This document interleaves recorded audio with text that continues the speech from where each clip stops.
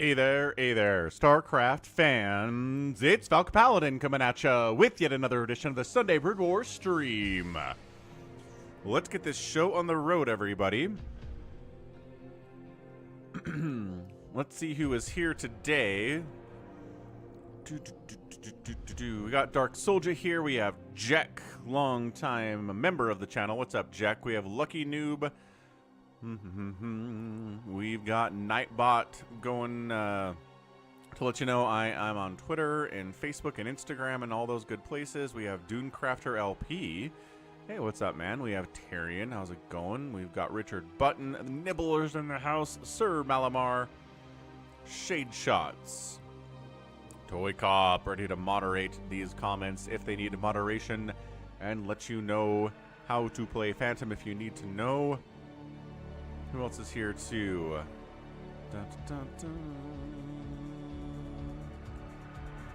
All right, yeah, good timing. Shade Shots, how's it going, man? I feel like I haven't seen your name before, but maybe you have a different name. Maybe you've been here for years. You just changed your name from something else.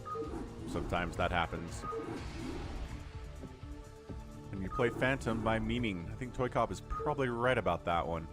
So let's go. Viewers submitted for the year 2024. We are over halfway through the year. It's August. And after the 4th, we have 1, 2, 3, 4, 5, 6, 7, 8, 9, 10, 11, 12, 13 replays today. Guess how many that is? Too many. It is too many replays today, man. RJB sent me 3 on his own. But in fairness, it's 18:25 in 9 minutes. So, like, he didn't, I mean, send me an hour-long replay. Actually, I'm not sure anybody did. ToyCop's got 43 minutes. He's the winner. Yeah, 43-minute replay today from ToyCop is the winner. Maybe we can pull this off. Maybe we can. If we are judicious with our timing here.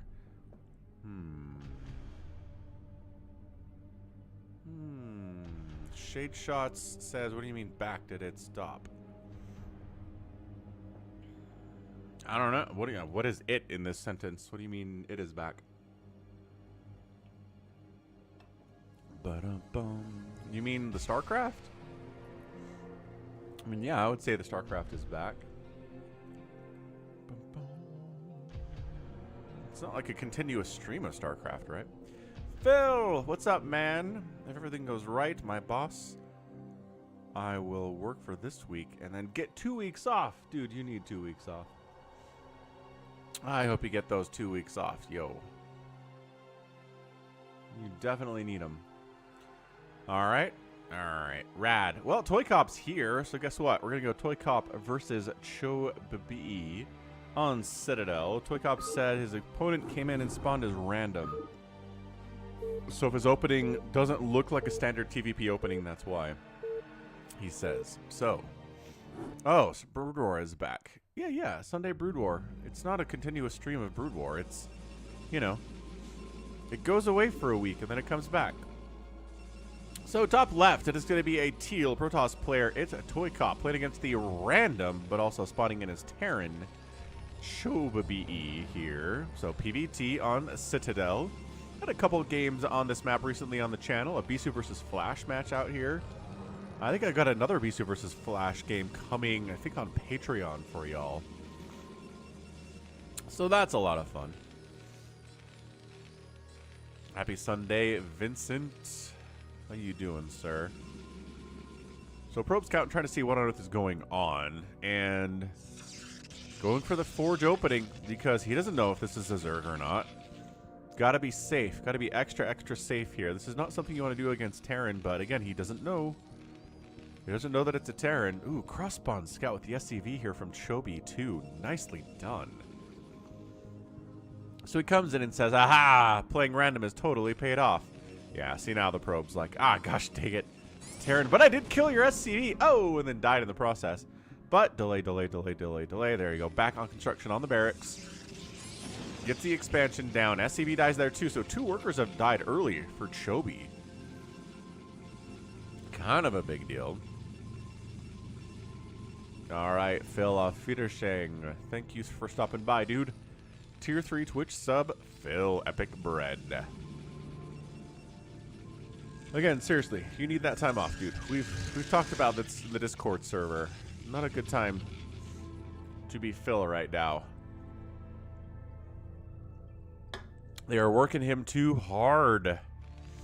Alright, so one rack's expanding over on this side. Marine pushing across, but that's why there's a cannon. You might be able to, like, sit here and fire on this gateway for a minute, but I think that's fine. Cybercore comes in a little bit late. Oh, or just walks into the cannon. That's also good. He just walked into the cannon. Alright, so, I don't know, man. This Chovy guy doesn't seem particularly amazing. Why isn't a continuous 24-hour-a-day Brood War stream? You know, I might actually run out of replays if we did a 24-hour Brood War stream for, you know, like a month or two. Just never stopped. I guess you could mix in just playing ladder, playing live games for that Brood War stream too. It wouldn't have to be replays the whole time, huh? Huh. Sourdough bread, cream cheese sandwiches. I'm down. That sounds pretty good, Jack. I like cream cheese. I like sourdough. 2 more gateways coming in with a robotics facility for ToyCop. We'll see if he wants to make them reavers. We'll see if he just wants to get obs. If he can go a lot of dragoons here, because he is. Second factory now coming in from Chovy. And he went siege mode first on his upgrade. So he is sieged up, tanked up back here. Dragoon pressure is not happening. Partially because the Cybercore was so late, because again, it was a random spawn from Chovy. Citadel coming in. I like the SCVs. He's got 2 SCVs scouting these bases. Dude's worker count is 38. Pretty good considering he lost 2 SCVs early. 1 at home, 1 on the other side, and has 2 SCVs just hanging out. Oh, hang on. He's like, you know what? Maybe I should see if there's a ninja expand somewhere. He is not wrong to check that. Wow. Nose is sniffly. We'll be okay. Alright, so just in case there are spider mines, we're out with the obs, we're out with the dragoons. They've got the singularity charge upgrade. This guy comes back. This guy's sitting over here now. I guess he wants to see if he can take a 3rd base, if it's safe to do so. Restream your re-uploaded content for a monthly loop. Oh, interesting idea, Lucky Doob. What's up, Farewell? And Dark Soldier, good luck on the new season on the ladder.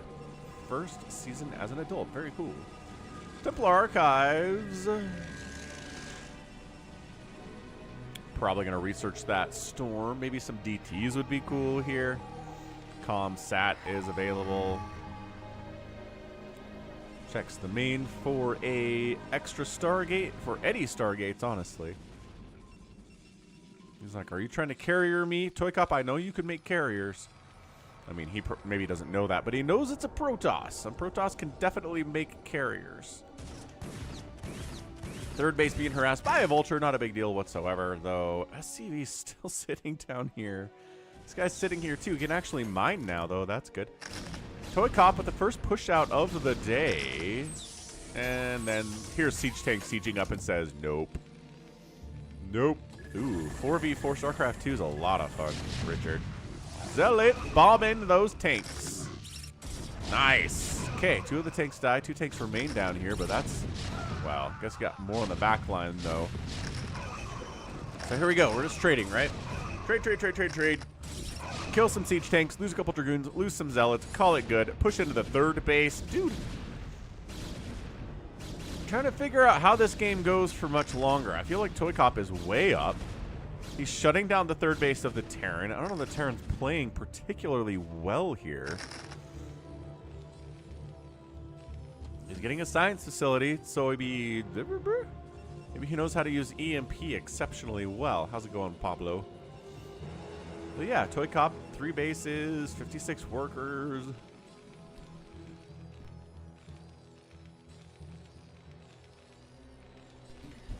Big sneeze.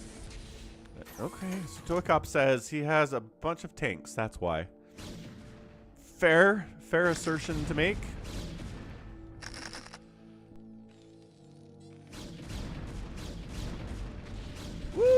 sneezing today. I'm allergic to StarCraft this morning. Can you imagine how terrible that would be? You have an allergy to StarCraft, and every time you watch it or play it or whatever, you just like start sneezing uncontrollably. It'd be hard to play StarCraft if you were sneezing a lot. I have not played Beyond All Reason, Doomcrafter. Alright, so siege tanks holding position, third base coming in. Still feel like, first of all, no vultures or spider mines in this area. So you run like 20 zealots through here. Everybody dies. You win.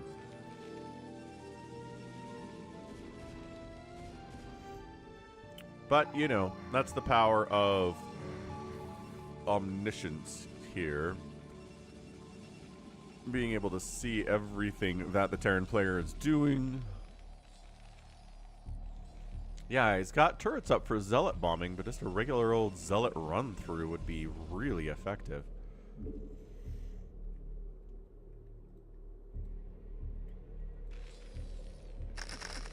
Alright, so we're still just kind of macroing up here. It's 138 to 108 supply. ToyCop is up, feeling good. He's got the Dragoons. He's got +2 attack on those guys, which is great. It's 1-1 upgrades for the rAmEc. Spider-Man's cleared out. I mean, ToyCop's getting a 4th base. He's probably going to set up for a 5th base here next. His macro's really good. However, that's a 4th base coming in on location, which is easily deniable, but you just have to know that it's there, you know? You just gotta know. Send a couple zealots down, shut that thing, shut it down, kick it out. But yeah, letting him basically, not basically, letting him naked expand it down here is interesting.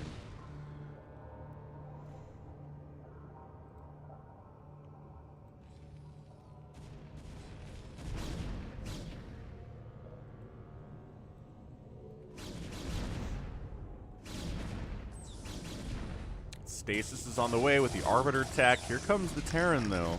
He's got 2 upgrades on his mech. EMP's researching now. Battle Isle 2. No Zenit. Have not. ToyCop is sitting on 4,000 minerals and 2,000 gas, but he's at effectively 180 supply, so usually kind of just let that go. He's got another round of 8 more units coming in. Yeah, see, now you have spider mines, we've got Goliaths. The ability to just zealot run in here is reduced by that. But this does need to be a more zealot heavy comp if you're going to engage with this, because that tank count is heavy and there's just not a lot of vultures.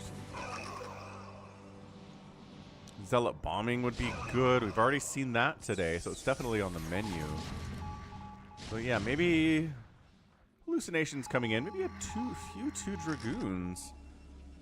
This is kind of weird to say, but yeah, this vulture count is like 4. Ah, this positioning is tough. Okay, ToyCop goes in, tries to kill the tank, can't quite pull that off. He's gonna come in. Yeah, so he's come in from the top side here. Maybe with, you know, the invisibility here based on the Arbiter cloak. Nope, Arbiter kind of falls back a little bit. Then there's the ComSat scan, reveals it. A couple tanks are going to get killed. The Vultures all swing over this way to try to deal with these Dragoons. They're spider mining up. And then, again, too many Dragoons over here. Yeah, I mean, more Dragoons on the way. I definitely feel like there just needs to be more Zealots here.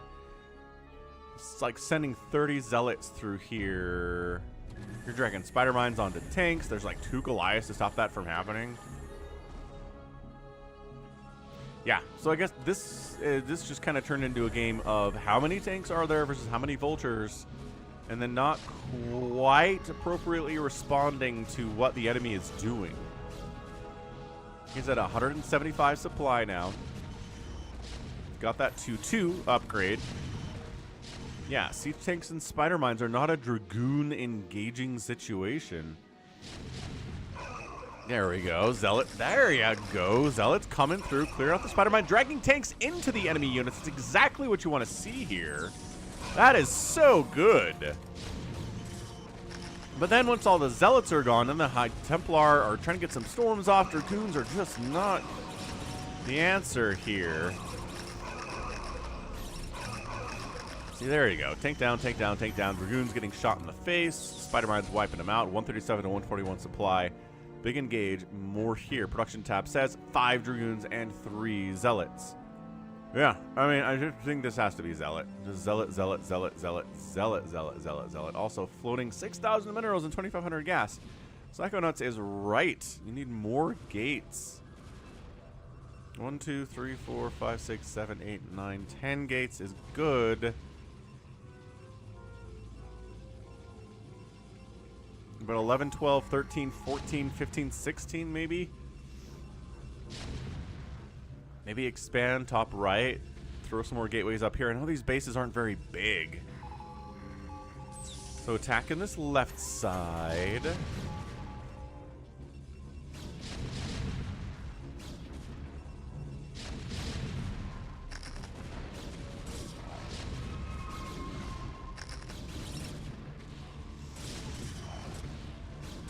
Good stasis. We've seen some good stasis already. I haven't called that out, though.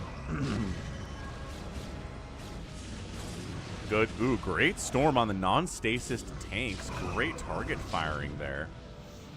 And yeah, see this little group generally getting wiped out. Got a couple more, one more Zealot remaining in this group. Gonna try to... bam. I mean, no, you're right. You can fit more gates all up in this area. It's true.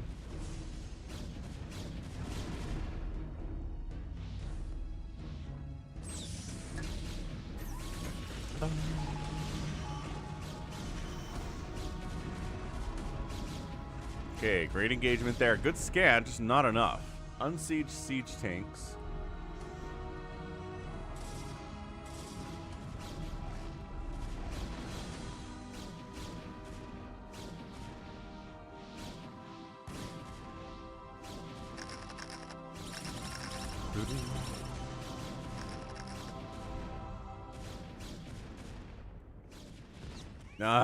Vultures got in here. No cannons in this position. Not even a single cannon in this 5th base. Or maybe there was, but the siege tank wiped it out a minute ago and it wasn't replaced. Entirely possible. So yeah, I mean, look, no kills, 2 kills. It's a good probe pull. Did definitely save a lot of stuff there. But yeah, I think either need to expand down here or expand up here, which is why Chobi is covering these corners. He's like, yo, if the Protoss doesn't take those corner bases, I'm going to feel better about this. Another engage. Zealots leading the charge as they do. Siege tanks up. Good storms. Is there a probe in this battle or am I hallucinating? Yeah, okay, this is exactly right. So bam, little groups of tanks. Tank count's been reduced pretty significantly. I mean, we've got about 12 of them back here, but that's not 15, that's not 20, it's not 30. He is producing 3 of them at a time, continuing to add these vultures in now. How's it going, Sonyo?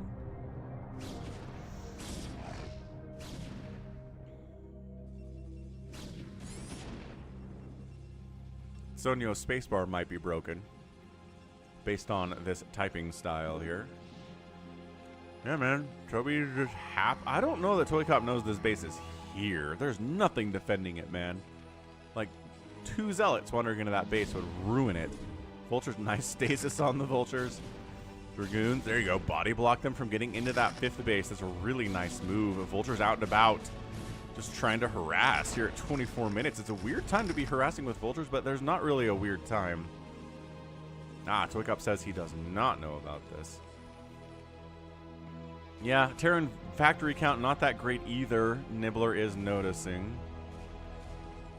Again, I just think it's a function of these smaller bases. Supply depots are so big, they take up so much space. There's even less space for available factories in this base than ToyCop's got for gateways in his.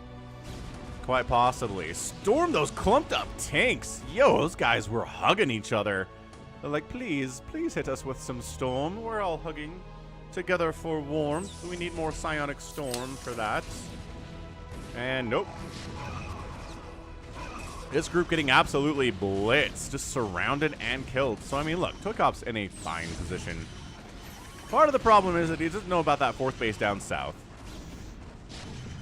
High Templar Storm? Nope. Just hiding here under the cloak for now. There we go. And then counterattack. Vulture still pushing this left side. Still no cannons back at this base. Nice Spider-Mine sniping of those Dragoons. Spider-Mine snipe him again. No, doesn't trigger on him, but 3 Vultures got inside the base again. See you later, a lot of the probes. 65 SCVs to 56 probes. Probe count desperately getting murderized. Was there an EMP? Good stasis. Arbiters probably want to be up on these dudes rather than... okay. Blah, blah, dead. Yeah, everyone abandoned him. The Arbiter left, his buddy left. Chobi's expanding to a 5th base here. Ah, there was an EMP on the High Templar is what it was. So now ToyCop trying to expand up to this top right, but Terran's controlling this area. Because a lot of the stuff came back home to deal with a couple Vultures that snuck over that way. And now he's entrenched in this position. Yeah. Alright. Oh, it's a good stasis, though. Nexus down. Can he save this top right one? It seems like he probably can. It's 2 siege tank. Yeah, everyone's just blitzing up to this top right, being like, no, no, no, no, no, no, no. No, I don't. Nope, not allowed. You're not supposed to go up there at all. So save that Nexus. Replanting this one's not a big deal with 4,500 minerals in the bank. Once again, I'm not sure ToyCop knows about this base either. Definitely doesn't know about this one. Definitely doesn't know about this one then. Yeah, I mean, it's much easier to call out what somebody needs to do in a game when you're just watching it rather than when you're playing it yourself. I know that's the truth, man. Perfect, perfect truth.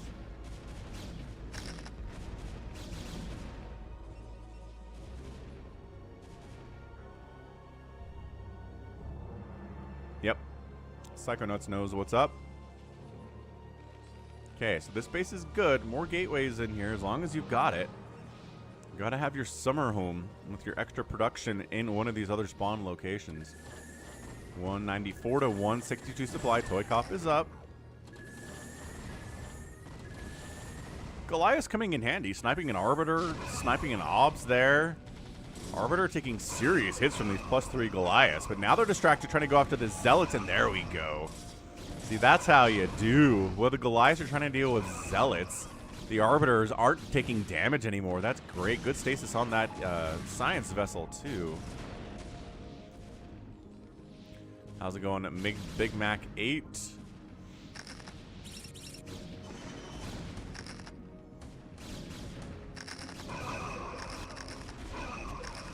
Yeah, it's good macro here from Chobi.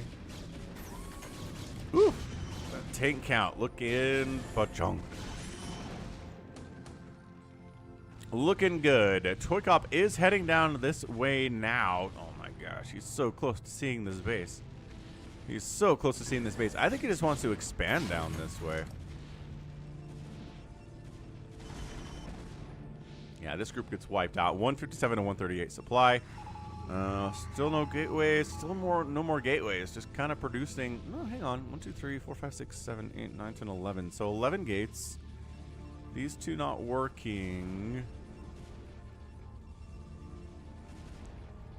Guess there's this one also not working currently.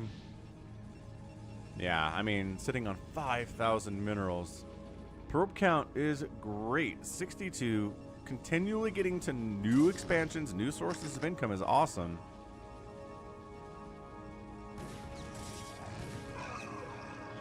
And yeah, just being active with the Vultures. Body blocking these Dragoons, these SCVs, they're very brave. I don't know what their plans are, but they're very brave nevertheless. This group tried to come up top right, but it's just not enough of them. Yeah, Chobi really needs to start sending everything more. It's like, it's a Goliath, it's a couple vultures, it's maybe a tank, and then it's easily cleared out by the Protoss when they come to deal with it. This group needs to go. This group needs to go. There have been these tanks sitting here, I want to say, for like the last 10 or 15 minutes. There's not really providing any value at all. This tank is not helping at all. Like, you're worried about getting dropped or recalled or something. I get it, but that hasn't happened yet. I just think this is too... Okay, so we did send this group up anyway. So they're heading up. They're going. Slow move out. What's up, CYL? A little bit of weird high ground here, as always. Science vessel spots over the little weird high ground.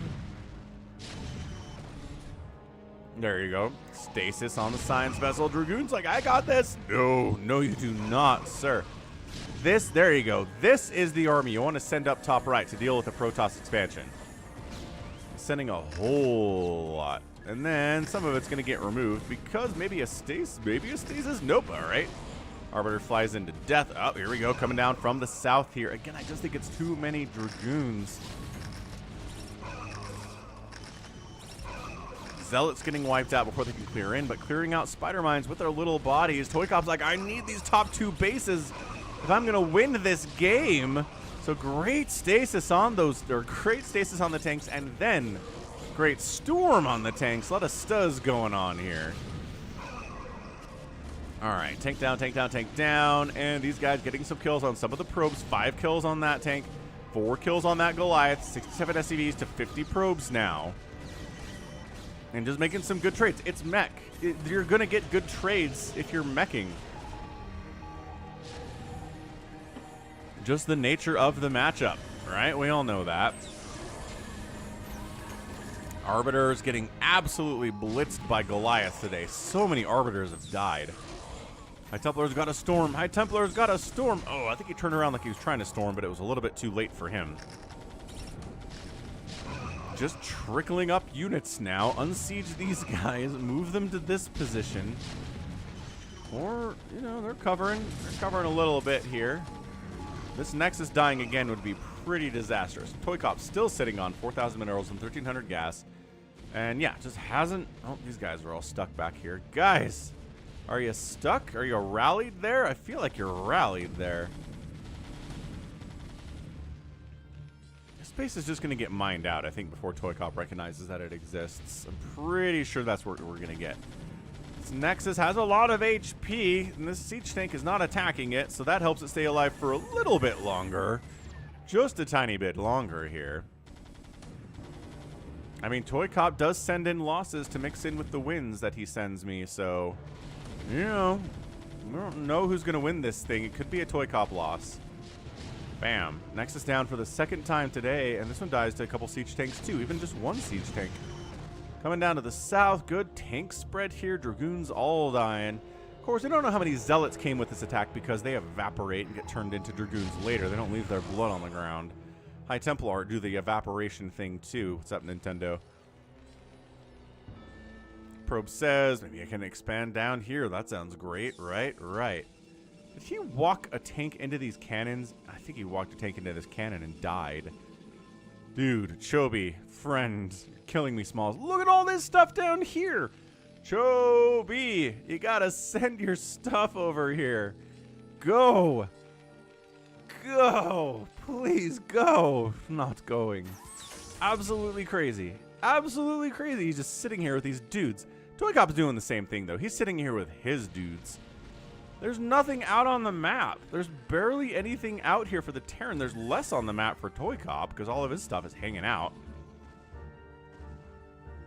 A little bit of a traffic jam down here. It's a bad map for traffic jams. This map, is this busted? Did the replay break? I feel like maybe the replay broke. Yeah, ToyCop's like, this is not how this game went. Time to rewind it a little bit. See if we can fix it. Good thing the rewind doesn't take that long at all.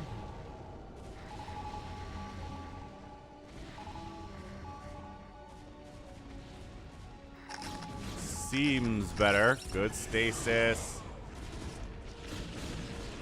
High Templar dying to a Spider Mine this time, so that's a little bit different. Arbiter does go down. Good stasis there. And yeah, no more traffic jam over this way. Terran's sending out as well. Okay, I think we're good. I think we're doing better here with the replay. Zealots very bravely running into Spider-Mans, running into Vultures, as they do. Dragoons, not that great of a number here, so they're going to fall back. They really like to kill these tanks when they come out of stasis, if at all possible. Are we starting to gather dudes here again? A little bit. We'll see if it gets bad, though.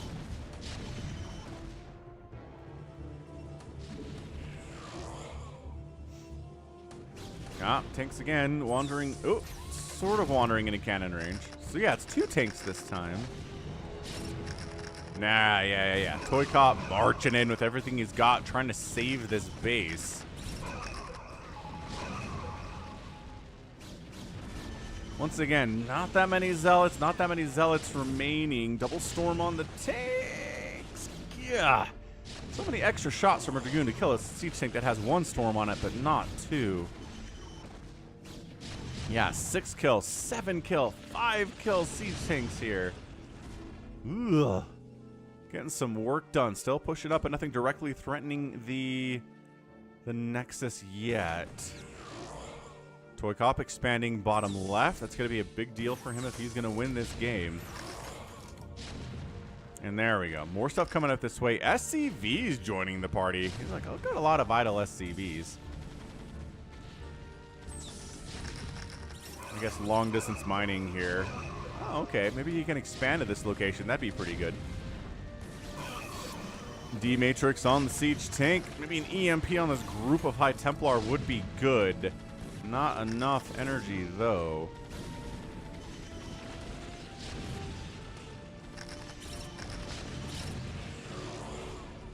Alright. Stormity, storm. ToyCop. There you go. Sending his dudes out again. Okay, so this is going better for him. As far as the replay not being broken is concerned. See, Chobi's like, I would like 400 minerals to expand, please. Ah! Vultures get into this bottom left. They're being so annoying in this game. SCV's job is to kill this Nexus. Zap, zap, zap, zap. I will zap you, he says. Vultures Spider-Man the whole thing up. ToyCop's got an obs, but he doesn't quite. There you go. Then he decides to bring it with. Genius. Much better. Vultures can kill a Nexus if given enough time, especially if they have +3 attack. And they do. So, I'm going to start wailing away on this Nexus HP here. ToyCop slowly busting through, trying to hold on. Oh, this base dies for real. Now he sieges up the tanks. And ToyCop's top right base is in trouble. Dude, they're going to get it. Vultures snipe the Nexus bottom left. Insane stuff here from Chobi. Wow. +3 Vultures versus +0 Vultures is like night and day. That's absolutely crazy stuff there.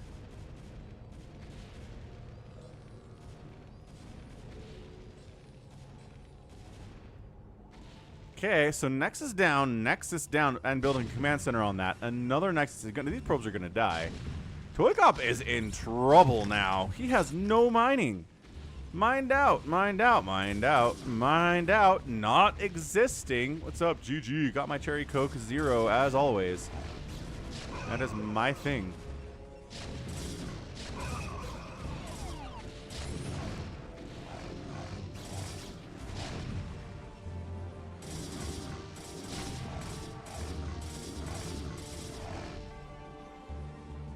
Okay, so he holds on to this top right base, which is massive for him. He needs that base.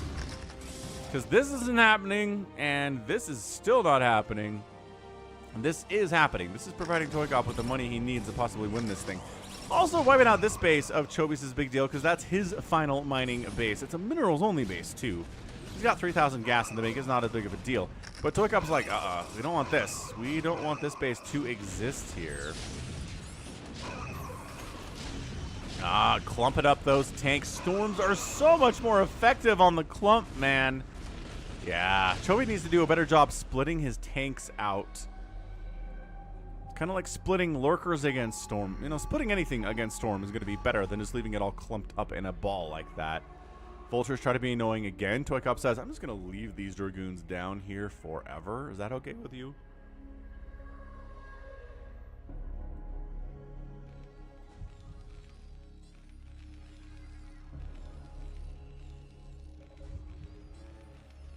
ToyCop still denying this base is a really, really big deal. Because again, it's all Chobi has. I don't know that we need to engage this far with it. Just base denial is probably fine, but again, enough storms and enough clumped up tanks. Oh yeah, 5 kills, 6 kills, 7 kills on that High Templar. This is tanks and Goliaths we're talking about on these kills, man. Great engagement here. A couple more Zealots would be nice. But the cloak provided is doing a lot of work here too. More tanks wandering up, but that was a great engagement for ToyCop, dude. 135 to 107 supply. Tank count is reduced immensely. Arbiter trying, oh, good stasis on a little 4-pack of tanks there. Like you could pick those up at the local Walmart. How many shots of an Arbiter to kill an SCV? A lot is the answer. ToyCop still hasn't re-expanded down here, though he does have some Dragoons protecting it like he would like to. Some probes are on their way down. They don't trigger spider mines because can you imagine if workers triggered spider mines? Yo.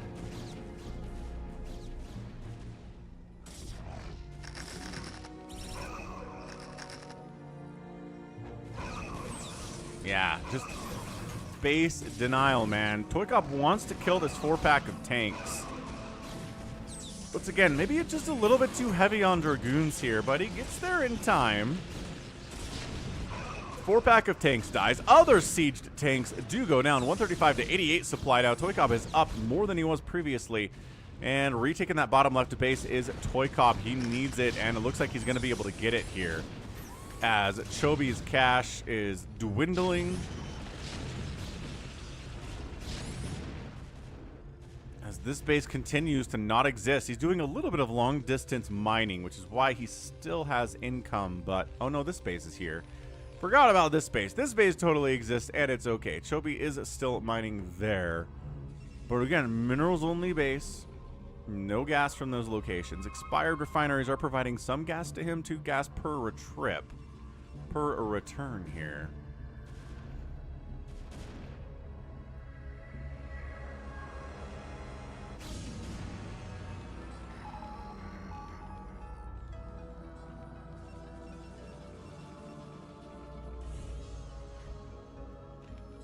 What's up, AvcaTiNuS? Yep, gonna have a great day. Zealots leading the charge into the tank line. There are not that many here. Dragoons now gonna be good against the larger vulture count.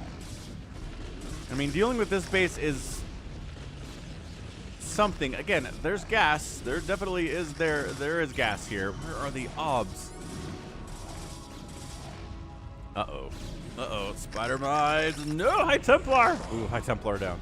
Zealots, you go clear those out. High Templar are too expensive. Good snipe on that High Templar too.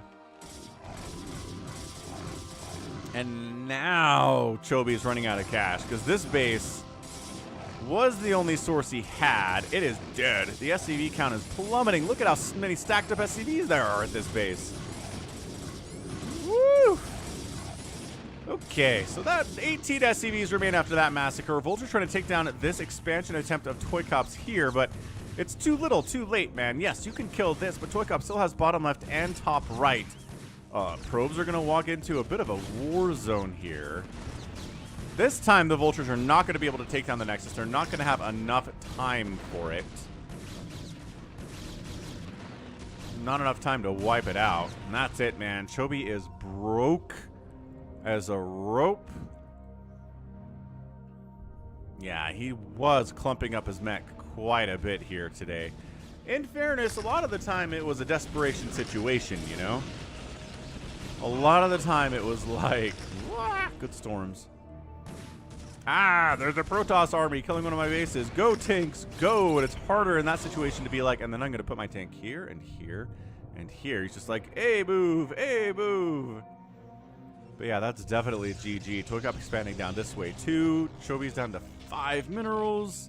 You could lift this command center somewhere, but at this point, where? This is it. But ToyCop's parked on it. Maybe here? But it's so far away from everything else and so easily accessible for ToyCop to defend and destroy.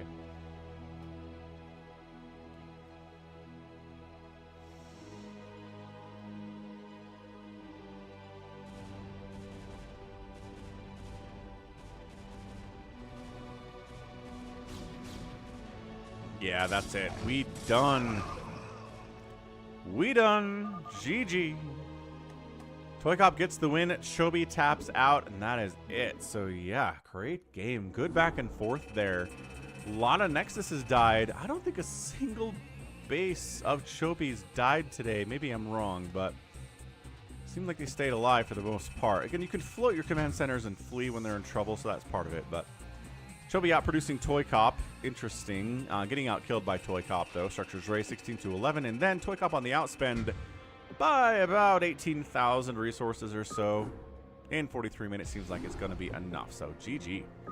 Yeah, that was a close game there. But in the end, having 2 bases to 0 is pretty hard to overcome. So GG. Well done, ToyCop, getting the win. We do have... I guess we didn't go through this today, did we? We got a DarkKnight replay. We've got a... what do you call it? Team Games Doromi that RJB sent in. Vegeta versus Protoss. Jaedong versus Soulkey is a lot of fun. DeWalt versus Bonyth here today. Gallons and Martin. Gallons with his RJB TV1 name that he's under. Hedenling's Zerg from DarkKnight. Bonyth back again against a barcode player. Some kind of 1700 MMR versus an 1800 MMR game. DarkKnight ZVT. We got some fastest map here, both from Silverwolf and from bigwan. Oh, it's a bigwan replay. Nice. That's a lot of fun. Ah, yeah. ToyCop, I did see you get hallucination there. That would have been a lot of fun. All right, so let's go. Dark Soldier is here. Or DarkKnight is Dark Soldier, right? Pretty sure that's the case. Let's go with ZVT here on Fighting Spirit. DarkKnight versus EXU.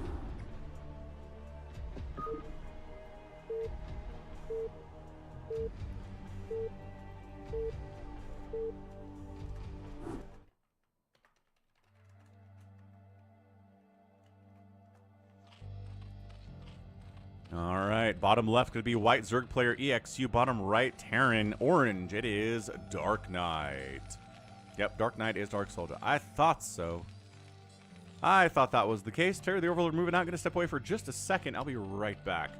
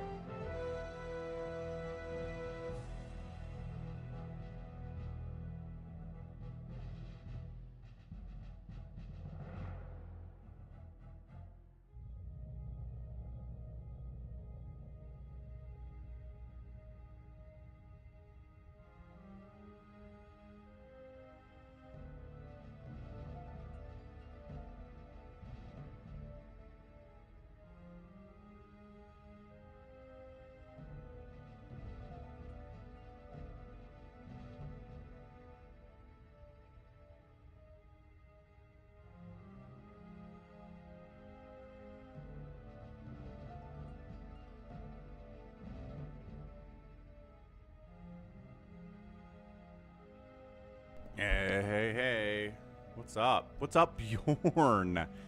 With a €20 super chat. Awesome stuff, man. Thank you, Bjorn. Appreciated. Did that come through with Mike the Mutalisk yet? I bet it did. I'm going to bet that it did. All right, on the downside here, DarkKnight is going for a second Rax. He's got his gas. He has not expanded quite yet. Zerg player's got his hatch coming down, but he went for a pool first. And now getting an extractor. It's not like an extractor pool speedling aggression play here. Mike has still not showed up. Come on, Mike. You got this thing. You got it. Let's rock.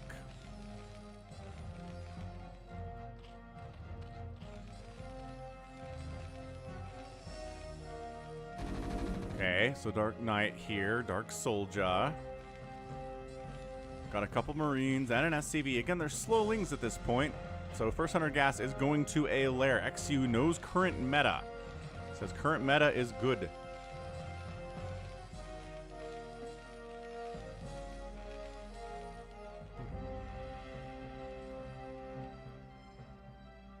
All right, Nintendo, enjoy your fancy ramen.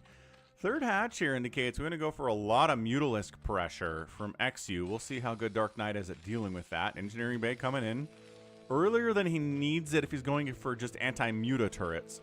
This really should be a +1 attack coming in from DarkKnight now. He's got the cash for it. The question is he going to start the upgrade or not? Production tab says not yet. Going to finally expand here at about 5.5 minutes. And yeah, I think at this point DarkKnight really could have just gone for a 1 Rax expand timing, maybe get a bunker up here if you're worried about ling pressure. It was a pool first, so I understand the concern. But otherwise, yeah, expansion could have come out a little bit sooner, and there it is.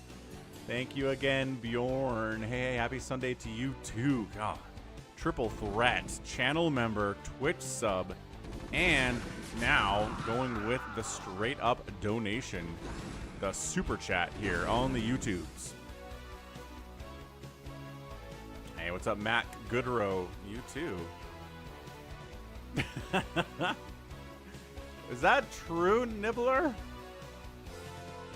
Nibbler throwing out the memes. Range upgrade here. Mutas are out, man. They are ready to rock. Hydroden coming in. Still not working on that attack upgrade, but he's got turrets up.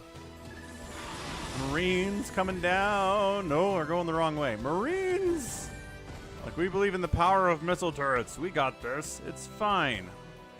Bunch of lings running into the main base. What's that all about? You're worried about getting dropped, or? Oh, so get 3 months of Apple TV Plus for free with the purchase of a new gift or a gift sub on Twitch.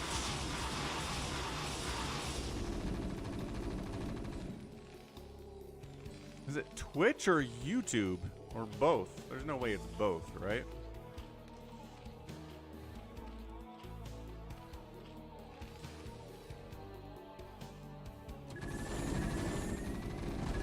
Man, once again, ow, ow, ow. Okay, that wasn't the greatest macro of all time. Once again, the macro hatch throws me off.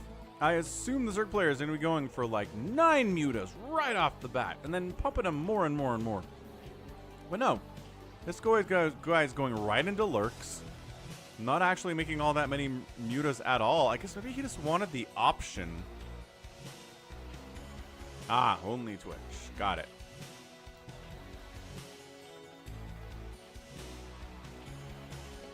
Cool. So yeah, if you prime sub, though it can't be a prime sub, or a recurring sub. Wait, what?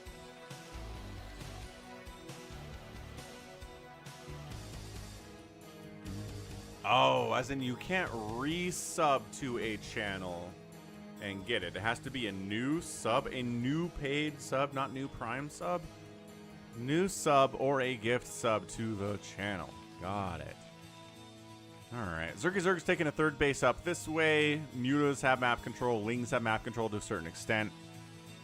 DarkKnight's marine count is pretty good. He still doesn't have any upgrades for them. Engineering Bay is sitting quiet for now. Those upgrades would be nice.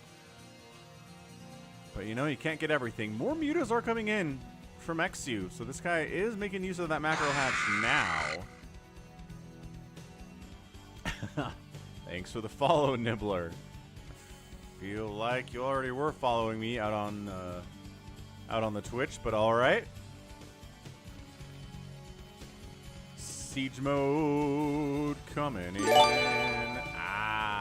Now he's gifting subs. Thanks for the gifted sub, Nibbler, to Dog Fob Mall. Dog Fob Mall now has a gifted sub. Now Nibbler is going to get 3 months of Apple TV Plus. Not bad. Apple TV Plus is like $15 a month. Gifted sub is like $5. So yeah, that's an amazing value. You want to get Apple TV Plus. I really love Severance out there. Amazingly thought-provoking TV show. Christopher Walken's in that one. There's a new show coming out starring Natalie Portman. I forget what that one is called. Lady of the Lake or something like that. They've got the morning show with Jennifer Aniston, which apparently is pretty bad, but like entertainingly bad. Is how I've heard people describe that one. Anywho, all right, Mutas, you gonna be brave or what? You getting a +1 attack upgrade? No.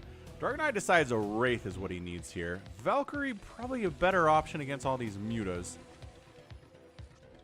That's okay. DarkKnight's in chat being like, yeah, I know I'm bad. I don't know. I like your worker count, right? 33 workers, 2 bases. Saturation looks good. I like the bunkers at the front. I like leaving some Marines behind. Upgrades would be amazing for these Marines.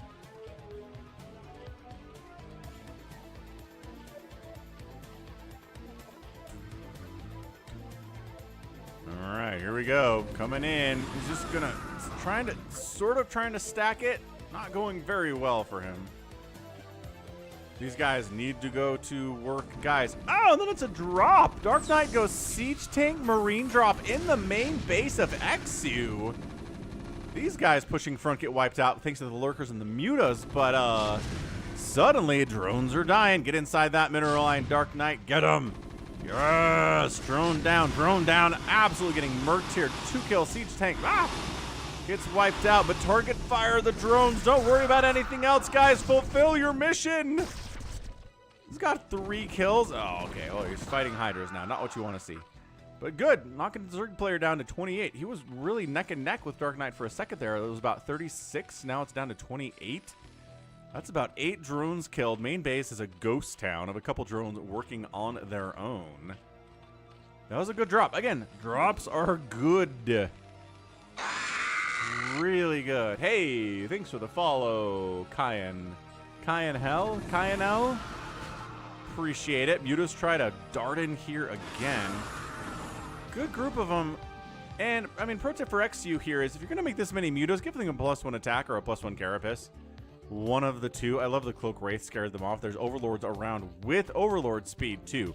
It's not even like you really have to worry about slow Overlords not keeping up with the play.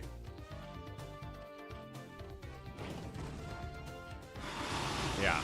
Wraith running faster than the speed Overlord, but not that much faster. And yeah, no, drops are great every race. Like you said, Zerg drops are amazing, especially if you bring Dark Swarm with them. Recalls are really powerful. Drops are good from the Terran, as we saw here from DarkKnight. Well, third base rolling for XU. Still has idle drones here. These are different drones, though. Not the same ones, so we're making progress. Lurkers and Lings denying that base. This base is pretty open and available for DarkKnight to take if he wants to. Still 0-0 upgrades, but a +1 infantry weapons is getting fired up here from DarkKnight. So the man is going for the upgrades, a little bit at least. We'll take it. We'll take any upgrade we can ever be given here. These are 1 Carapace Lings, 1 Carapace Lurkers, more Wraiths on the way, a melee attack, and, Consumes on the way with Defilers. So once you get to that point, Wraith's trying to snipe out some of these Lurks is pretty good. I like that use of Wraith. Sniping out Lurkers, that's pretty cool. But yeah, eventually Dark Swarm starts coming out, and to deal with that, if you don't have a Radiate, you're gonna have a bad time. It's just the nature of it. The player who has spellcasting will defeat the player without spellcasting pretty much 90% of the time. That's how it's played. So 3-cal Wraith deals with the mutas. Not really intended to do that. Free tank is free. And then dragging the Marines up the ramp to the Lurkers is pretty good too. But Dark Soldier, DarkKnight here, trying not to engage with the Lurk, but also trying to kill the mutas. Coming up this ramp seems really dangerous. There's only one Lurker. If there were 2 Lurkers or maybe a couple Lurkers stacked up, that'd be amazing. XU's getting adrenal glands. He's floating 4,000 minerals and 1,600 gas. Making 6lings at a time. Expanded again. Okay, so a 4th base up at that 12 o'clock spot. Oh gosh. Okay, never mind. We decided to engage with the Lurker on top of the ramp. And oh, simultaneous death. Everybody died there. Wraiths decided to fight the mutas. Not a recommended course of action, but there's a little bit of Marine support there. That's not bad. Marine support, good.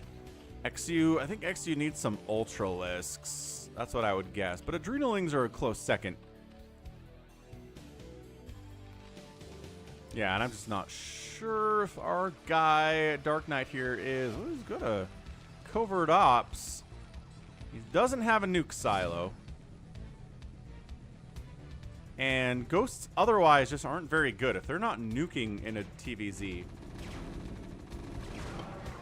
they're not accomplishing anything. Because you can't lock down biological units.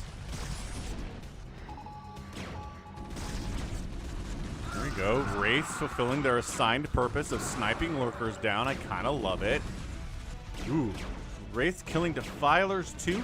Defiler, get inside the Dark Swarm. You're so close to safety, sir. Please get inside. Ah, does not get inside. Oh, Dark Swarm wears off. Continuing to fight here. He's just scanning. Hey, what's up, SDDS? What's up, Denzio? Denzio Loco from the Philippines. Happy Sunday, Denzio. It's late Sunday where you are, huh?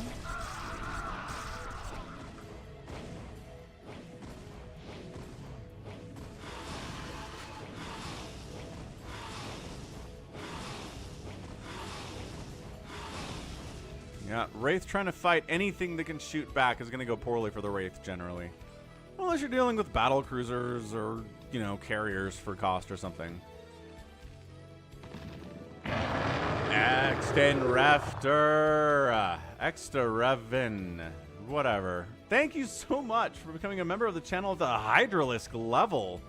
Awesome stuff, XTV. Appreciate it. Welcome aboard. Yeah, DarkKnight here is just going Wraiths and Siege Tanks. But yeah, Extenrefter, long-time viewer of the channel, long-time supporter of the channel, too. Very cool guy. I love just wandering in and sniping Wraiths. Defilers. So it's like, yeah, who actually needs Irradiate, right? We got our Wraith Ball. They can kill Overlords. They can kill Defilers. They could do just as well against all this stuff. Zerg player panics and goes for it.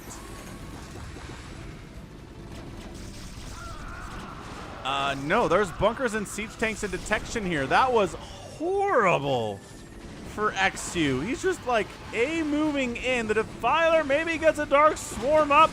He gets a double Dark Swarm up, which doesn't actually provide any value for the double Dark Swarm, but still. Plus the Defiler gets wiped out, which is horrendous. Guy has a macro hatch. He has a macro hatch. He could probably use like 4 more of them. At least. He's sitting on 8,700 minerals, 4 bases, 3,000 gas. Taking another gas at this 12 o'clock. Yeah, it's Firebats and it's Wraiths and it's a couple Siege Tanks. I mean, we're looking at... Ultras are so good here. He has the Ultralisk Cavern. He's just not making any Ultralisks, which he has again. Oh, the man is supply blocked, and the Overlord. Oh no, the supply blocking here is so good. DarkKnight changing the meta, going Wraith Ball with no upgrades here. As supply blocked XU immensely. Oh, these Overlords are dead too.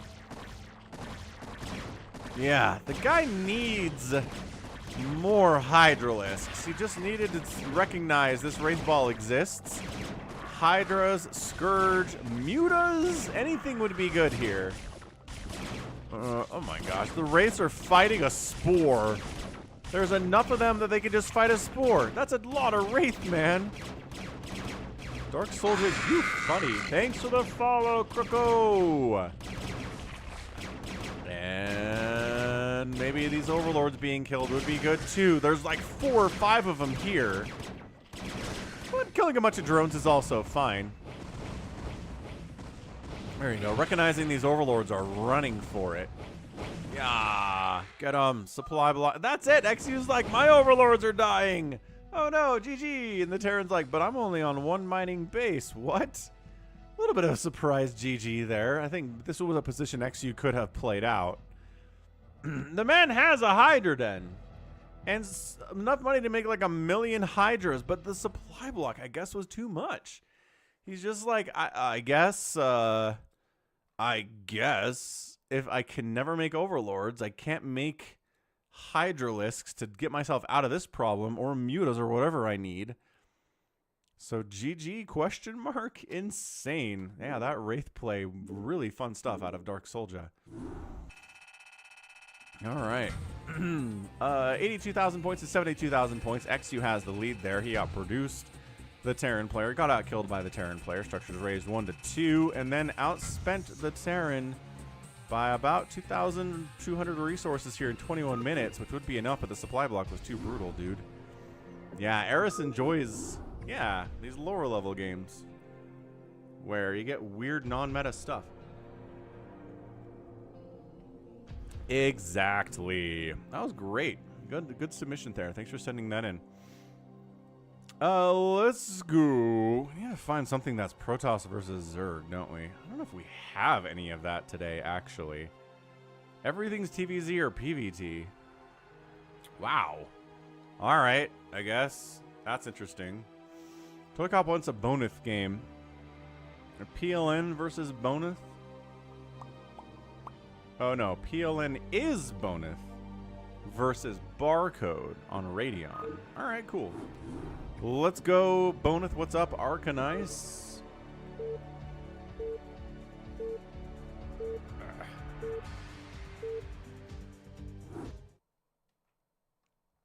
Dun, dun, dun, dun. All right, Radeon, top right, no bottom right. It's going to be an orange Protoss player. It is Bonyth under its PLN name. In the top left, a Terran player. His name is Barcode. He is mysterious. The mysteries are real here. I am saying that, right? It is Bonyth. I feel like I've had this question before, and I'm pretty sure we arrived on Bonyth.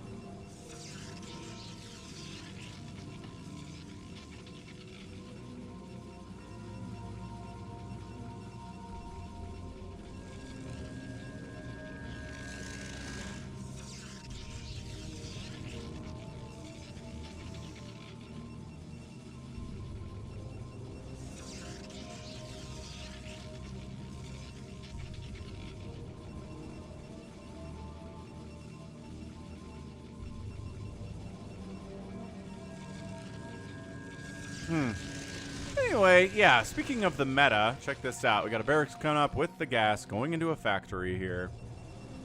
Well, on the other side of it, quick cybercore from Bonyth.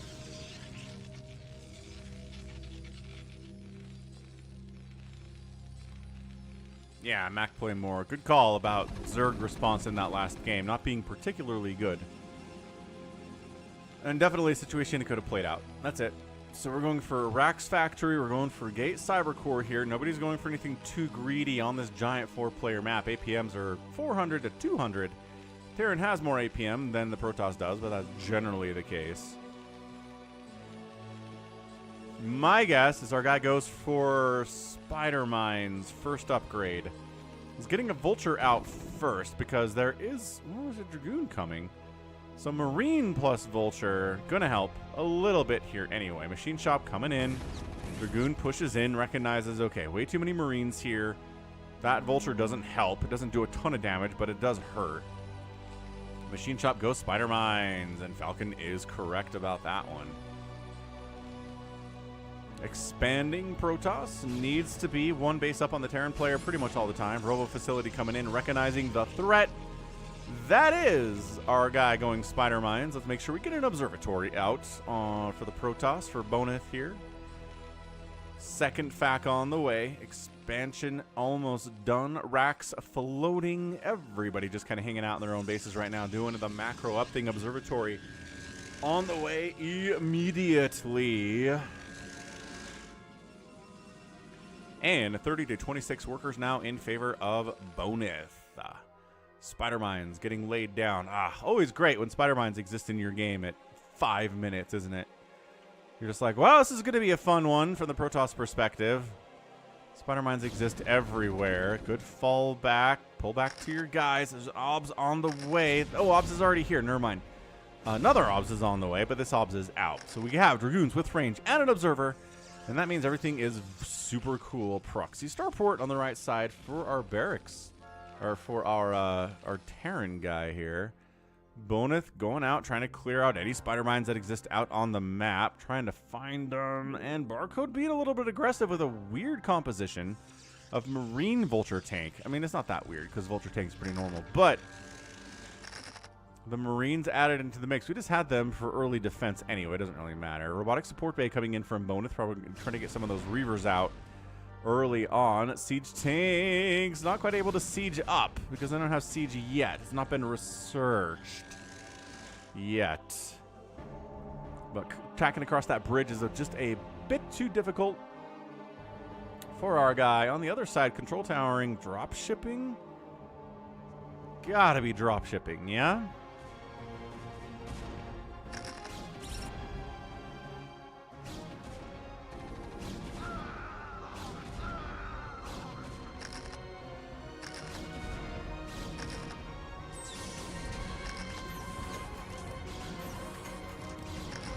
Still nothing happening with that dropship. Okay, so Bonyth comes up this way. Terran wanders down this way, but decides to come try to deal with these Dragoons. Not enough tanks to really handle this. Maybe, but no, definitely not. Bonyth is going to win this engagement. Easy peasy. Stutter step in. Bam. One volley down. One volley down. Bam. Tanks killed. Everything killed. Bonyth is in a great position here. 79 to 59 supply. Yeah, we'll get DeWalt. Did you send me a DeWalt versus Bonyth? Nice. Finally, dropship starts coming up here at that proxy starport. It's been hanging out for a minute. Might as well use the darn thing.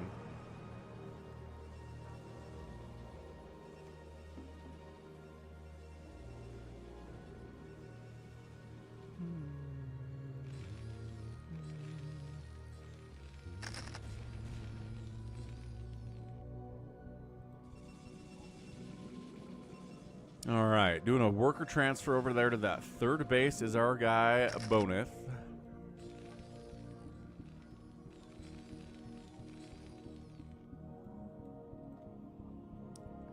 Maybe he wants to expand up here too. That'd be pretty cool. And Reaver Shenanigans. Reaver Shenanigans have arrived. All right, man. Reaver, bam, shot on a tank. Bam, shot on a tank again. Yes, does take the tank down. Serious hits. SCV dies, building a factory. God, every Terran watching this is just raging so hard right now. Turret up, though. Ooh, ooh, okay, careful, careful. All right. Pretty good. Doesn't get too greedy. Doesn't want to lose the shuttle with the Reaver in it or lose the Reaver even without the shuttle. Hey, look who's dropping down this way because dropships exist. Yeah, our guy Barcode is. Dropship cruising on in. Picking up, unloading inside the mineral line, behind the mineral line. Some probes are going to die. It's not the end of the world, though. Good target firing from this Barcode, though. Yeah. Kind of stopped target firing probes there, but that's okay. 66 to 41 total worker count Woo! In favor of Barcode is nuts. This man needs a third base pronto. Where, though? I mean, you don't usually expand cross-map for your third base as a Terran. Our guy is building a command center inside the main, so probably wants to put it down this way. Counterattack here from Bonyth. He's like, yeah, my economy is suddenly hurt immensely, but I am on 3 Nexuses, which is better than the 2 command centers you're on. No upgrades for his dudes yet. He's working on a +1 attack, just now getting that thing started. Storm is on the way too. Terran's sitting at a 1 attack upgrade at advantage. He's getting a +2 attack upgrade advantage. Hey, Mac, play more? Yeah, I think so. Man, I love Brood War. I always have. Ever since it came out. We don't know who this barcode is, Jared Boucher. Longtime channel member, Jared. Yeah, don't know. He's pretty good, though. I mean, he's up 70 to 53 workers on Bonyth, so he's no scrub. This is probably a Korean ladder game, if I had to guess what it is.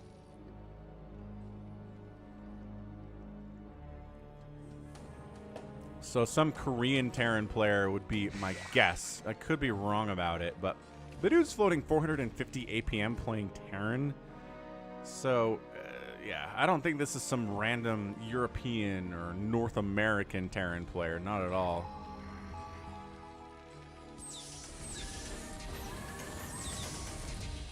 No, Ob Snipe. Siege tanks up. That +1 attack really helping at this stage of the game. Bonyth just trying to make moving out difficult, trying to make getting a third base difficult while he tries to probe up a little bit more. He's at 53 probes. Actually not making any more of them. 4th Nexus. 1, 2, 3, 4th Nexus coming in. Vultures try to shut that thing down. We saw something similar today in this ToyCop game, where Vultures tried to deny a Nexus. Dragoons were protecting it, but then the Dragoons got wiped out and the Vultures went to work. But those Vultures had 3-3. These guys have +1 attack, which means they know they can't really take it down in time. They're going to bail. Even if they had +3, probably not. Mr. Tipstonator, thanks for subscribing. Welcome to YouTube and the Brood War. Hey, absolute wisdom. I do try to be a nice person. Ba-bam. Ba-bam. Ah, Jared recognizes this game. Did he talk about at all who this Terran player is? I mean, he probably doesn't know either. But finally, third base lands for the Terran at 13 minutes. Seems a little bit late to me. But +2 is just about done here for the Terran mech. Dragoons working on that +1, just about done as well. Bonyth does not know, and he never does. Fair enough. This is not a base, in case you're wondering. It's a Vulture and a Spider Mine. Starport running home. I like that a lot. ×2 because we're just containing. Yeah, Bonyth is just trying to get his 4th base rolling. The Vultures go for the run by, but nope. Were they hardwalled by these cannons? They decided not to go in. He scanned it, went for it, didn't go for it. I guess he didn't know about these Dragoons in position to defend. Be my guess as to what happened. +1 air weapons indicates that, yeah, Bonyth wants to go carrier at some point here. And there you go, throwing up a Stargate and a Fleet Beacon. And, yeah, I guess 15 minutes for him is time to go for Stargate and Fleet Beacon. Wow, okay. Storm dropping on the other side of the bridge. I was like, attacking into this bridge is a terrible idea. And yeah, good storms are softening up a lot of these mech units, but once the storms are done, there are still enough tanks on the other side of this narrow choke that I don't think Bonyth wants to come in here, man. Yeah, not at all. These Vultures are just, Reavers rather, are just like, man, I sure wish some Vultures would come over here so we could kill them. Unsieged siege tanks wandering into us would be nice, too. But yeah, Bonyth is going to have to trade out some of this ground stuff in order to get carriers. Let's see when he recognizes that carriers are on the way. He is making some Goliaths, but he's still producing tanks. How do you counter carriers as Terran going mech? Goliath seems weak. A lot of it comes down to the carrier micro of the Protoss and the map you're on. For example, if there are places for the carriers to retreat back to, like little bits of dead airspace or little bits of high ground, then it can be really good for carriers to do hit and run maneuvers against the Goliaths and really avoid taking body shots at all. But even then, if you're pushing with Goliaths into a base, sometimes it can be tough for carriers to deal with it. So this is an engagement to trade out against tanks. Try to kill as many of those as you can. Oh yeah, he does not know this is carriers yet. Barcode is in the dark about it. Carrier capacity getting a research. This is going pretty well for Bonyth. This engagement is way more successful than I thought it was going to be. Wow. Wow, wow, wow. All right. Yeah, he just crushed through there. Yeah, it was a trade for carrier supply, but also wiped out a ton of the Terran stuff, too. That is rad. This man continues to scan and continues not to know that carriers are coming. It's another scan.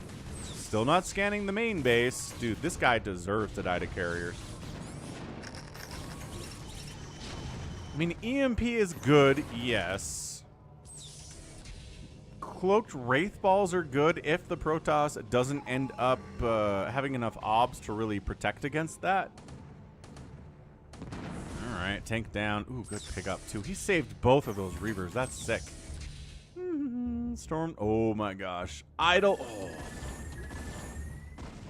Dang it. I was like, stationary SCVs. I mean, part of the problem is you have to scout the carriers are coming fast enough. Because if you don't scout the carriers are coming fast enough, then they show up. You don't have enough anything to deal with them. And even if you start making Goliaths, it can be too late.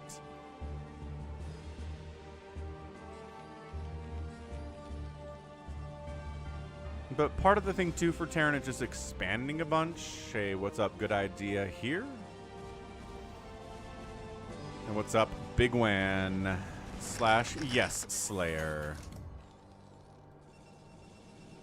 But yeah, part of it is just macro, man. Push, push, push, push. Replace, replace, replace, replace, replace. It kind of turns the Protoss player into the slower player. Nice zealot bombing. Doesn't quite get that second tank, but got the first one.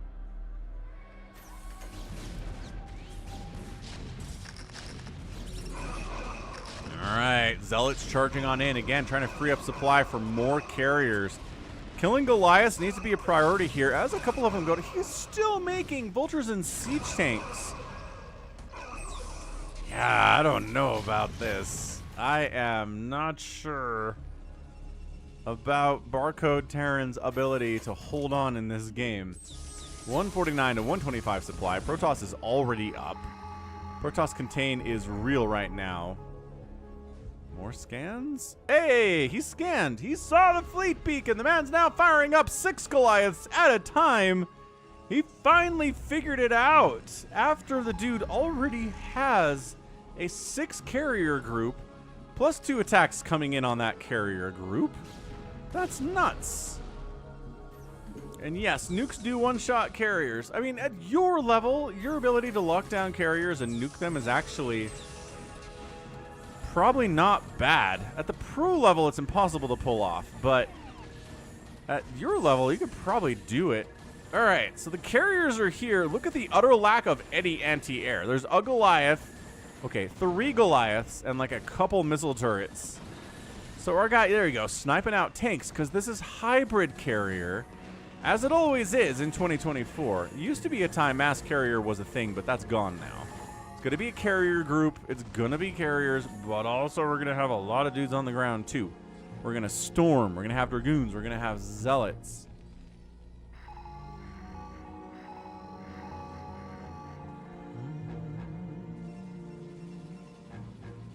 I mean, I don't know, bigwan, yes, Slayer. A lot of people roll with different names on Battle.net than they do on the Twitch or the YouTube. But I mean, personally, I like having the same name everywhere.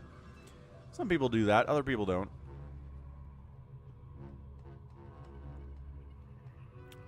Yeah, trying to defeat WK Cross sounds like a tough order, bigwan.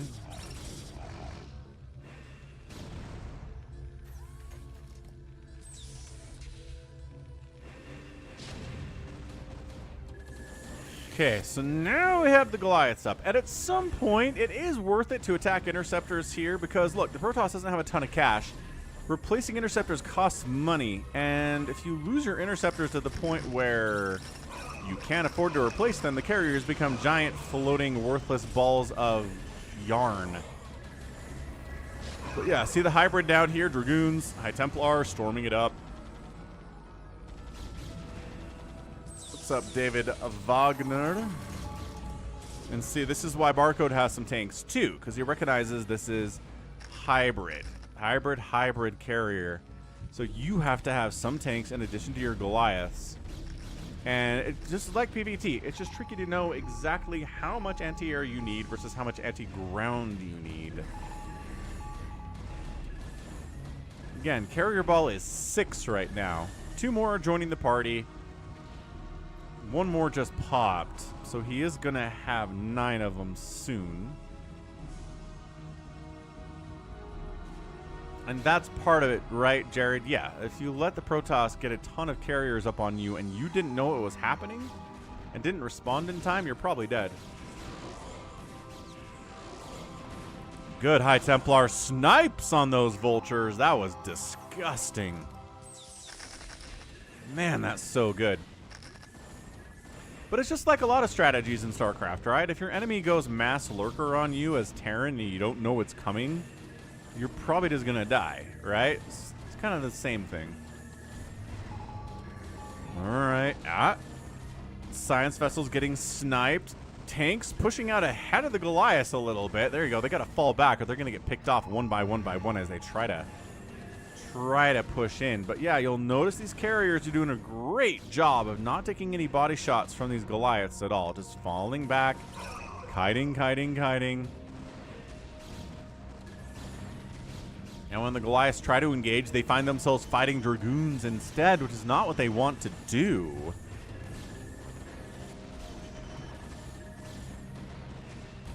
Goliath concave here, pretty intense though.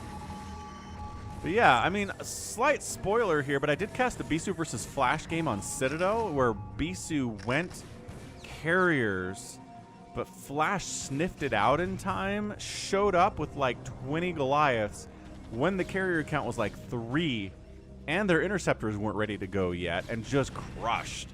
So it definitely, a lot of it is timing. A lot of it is sniffing out the transition and killing it during that transitionary period.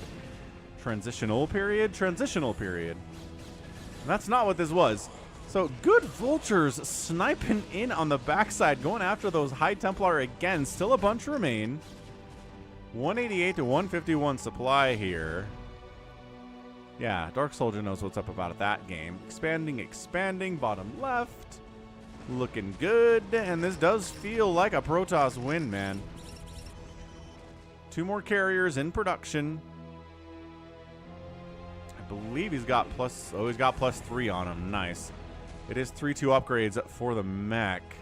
Top right base exists for Barcode now. I mean, this base has been rolling for a while. Part of the thing here for Barcode is his bases are alive. If your bases start dying, you really start falling apart no matter what you're doing.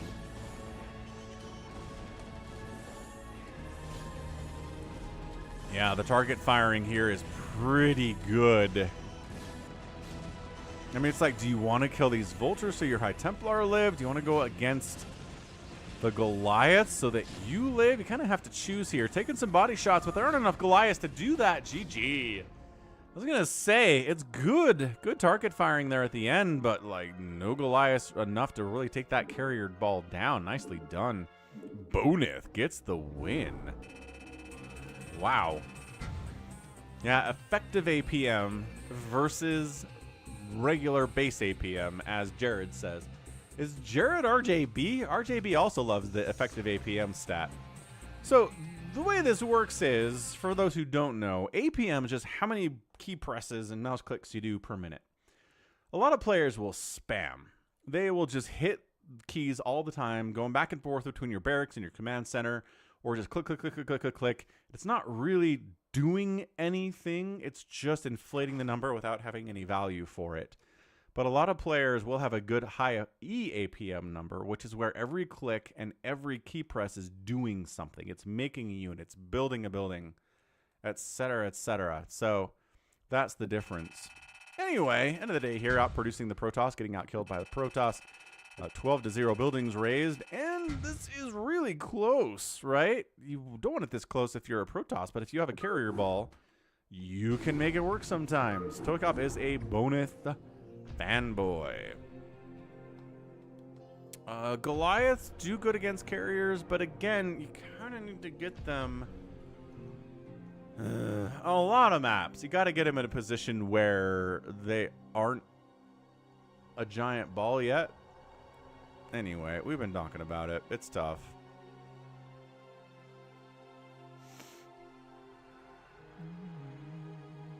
Incorrect. APM is not everything.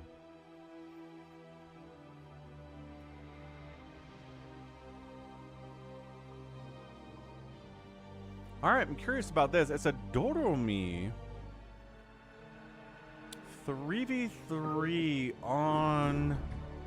Oh, it's a fastest map RJB sent in. Alright, alright. Pro level fastest map here. With Doromi in the house. Good player. Alright, so team one, yeah, top side, or bottom side rather, is going to be a blue Protoss, it's Dream. His teammate bottom left, a Zerg, whose teal is by 3 Cat. And Dependa's here. What's up, Dependa? You've seen Dependa before. He's playing Zerg too. Team 2 is a Terran player. It is Kozjoadoktive. Sure. We've got NGK on the left side. He's a Protoss. And finally, Doromi playing Protoss top left. So Protoss, Protoss, Terran versus Zerg, Zerg, Protoss. This should be a win for Protoss, Protoss, Terran. Just because you have 2 Zergs. Like the Zergs, I don't think the Zergs can defend here. I think both Zergs need to go for a lot of lings so they have the ability to defend somebody who's in trouble. And there we go. Pool coming in for both Zergs. That's what I figured would happen here. Because if you just defend yourself in a situation where there are 2 Zergs on your team, then one of the Zergs gets hit. Sure, they might have some defense, but it's still 3v2 at that point. The other Zerg can't assist on the defense at all, and you're gonna have a bad time. Goodness gracious. Yeah, fastest maps are fun, Mac Playmore. It's just a good change of pace. I know some people don't like them, some people do. Question of taste is all. Yeah, Protoss doing nothing but what Protoss does, right? Is there any other potential opening here besides cannon rushing? So I'm curious what RJB was interested about in this match.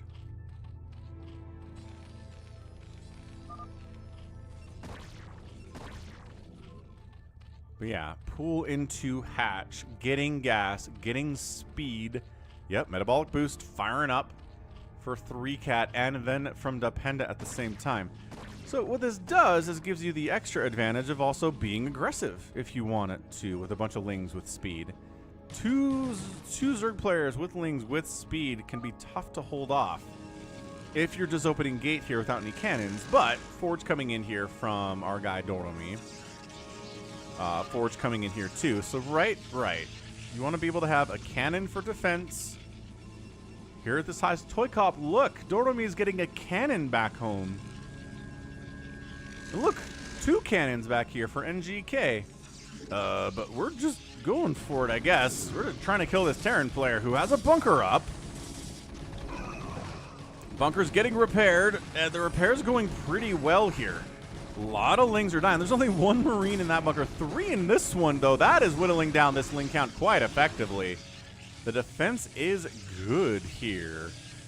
And yes, Trevor, very true. gonna have a bad time. Man, old South Park, man. Good stuff. Anyway, we're also cannon rushing. Dream's up here trying to cannon rush. See, but look, now the Zergs... Oh, man, they're being aggressive. They have speed here, too. That bunker's not being repaired. A lot of Lings are dying, but it doesn't really matter. Zergs have 6 drones apiece. And look, the Lings can assist in getting these cannons up. Sort of. Actually not doing super well against the number of Zealots fighting here from NGK. Holy cow. Okay, and defensive cannons are coming up for MGK too. That's great. Dude, look at this teamwork that is going on here. RJB was not wrong about that. Great teamwork. Dependa just kind of running Lings into their deaths. Not exactly how you want to roll. But yeah, 2 cannons, 2 bunkers. 4 Marines, 2 Marines. This is aggressive stuff right now. Okay, cannons, offensive cannons coming up. Defensive cannons are up here too. This is where all the action is.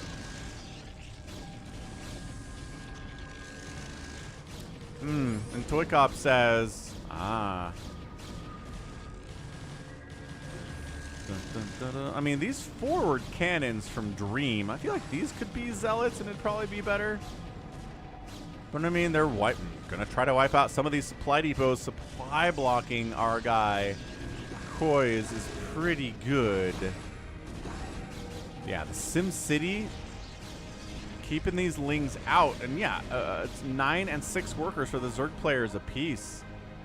Zealots pushing in here by 3 cats. There's a sunken. Bunch of Lings here too. Lings plus sunken pretty good, but you don't want to lose the Lings for nothing.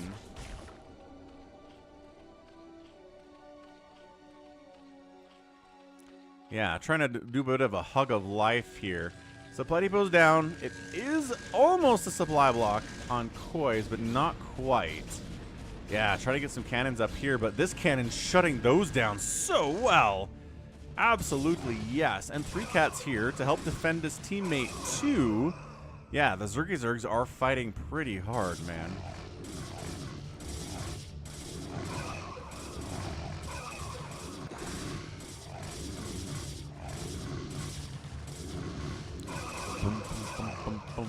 Alright, yes, Lings jumping on these Zealots. Zergs fighting against Protoss, tale as old as time.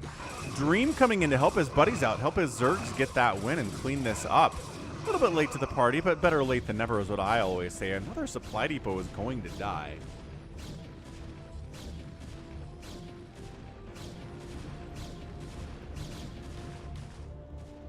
Yeah, man. It's 14 workers for 3 cat, though. He's doing a pretty good job droning up while producing these Lings. It's a hard balance to find for a Zerg, knowing when to drone, when to make stuff, when to make units. But he's doing all right here. Dependa's only at 10 drones, but he also has Zealots pushing him now. So it's a little bit dicier to decide to drone when that's happening, right? Nobody's actually tried to kill 3 cat yet. So the wipe people repair is good.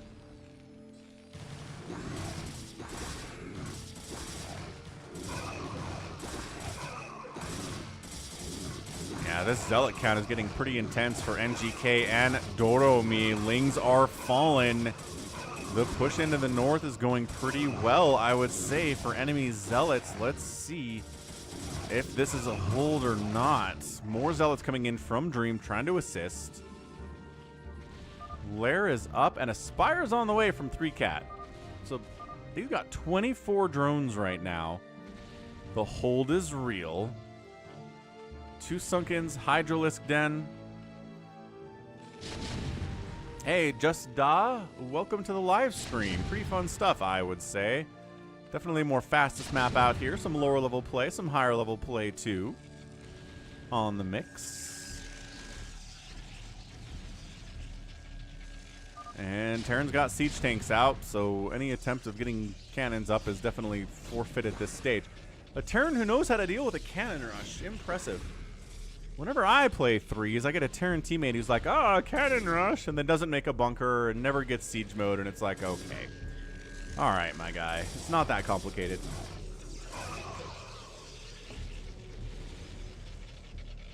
But Reaver in a shuttle. Very terrifying stuff. Getting it done against the Terran is not going to happen. Getting it done against potentially a Zerg player might work. Where are you going exactly? Overlord spots this, though. That's big. But the question is yeah, Zerg player saw it. Hydra's in position. Yep, any hit on that shuttle is a good hit on that shuttle. He's going to unload anyway, in range of a sunken. Bam! But a big drone hit, knocking Dependa down to 18 total drones. Drone pull, though, pretty good. I think it was probably closer to 18 anyway. Good micro, man. Unloading, Morlings die, Reaver's still here, and whooah! Take that, Hydralisk. A lot of slow zealots out in the middle of the map. Nobody seems to have zealot legs yet. MGK is close on zealot legs. Dream's working on it. Not as close as yet. Are we still? Oh gosh, that shuttle, 4 hit points. One more hit would have been dead. Yeah, just that. Absolutely. The nostalgia on StarCraft is excellent. Very, very good. Mutas are out from 3-cat. We saw that Spire coming in, so no real surprise there. But our guys making Valkyries, Mr. Koi's. So that's a nice counter to the Mutas. And if there aren't any Dragoons, oh, there are some Dragoons out. All right, so Dragoons do counter the Valkyries, etc., etc., etc.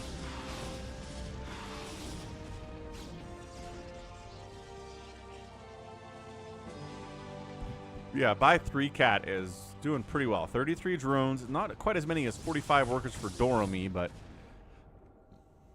no massive surprise there. NGK sprinkling Dragoons into his count to try to deal with the Mutalisks. Loving that. And if the Valkyries make a move, Valkyries are making a move. Here they are. They are prepared. They are out. They are moving. What's up, Ant? Finding Overlords to kill, trying to get rid of these cannons of Dream.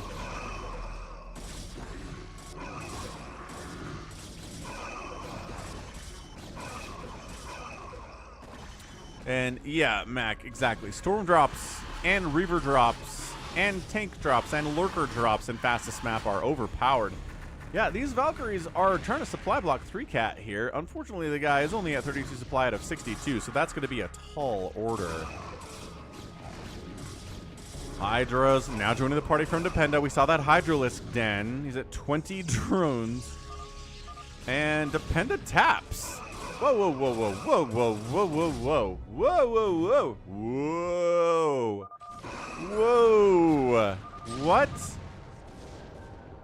Must understand concerns. What happened? Somebody get storm dropped? Play. Who tapped out first? Dependa? All his Hydras die?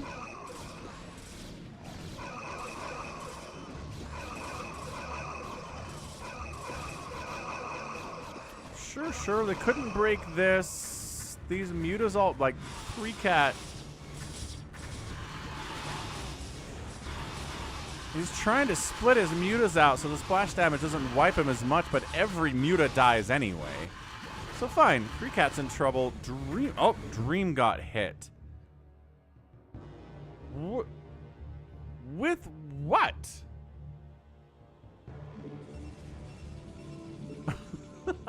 I don't see any evidence of a hit here, but I just saw his worker count go down to 6. Trying again. What's up, SOS? Okay, the man is at 32 probes. All is well. The Valkyries are fighting. The Mutas are winning. Here it is. Here it is. He tries to pull the probes. Okay. All right. Yeah, there we go. That was it. Man, one fatal moment there. Knocks Dream down to 6. He tries to defend it. He can't. So, but it's still not GG. Like, I guess maybe they figured if we can kill someone, we can come back. Even with Dream knocked down to 7 probes. Dependa throws out a GG. That's what it, in Korean, GG is this. He didn't get hit. I mean, he's only at 20 probes. But I mean, the mutas are dead from 3 cat. Dependa's got like 6 hydralisks. Yeah, I mean, at this point, I think it's just everybody on the other team has 100 supply. We're at 60, 32, and like 30. So, that was just a writing on the wall thing. It's like, we could probably hold, but if Dream is effectively dead and has to rebuild from here. Yeah, fair enough. So yeah, the early aggression, trying to take down our guy Koi's, did not work out. Defensive cannons here from NGK were huge. And then getting the tanks out, getting the bunkers out, was able to get that win. That's the thing about Zerg, man. If you're aggressive early, it is hard to have the economy to keep up in the mid game or the late game. It's like you kind of have to pick and choose.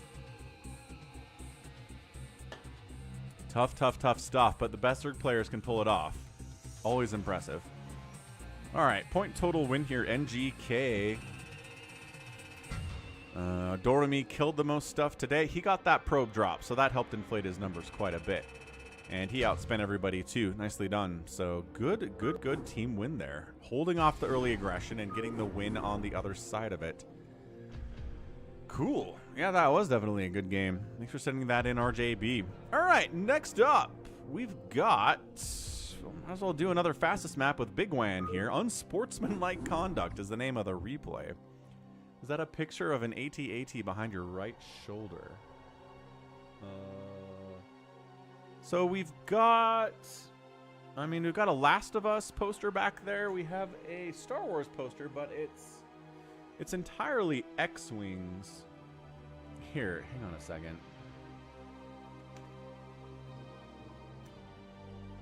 If we zoom out a little bit, you guys can see the posters back there. Maybe I should zoom out for poster availability anyway.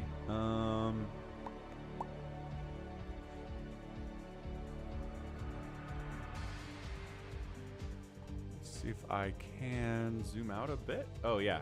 So there we go. Yeah, I don't know if you can really see it. Ah! Yeah, that's it. Got Half-Life over there. We've got a Falcon Paladin Hour poster there. Last of Us. And then just a Star Wars poster with some X-Wings fighting some TIE Fighters. One of my favorite posters, honestly. It's a good one. And, got a StarCraft 2 poster back there. We've got a Stranger Things poster on the other side. It's just kind of a gaming room setup. Anyway. Good times. Good times had by all. All right. Anthnos.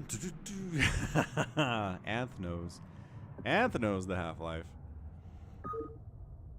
Excellent. So we're going to do a bigwan fastest map here. Why did the camera move? I don't think I did that. There we go. All right. Another fastest map. Top left, it's going to be El Pescadito, who's a Zerg player. bigwan is his teammate, way in the bottom right, playing the Zergs. And then Visiu Numisi is a Zerg player in the bottom left. Team 2 is Dopping, who's a Protoss. We have Tall, who's a Terran. And we have Clever Combat, who's a Terran. So, Team Zerg versus Team Not Zerg? Oh, this is interesting. Ant says, remembering making a Steam account November 2004 when Half-Life 2 came out. Ah, good times. Good times with Half-Life 2 in 2004. And a random sus item in the background. There's a sus item in the background. There's a PC back there that I used for my 9-to-5 day job of testing software. Yeah, Espa Cadito's like, we need to rush. You probably do. Just because, again, if you defend your butt, someone's gonna die as a Zerg. So you have to be aggressive. Man, that cripples you, though. Fastest map is tough. Man, ToyCop is never gonna give up on this, is he? Cannons are bad, ToyCop says. In all situations, if you make a cannon, early as Protoss said, fastest map. You deserve to lose, and you will lose. That's his stance. He is sticking to it. What? What is this? It's like a half-hearted worker rush. Alright. So, we evac, and then we come back, and then we fight, I guess. But it's not even like a total SCV rush. It's just something of an SCV rush. Dude, these drones are in trouble. Bigwan's like, my guy's dying to a worker rush. Oh no, he's not even doing the stacked up drilly thing. That is super overpowered.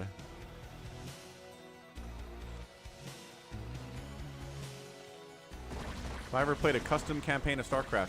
Yes!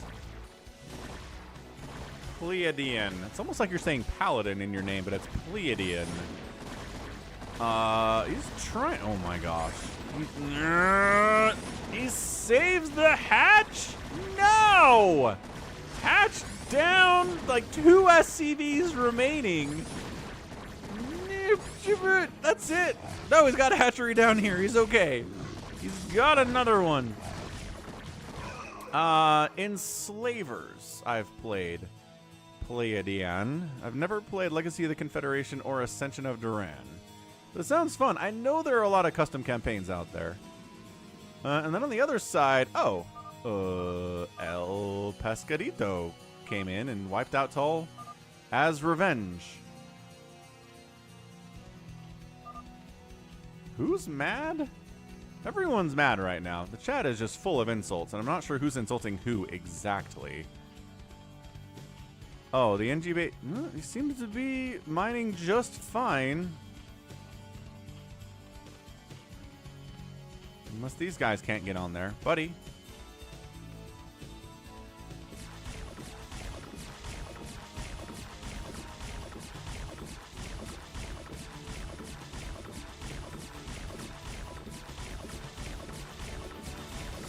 Nah, maybe you're right. Maybe you can't click on the minerals. But these guys are mining fine. Maybe they got there before the engineering bay floated up there.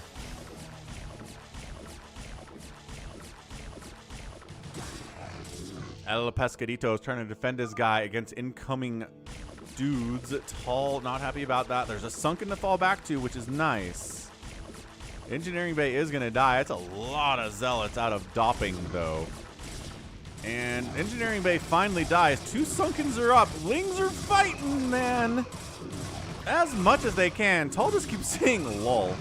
He doesn't speak any other English here. Clever Combat shows up with a bunch of Marines, and that's it. That's the nail in the coffin here. Vissy is dead. He got worker rushed. His main hatchery got killed. He got zealot pushed, and then he got Marine pushed. He got hit by everybody in the game. Everyone in the game.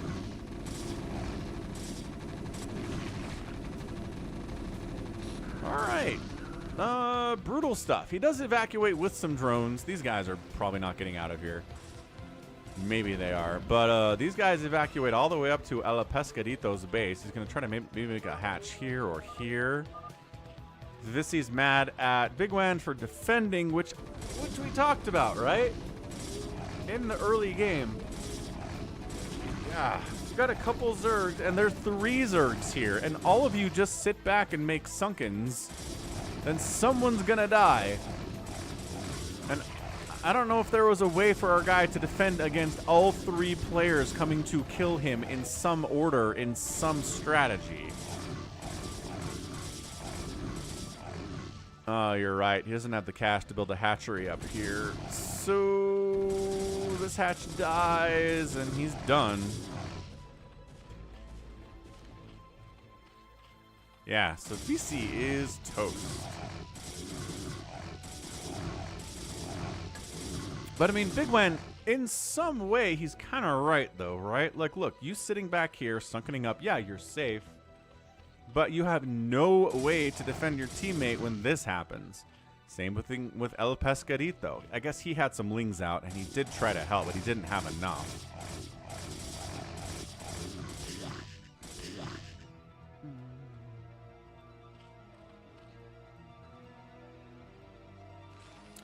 Tall is alive.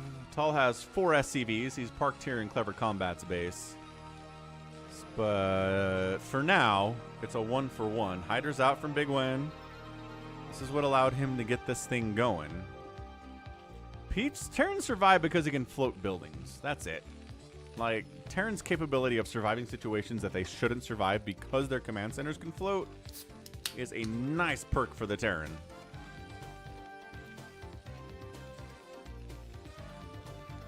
Big push from Dopping here, top left, against Pescadito. No upgrades on these zealots. Is he working on legs? He's working on legs. Not quite done yet. He's got a Stargate behind it and a robotics bay. What's up, Daniel? What does Pescadito mean? Yeah, see, sunken count is good, and now bigwan has the ability to defend his teammate, but not early. This means little fish. Sniping the Hydra Den is okay. And the spawning pool. Alright, so it gets the spawning pool and the Hydra Den, setting El Pescadito back a bunch. A lot of zealots died to kill those 2 tech structures, but gotta get a new spawning pool and now a new Hydra Den. What's up, 2XT?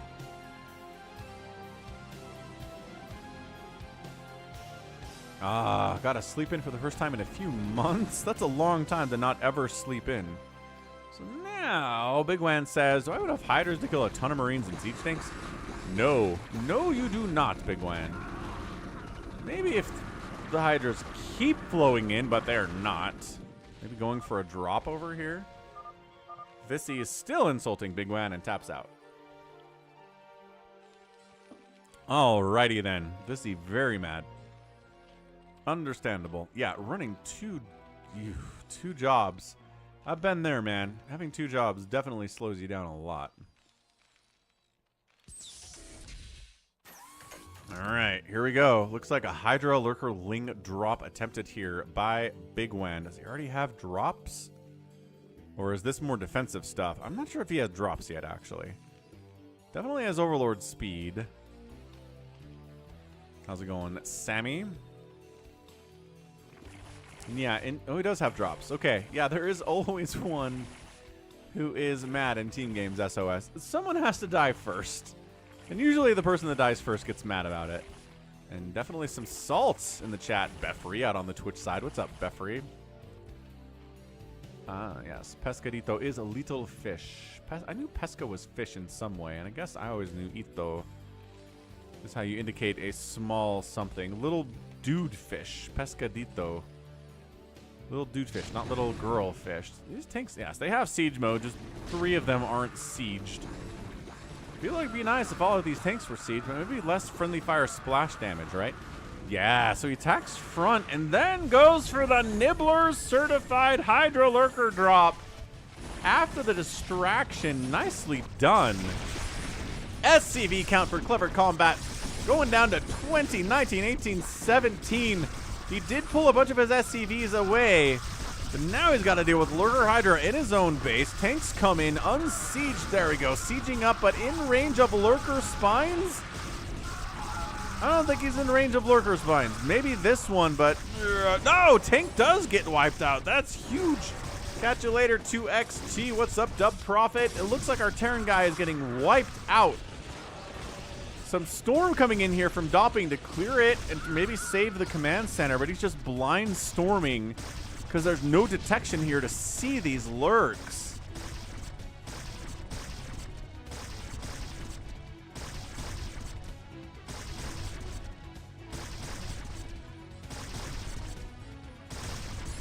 Yeah, SCV is trying to work. No, this is a non-working situation. Comsat finally comes in. 21 kill Lurker in here. bigwan on the follow-up is making an Ultra's Cavern and a Defiler Mound and working on a Nidus too. Finally, we can go back to work. Clever Combat. SCVs come from all manner of places. He still has 9 SCVs remaining, which is not great, but way better than losing everything to a Lurker drop like that. bigwan maybe getting a fake a drop up here? No, this is definitely droppy. Some of the overlords are mostly empty, but I guess just there to take some damage and allow the unloads to actually happen. Okay, nope, definitely some of these overlords are dying with stuff in them. Ooh, good storm dodge. Good chasing the High Templar here. Sniping the Comsat station is good. There are no lurkers to take advantage of it. What's up, Claudio Gonzalez? Welcome to the stream. Hydras fighting SCVs. SCVs don't like that fight at all. They'd rather fight Dragoons or anything else, really. Maybe not Ultralisks, but 1-1 Hydras in here. Putting some work in, making sure this Archon never comes up. Seems like a pretty good priority. Can they get it before everything? Yes! Gets the Archon. Siege Tank was trying to save his buddy, but no. Not allowed. Meanwhile, El Pescadito is going for a fake drop of his own. He's got overlords. There's nothing in them. He's macroing up. He's got 4,800 minerals and 2,700 gas, getting up to a lair, but guess who's already there? Bigwan. Bigwan is already there. Fritz is noticing things. Yeah, hit that like button, though. I guess, though, we're stuck at 69. Maybe people don't want to break that. And yeah, our goal is always 150 likes for the Sunday stream. Storm Drop coming in against Bigwan. Can he stop it? There's Hydras, but 44 drones. Okay, all right. 11 drones remain. Yeah, 30 workers dying there in the blink of an eye. That's what Storm will do. Come on, little dude fish. You got this thing. You're at 79 drones. You're floating cash. You're making Hydras. Your plan is Defilers. Now that your hive is done, getting a Spire here, too.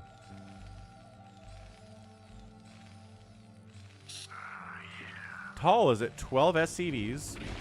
He's trying to mine. I don't know what those overlords are doing, but they're dying all over the place. You know what? It is like Little Fish Boy. El Pescadito is the Spanish version of Little Fish Boy. Another drop attempt by Bigwan. The storm is good, though. Lurkers up. Siege tanks and bunkers and storm can't do everything.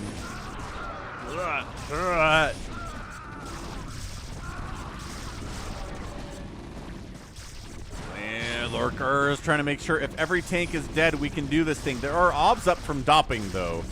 So these lurkers are not going to be invisible pretty much ever. Sometimes it doesn't matter. If they got 2-2 upgrades.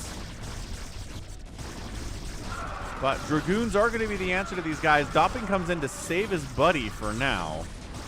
But Clever Combat's at 23 supply. Tall's at 14 supply.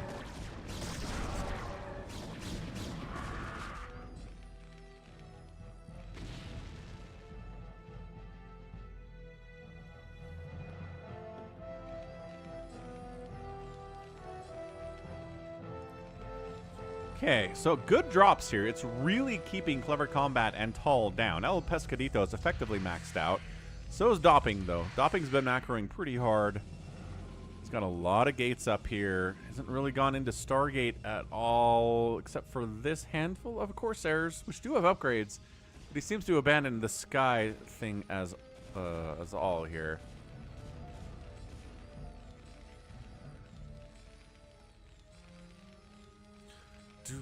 If you wanted to use a Spanish nickname, what would you do? Hey, what's up, Trevor? I think last week wasn't too hot, Trevor. I mean, yesterday and the day before sucked, in fairness, yes. But, I don't know. Wasn't too bad last week. This week's going to be pretty brutal, though, from what I've seen on the forecast. Spanish nickname for Falcon. What is the word Falcon in Spanish? I don't know.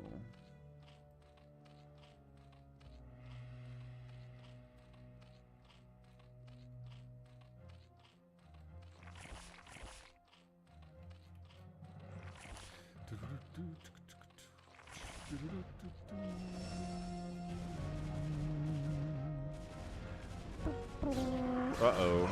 Dopping is trying to contain El Pescadito here with a nice Cannon Dragoon Zealot setup. Dark Swarm the lurks. Dark Swarm the lurks. He's trying to push up and then Dark Swarm the lurks. And by that I mean, there you go. Golly, there's the Dark Swarm the lurks.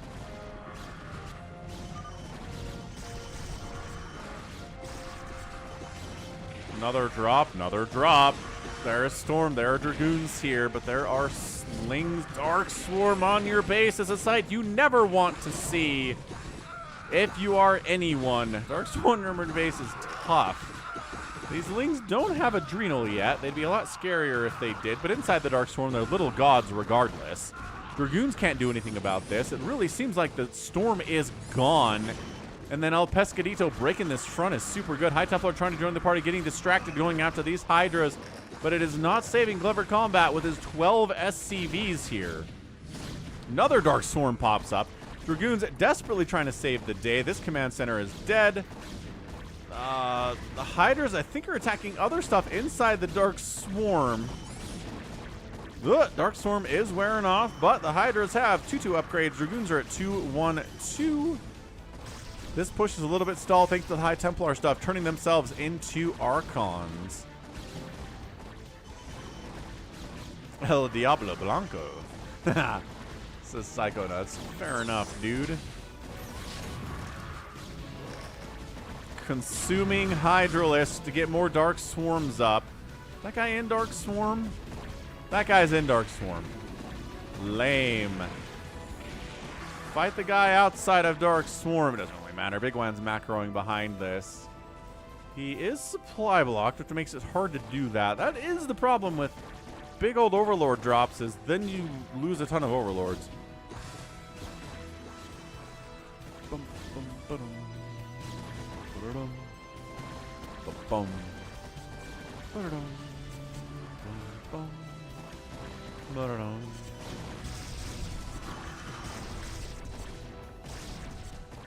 El Pescadito. His Hydras have 1-1. He's a little falling behind on the upgrades, but +2's coming in here soon. Does he want to push here on Dopping? I don't know. But if Terrans are dead, which the Terrans are dead, we got revenge for you, VC. We killed the guy that killed you. I mean, not Dopping yet, but I know that Dopping wants to stay in a 2v1 scenario, you know? Yeah, this is it. GG, says Clever Combat. He apologizes for getting Lurker Hydra dropped and taps out. And then our guy, Tall, decides to leave 2. Dopping is still in. No! Dopping leaves 2, and that's a win. Woo! bigwan. El Pescadito and VC get their wins here. VC gets the win even though he left. Tricky stuff. So good win there from bigwan. Basically, they had to sack VC to get up the economy needed to win this thing. But I guess it's a strategy, too. What's up, SaviorSword?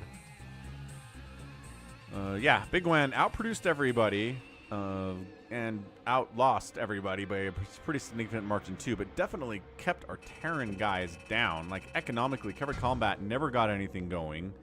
Tall never got anything going. So it really was Pescadito and bigwan versus Dopping here, thanks to bigwan's constant dropping on Clever Combat to slow him down. Awesome stuff. All right. What else do we have here on the list? We have a Gallons. Let's go Jaedong versus Soulkey on Retro. Heck yeah. Gallons, Soulkey. This one, or Gallons? Not Gallons. Jaedong versus Soulkey here on Retro. All right, man. Highest level StarCraft we're going to see today. Top right, it is a Terran player. It is Soulkey Offracing as Terran. And on the bottom right, it is Jaedong playing his Zerg, his normal, regular Zerg. Nothing weird about it.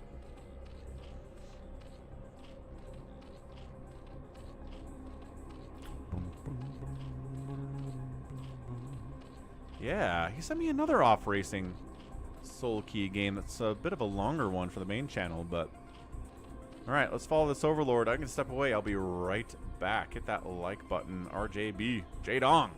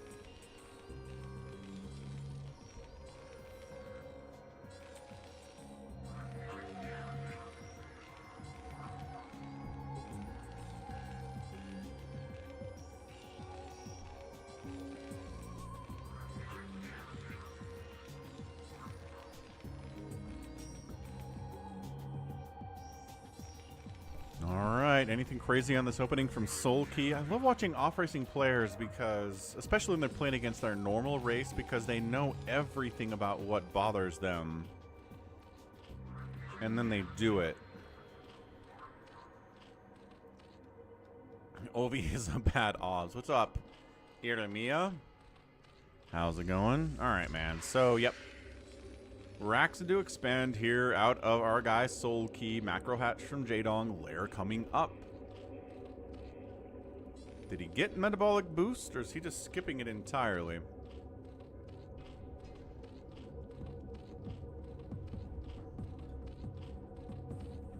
And there's your Spire. SCV from Soulkey trying to be so annoying.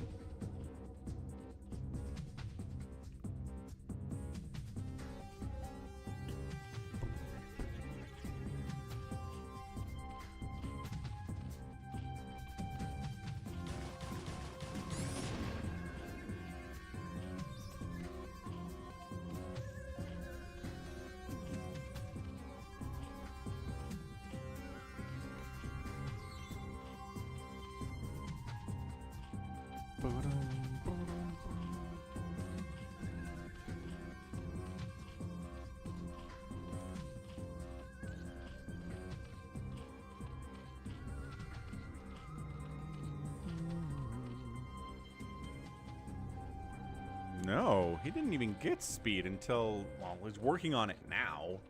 But good heavens. All right, man. Late speed, slowlings against Marines with medics are pretty garbage.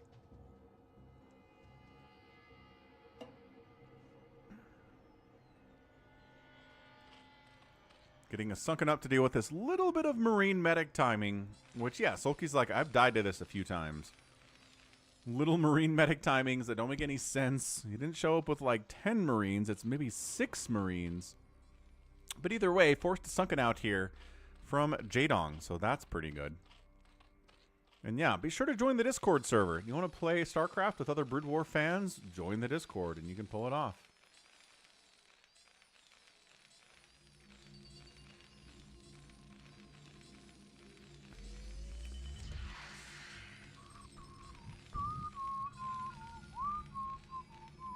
Uh-oh. Jaedong's got some lings here ready to pounce. Hey, Focus Panic joined the Discord server. What's up, Focus Panic? All right, let the Muta harass begin with 3 Mutalisks initially, 4 here, 5 with a +1 flyer attack coming in. So this is going to be a pretty heavy investment into Mutas from Jaedong.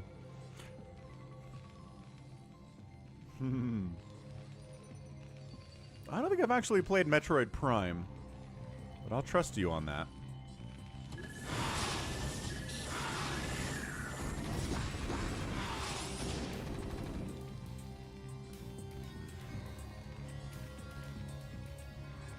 Yep, this is a classic Jaedong investment into Mutas on a high level.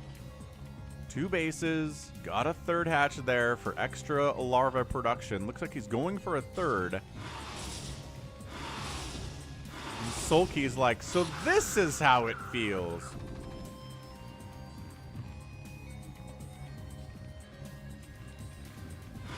Oh, nice, Jared. What the heck is RP?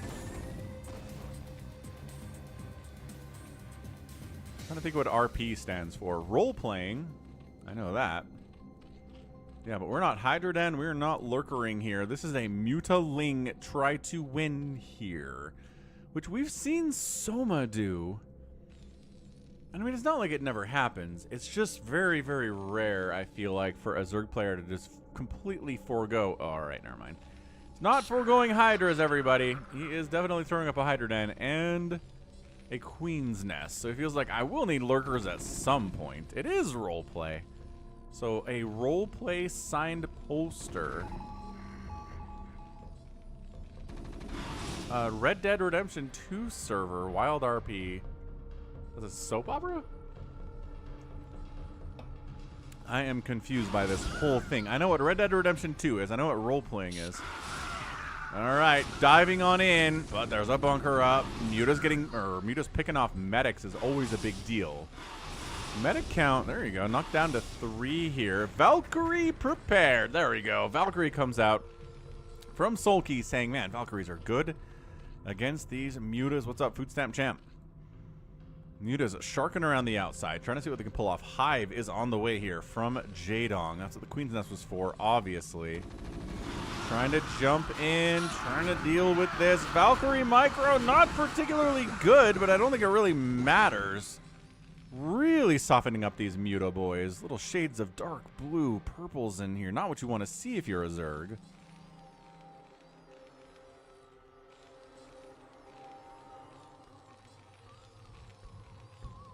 Okay, 3rd base rolling. Lurker aspect just about to finish up here. Soulkey moving out. It's going to be a tough ask once these lurkers show up, but they're not here yet. So Valkyries making sure the Mutas don't feel as effective as they otherwise should here. Science Facility on the way for Irradiate, which has more general purpose against Zerg rather than killing Mutalisks.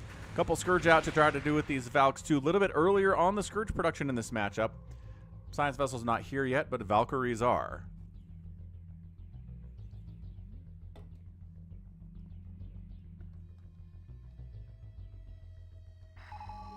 Ah, Extend Raptor's seen this replay. Where'd you see this replay? Alright, alright. That's right. Muta's trying to find what damage they can without engaging with the Valkyries or the Marines. Lurkers are here. Oh, Lurker Trap. Lurker trap, lurker trap, lurker trap. Nope, I mean, we see them, so can't really be that sneaky if you see them. So Valkyries are just like, you don't actually have any Hydras? Oh, Scourge! 1 hit on that Valkyrie, doesn't take it down, takes 2. Almost needs siege tanks at this point, don't you? Overlord's down. Supply block on Jaedong. Okay, Valkyrie down. 1 Valkyrie dies. 2 remain. Mutas are still like, can't really fight this. But Sunken Lurker is so hard to break if you don't have any science vessels or siege tanks, which is exactly what is not happening here.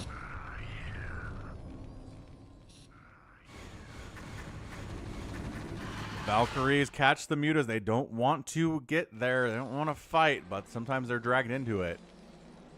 Adrenal Glands is coming in. Third base is really, really huge for Jaedong here. If he doesn't have this, he is in an immense amount of trouble. Like all of the trouble known to mankind.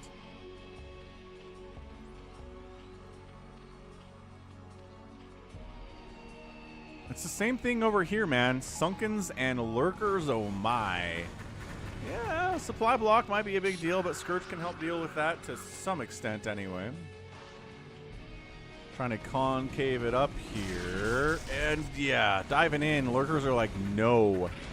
Overlord down again, though. My gosh, the Overlord deaths here are really slowing down the Zerg. Bad feels. He goes. Now there's Dark Swarm, so that's not happening. Scourge killed. A little bit overextension there on that Scourge by Jaedong for sure. It's not what you want to do whatsoever. Another macro hatch. Any sign of a third base from Soulkey, man. Soulkey is 2 base in it for all he's worth. Maybe a drop?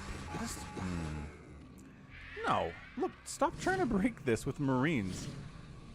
Maybe irradiate all the Lurkers. Again, the whole way this works is irradiate. Drops, but you're dropping into a Lurker Muta death trap. Okay. I don't know if I've seen a less effective drop at the pro level. Okay, I have, but that was pretty bad. No damage done. Everybody died, including the drop ships. Oh, Soulkey. Tough, tough, tough, tough, tough. Keep your science vessels alive, man. Maybe drops are not for you. He's got more drop ships, though. Here they are. It's like, well, maybe this drop will go better. Valkyries, clear it out. Clear out the landing zone, boys. Okay, drop it in. Here we go. A little bit better. Dark Storm protects that Lurker, but the Marines do get back here, forcing the drones to evacuate from the main base entirely. Spawning pool getting target fired. Excellent job there. Lurkers clearing most of everything else out, though. Okay, spawning pool down. Adrenalings do show up to clear out their house. They've got 1 Carapace. And Adrenaline speed, and that is it for them. Burrow's getting researched. Chitinous plating on the way from Jaedong. More drops from Soulkey. Drops, drops, drops, drops. How did these guys even sneak past all that stuff? Lurkers immediately try to burrow in with Dark Swarm support, so that gets shut down, but then they come to the natural base. Scourge wipes out one of the dropships entirely. But we're behind the mineral line at the natural base here. Hydra's getting picked out. And a drop at the 4th base. Soulkey going drops, man. This base is going to go down. It's not the end of the world for Jaedong to lose his 4th. His 3rd base dying, too, would be huge. His main base dying would obviously be a massive deal, but he's holding on. He's at 42 drones. Science Vessel walk into Scourge. Like, that was some of the worst Science Vessel control of all time. Yeah, he was thinking about boxer maneuvering this, but then he lost his other Science Vessel. So now you can't do it anymore. Plague-oo! A huge plague on these dudes. This Ultra's like, I am too fat to fit back here. Let me bounce around and get... Oh, hang on. I can come down this way. Blah, blah. And blah, blah. And blah, blah. And you can kill me because I don't have chitinous plating yet. All right. Ah, it just finished as he died. Ah! Drops galore. Drops to the natural. Drops at the main. Dude, Soulkey. Putting in the work. Dark Storm protecting those drones. That's good stuff. Ultra Ling with the chitinous plating. Wow. Still down. These Marines do have +2 attack and stim. But good heavens. That Ultra is dying for absolutely tough reasons there. 5 kill Lurkers like, I'd like more kills, please. There it is. 8 kill, 9 kill lurker now. Still, I'd love to see a third base from Soulkey. He is 2 base all inning like an absolute boss here. There is no sign of a third for this guy at all. What's up, Steven? Stefan, we're back? No, these guys are just still alive from before. Happy birthday, anyway. Okay. 106 to 93 supply. Nice plague. Really nice plague. Another nice plague. Another nice plague. Science vessel gets killed. Look at how much plague that is. Dude, Jaedong, the revenge of the Defiler here. Irradiated Ultralisk in amongst your plagued boys. Oh no. Oh no. Firebat is very brave. Look at him go. He's like, get back here, you coward. Fight me. And the Ultra's like, no, I don't want to hurt you. Okay, fine. Flop.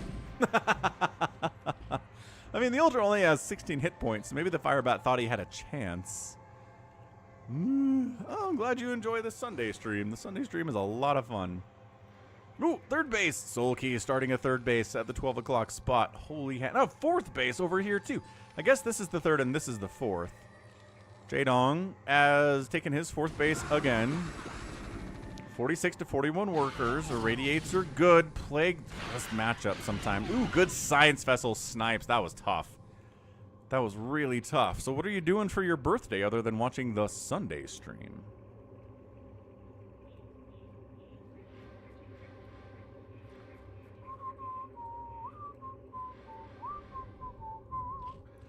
So, I mean, look, Jaedong's feeling all right. He's 4 base in, but the double expand of Soulkey is pretty intimidating if you're trying to deal with that. Oh, nice. Fogo de Chao. I've heard amazing things about that place. I've never been, but it's on my list of restaurants I want to go to. Nice plague. Defiler dies for it, but great plague anyway. Keep them moving. Keep them moving so the medics don't get their energy drained out of their faces by how much plague they have to heal through. Oh, it doesn't matter. No energy on that guy anyway. That gal, anyway, doesn't actually help. Ultras have 5 armor. They're working on 6. Good positioning on the high ground, but Darkstorm says your positioning is not good enough, and there's a plague here, too. Jaedong is plaguing and Darkstorming like his life depends on it because it does. Whoa, and that's it. Soulkey taps out. What?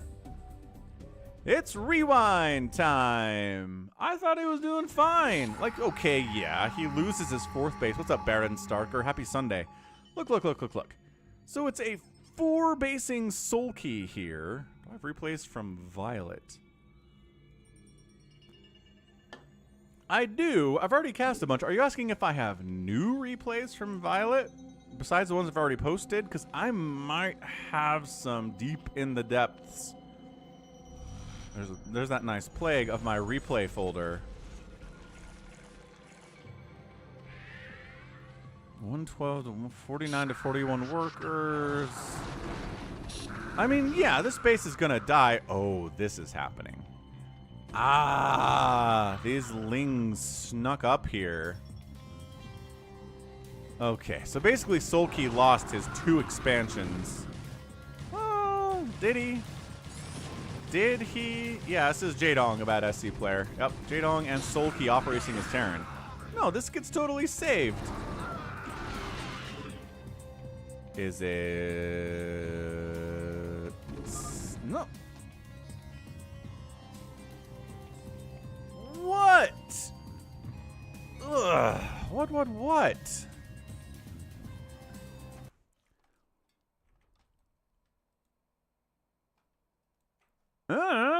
Like, sure, this base is in a lot of trouble.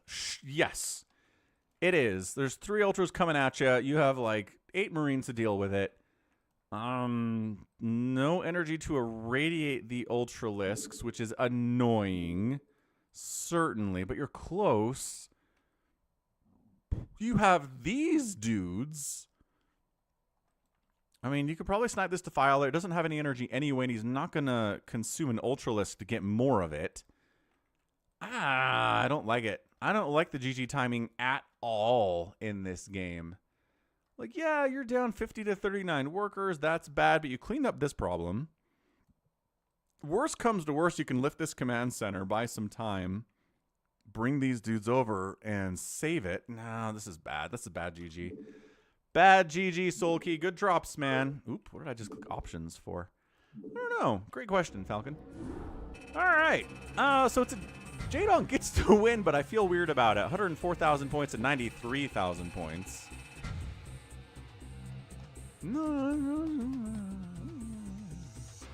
Units outproducing the... Yep, outproduced by Jaedong, outkilling Jaedong. Resources. I mean, despite all the dropping here, Jaedong, pretty good outspend here in 18 minutes. Like, that's nuts. Soulkey has many... more girlfriends. We understand he needs to go.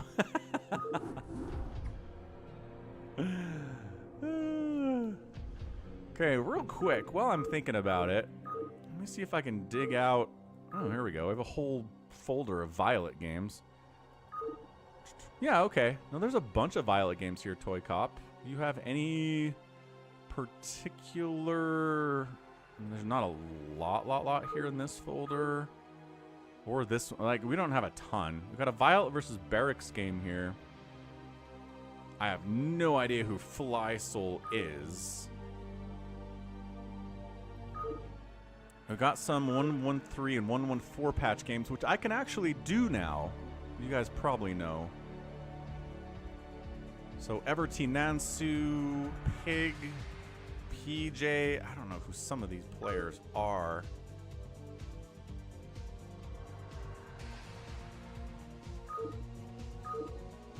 Joker, Color, Crystal, Hondo. I mean, I am not recognizing any of these names. Maybe ToyCop is.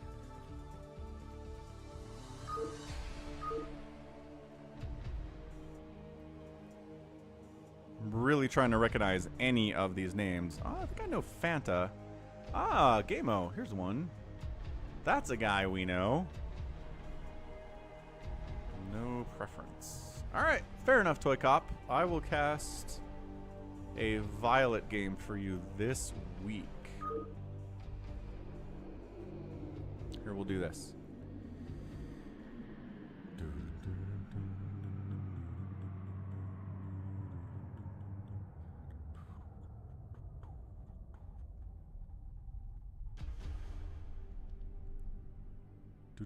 Hey, Google. Hey, Google. Remind me to cast a Violet game today at 6 p.m. Okay, I'll remind you today at 6 p.m. All right, thanks. Awesome stuff. Yeah, for those of you who don't know, Violet was a Protoss player, you know, back in the days here, right? Boxer replays. Oh, snap, I can do this one now. Anyway, I have so many replays to get through.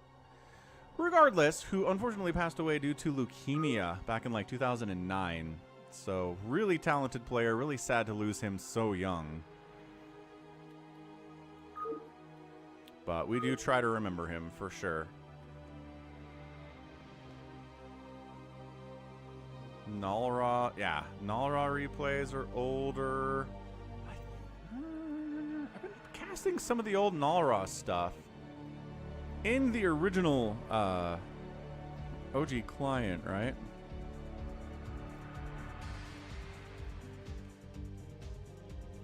Yeah, Nalra versus Rain here.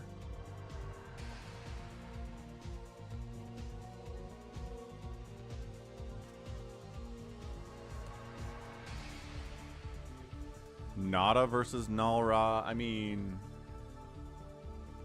there are a bunch of these. What's up, RLC Drew? Enough versus Nalra. Nalra versus Midas.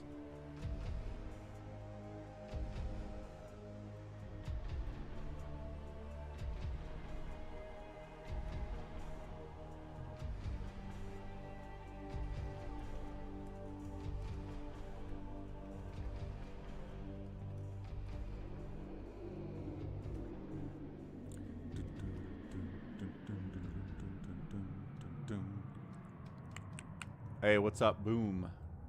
Noob game cast? Absolutely. We have done some noob game casts today already. We might do another one here too, depending on what we get. Yeah, let's go. Gallons versus Martin here. I'm not sure that Gallons is at the stream yet, but that's okay. We can still cast one of his games. He'll be along shortly. Oh, Gallons just showed up in the Discord server, so maybe he'll pop by and say hello. Oh, Gallons just showed up. What's up, Gallons? New Twitch on mobile sold out to TikTok. What? What does that mean? All right, bottom left, it's a magenta Protoss. It is Gallons under his Smurf name, RJB TV1. And in the bottom right, it is Tenesis, who's also Martin, participating in the Falcon Paladin Discord server community StarCraft event.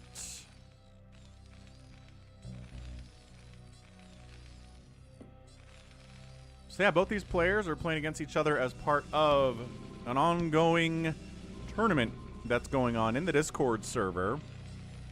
It's just chill, just with players of, like, you know, this level here, 90 APM for this Terran player. But yeah, come join the Discord server, ask about the tournament, you can participate in the next one once we get it going, so should be fun. Oh, I'm glad your mom is going to recover. That's not fun. Not fun, Drew. But glad she's okay. Glad she will be okay.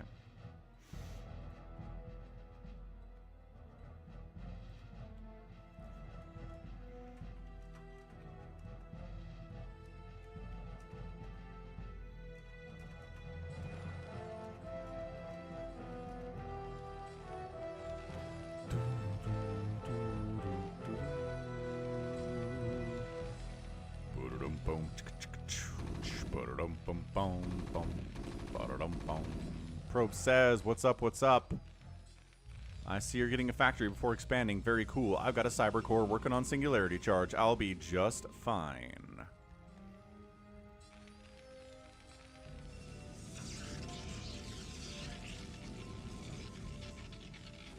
There's the expand.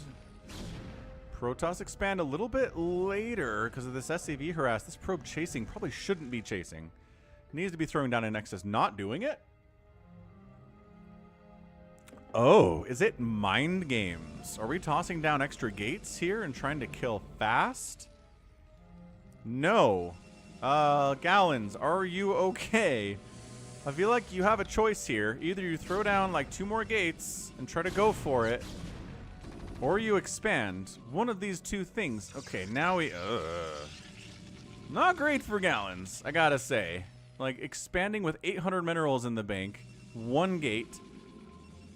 Okay, Citadel indicates maybe some DT shenanigans here on the follow-up. Yeah, Drew, this is Gallons. This is not RJB. This is somebody pretending to be RJB TV, and it's Gallons who is doing it. Ooh, ha, ha, ha, ha.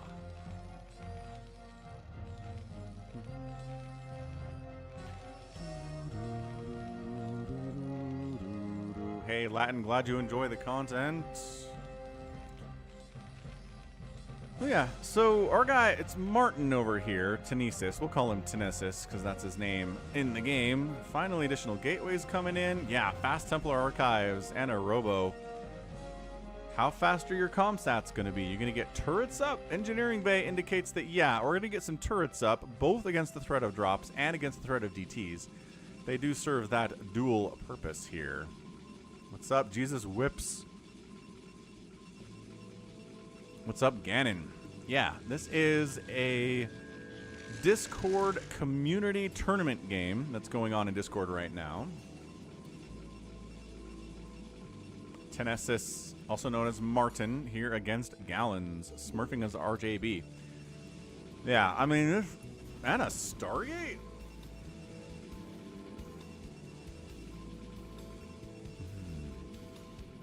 And not an observatory. Gallons is doing some weird stuff, man. So Shuttle moves out with nothing in it Just enough to put some fear of Protoss into our Terran guy. It has been a while, plus Aeneas. What's up, dude? Plus Aeneas. So Dropship says, walk over to me, Dark Templar, and I'll get you all loaded up here. Maybe you don't get killed by spider mines, though. All right, here we go. DT1, DT2, no comsats. Turrets, no turrets in the main? Okay, well, 8-minute double DT shenanigans. Here goes nothing, boys. Wonk. So you can one-shot an SCV if you got 2 DTs attacking. Pretty good reaction time getting them out of there. But also, maybe don't get dragged into the missile turrets. Yes, SCVs who remain. Kill them. There we go. SCVs down. Spider Mine's getting laid. They do. There you go. They will trigger on DTs. They don't provide detection to anybody else, but they will trigger and see DTs and go try to kill them. That's what killed DT number 1. DT number 2 going after the Academy, so you can't build any comsats, which Martin is not currently building any comsats here. And yeah, at least you get notification that your SCVs are under attack. Dude, the Academy just died. The man did fire up a comsat, 2 comsat stations before the Academy died. Missile turret, no. DT shenanigans are really, really helping Gallons get back in this game because his opening was bad. Might set up for a 3rd base here during all these shenanigans. This DT is going to wander into detection range, isn't he? He's got 10 kills, and now he's dead. Because he wandered into turret range.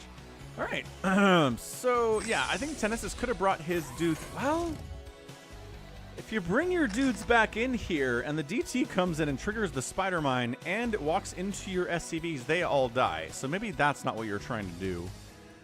3rd Nexus coming up the left side, not taking this base because you can park tanks right here and it kills your Nexus. So expanding to these locations on this map sucks. Tank Splash killed another SCV, says Ganon. Good spot, dude. Great spot. Stasis on the way here from Gallons.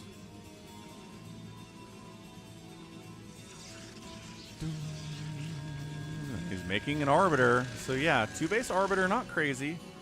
We don't see something a lot. Definitely doable. Again, Obs flies into missile turret range.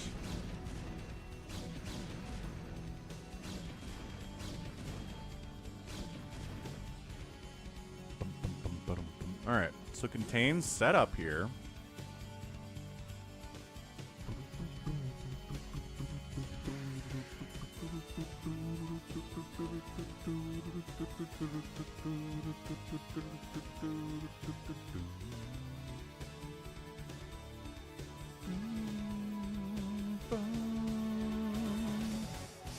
Okay, so Martin building a starport.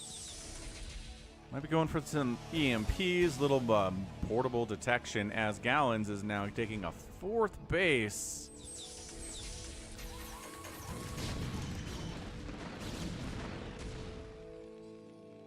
Yeah, nobody's at 1,000 minerals now, so I'm liking the spend here. Storm and Recall getting researched by Gallons. Our Terran getting further upgrades. He has +1 attack for his mech. No upgrades at all for the Protoss yet.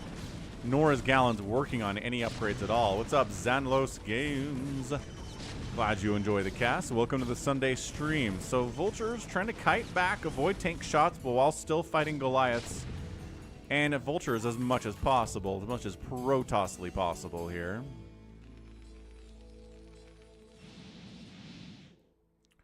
Whoosh, whoosh, whoosh, whoosh.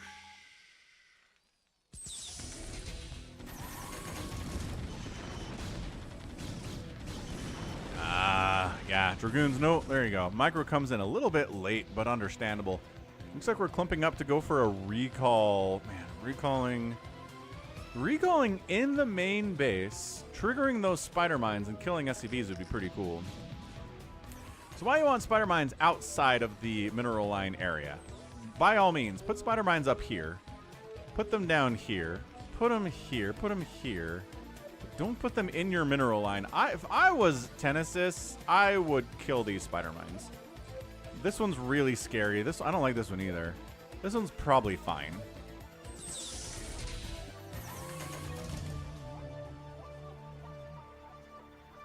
Alright, Tenesis moving out, but this is happening. This is definitely setting up for a recall of some kind. Gonna make Tenesis panic. As recalls always do. Alright, here goes nothing.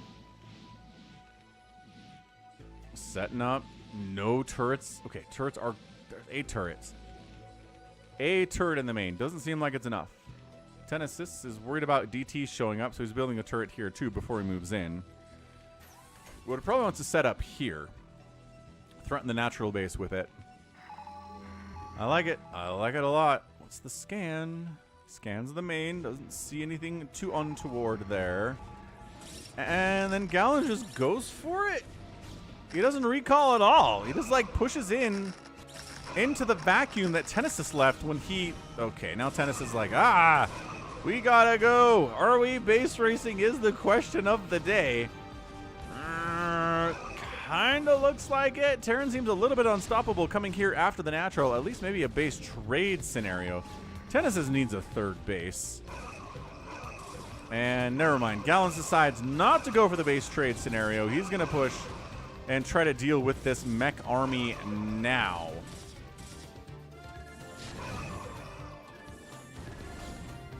Yeah, tank's getting wiped out. Arbiter getting a stasis off. Doesn't die to the missile turret, which is bonus for him. Probes taking tank shots. Never good at all, but good stasis. Nexus probably going to stay alive here. Man, Arbiter trying to wipe it out too.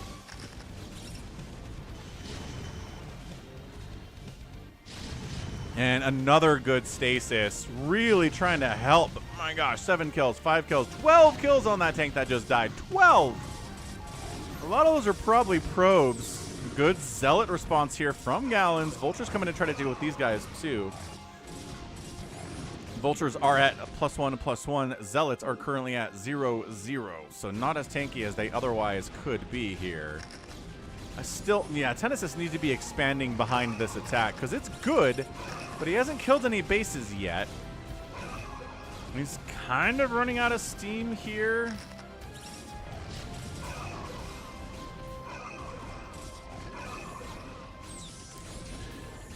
Yeah, clearing out that tank. More DTs being added into the mix. What's up, Vader Josh? Yeah, this looks pretty bad for Tenesis. Doesn't have a third base. Didn't kill any of the Protoss bases. And the probe count is still 44 to 39 SCVs. Yeah, you killed a bunch of workers here, but not all of them. Not even close. This has been running happily. This is running happily. Some idle probes up here from Gallons, but that's okay.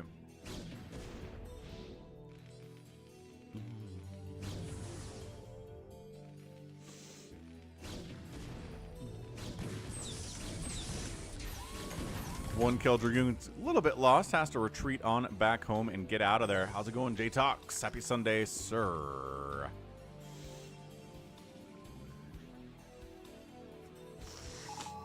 Blah.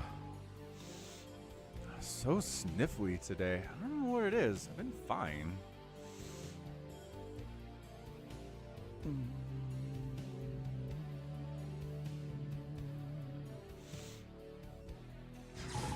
Oh, got a DT in. Scanned it out. Wiped it out. Fine. Whatever. Little shuttle DT drop. Tenesis way prepared for it this time. At 17 minutes, definitely more prepared for it. Dude, okay, command center? Yes, command center coming in. Third base in it. Needed it 17 minutes, dude. You need a third base so bad.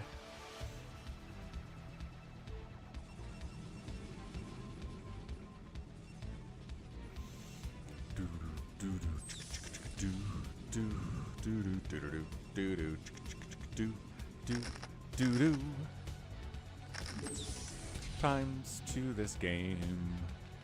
Times to this game. Times to win this game.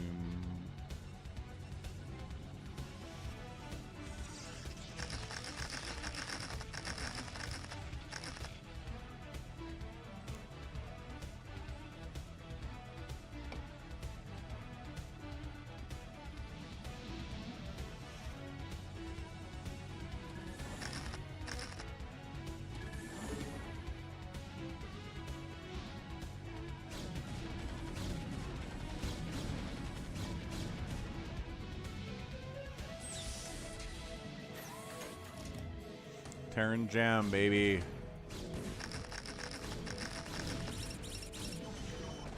So Gallons doesn't have enough to really engage with this at this point. The command center. What is this guy floating for? Just land it, man. He's taking this base too, which is great. Recall in the main. High Templar Zealots loving it. Storming them out. Tanks going down. Bunker causing some issues. Vultures clearing stuff out here too. High Templar. Not enough energy for another storm. And our guy Tenesis clears it out. And then Gallons tries to engage here. Doesn't go well for him. Enough Goliath to deal with the Arbiter too. What's up, Connor? Nice. In Nova Scotia. 36 degrees Celsius and sticky. Not nice weather, but it is August, so that's kind of normal.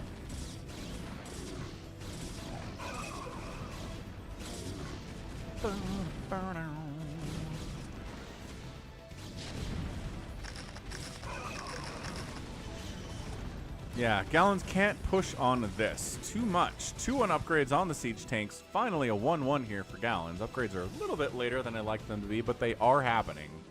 So can't complain too much. Does land this base, 44 SCVs. Needs to send these guys over to that base post-haste. Maybe actually get some guys over here too to finish off your main. Not a lot of minerals there, but getting them would be nice nevertheless. Trying to engage. See, again, this is why this map is good for Terran. These bases are so hard to engage with from the ground if Terran's got any tanks up here at all. And then you can expand here because tanks over here can just wipe out your Nexus, your hatchery, whatever it may be. It's tough. It's super annoying to deal with. Terran has a bit of an advantage here for sure. But that's why a lot of Protoss and Zerg just don't bother taking these bases at all. They'll expand up around the outer edges of the map.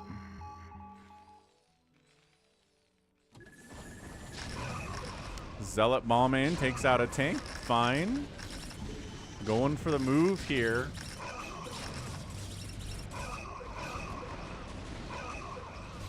Is there enough here from Gallons to break the position? Even if he's not, he is killing some siege tanks here. And Goliaths and Vultures. Sure. Trade out, trade out. But the important thing is killing these tanks for sure. There you go. Several tanks die. So now there are like 1, 2, 3, 4, 5, 6, 7, 8 of them. 9, 10, 11, 12 tanks it looks like in general here. Not 15, not 20, not 25, not 30. Definitely engageable here for Gallons, whose macro is pretty good. He's floating about 2,500 minerals and 700 gas.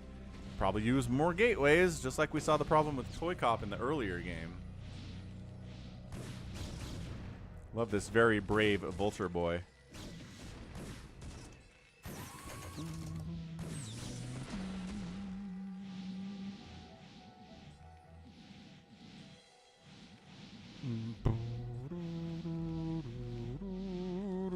Yeah, this is looking good for Gallons. He is taking this base. I didn't think he'd go here now. Alright. Once again, high ground tank positioning, tough to deal with. But stasis, no, I think the Arbiter was trying to get a stasis there, could not get it off. Gonna shut that down. What's up, Bien Lee? Welcome back to the stream. And Zealots unload inside this fourth base. Not going to kill that tank. Does get the missile turret, which is a nice victory, but other than that, not much going on. He's like, well, we killed one of the tanks. Let's go, I guess? Question mark? Yeah, this is a replay, and this is amateur. Bien Lee. Yeah, this is not looking great. While expanding and killing your opponent here. Tough look, dude.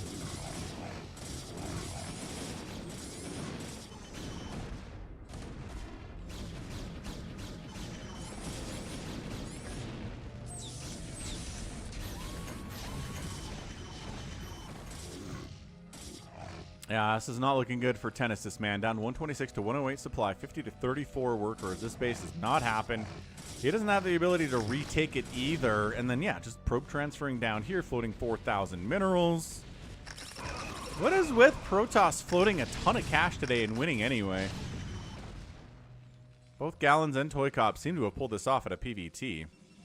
I don't want to hear any complaining about dealing with Terran anymore from either of you guys, honestly. Look at this float. So much float.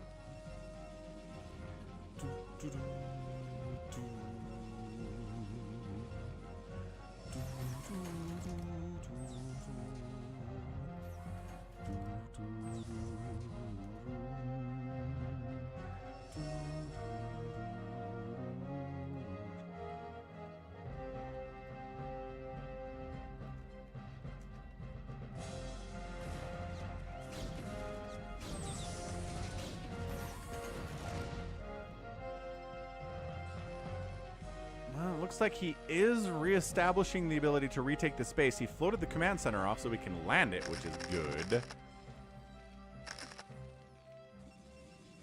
This group of pylons, Daniel, pretty good stuff. Yeah, yeah.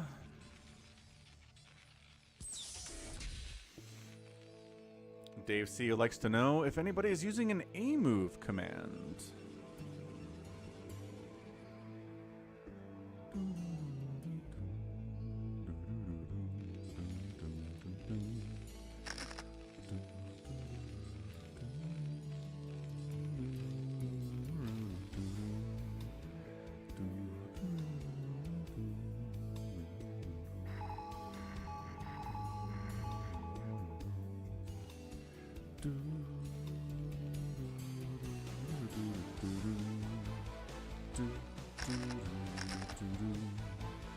I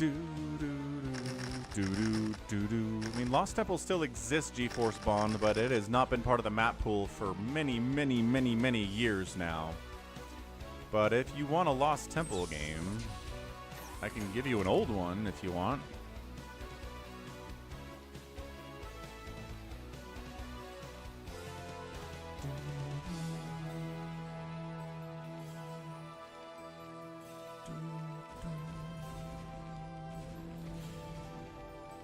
Here's some Lost Temple.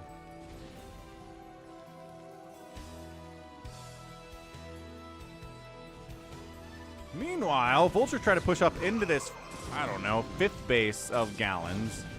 Cloaked Zealots do much better against that than regular Zealots do. This base is established. Maybe try to expand up here. Gallons, he takes this one. Might as well take this one too.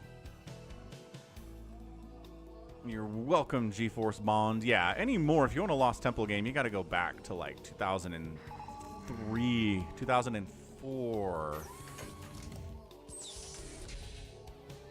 It is, it's an adventure to get those replays rolling too. 146 total supply here.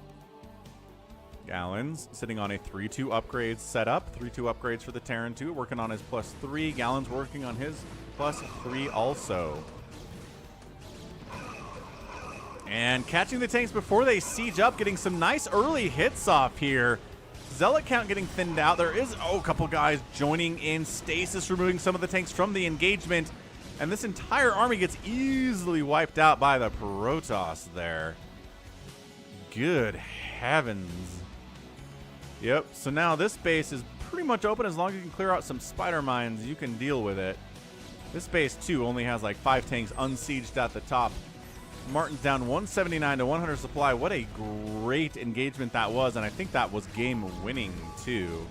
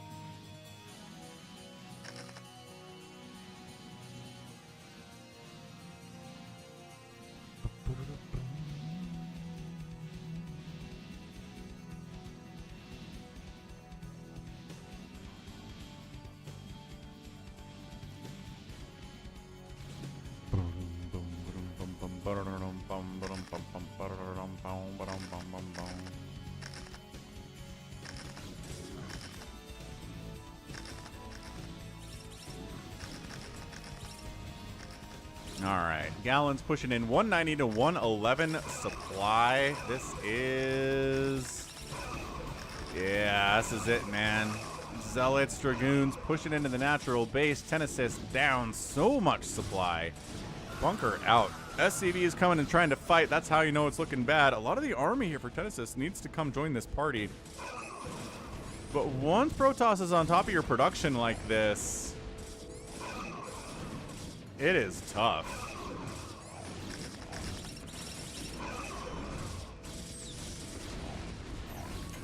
I mean, I guess Dave C, I would say Lost Temple was one of the first maps to kind of pioneer the concept of high ground main, low ground natural, kind of nestled in there and fairly easy to protect.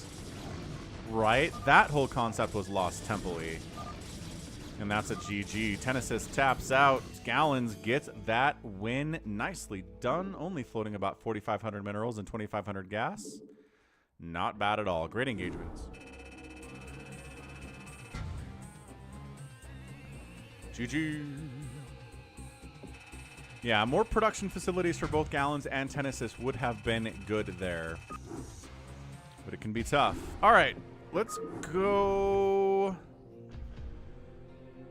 one more game here. Let's do Silverwolf in a fastest map, and then we'll sprint on over to casting our live games.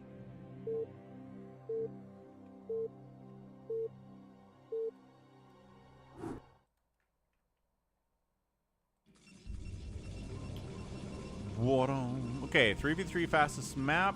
It's not left versus right, so someone's in trouble. Top left, it's Jeek1234. He is a Protoss. We also have a Zerg bottom left, Magenta. It is 454682. We have who's playing Dark Blue, Unreadable. Silverwolf is on team 2, bottom right, playing Terran. Not Zerging at all. Intriguing. We got Gur, top left, or top right rather, and then 2W Nax, who is a Protoss on the left side. And yeah, Python is so close to Lost Temple.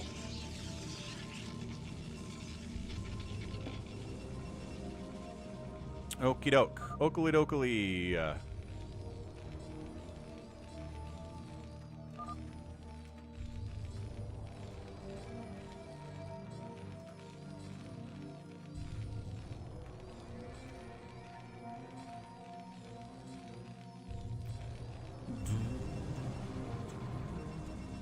Okay, I'm going to step away for a second.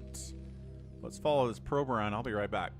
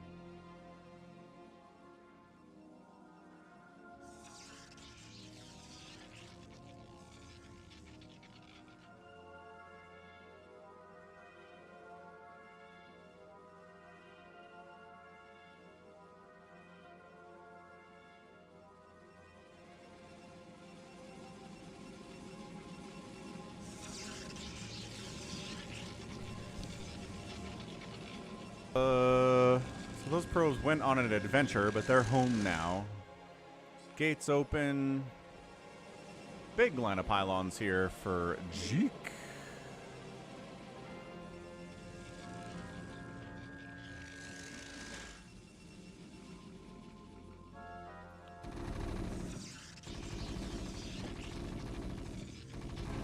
I like it. Silverwolf going some marine pressure here against the slow zealot opening. Cannons are up though. So, should be able to hold on.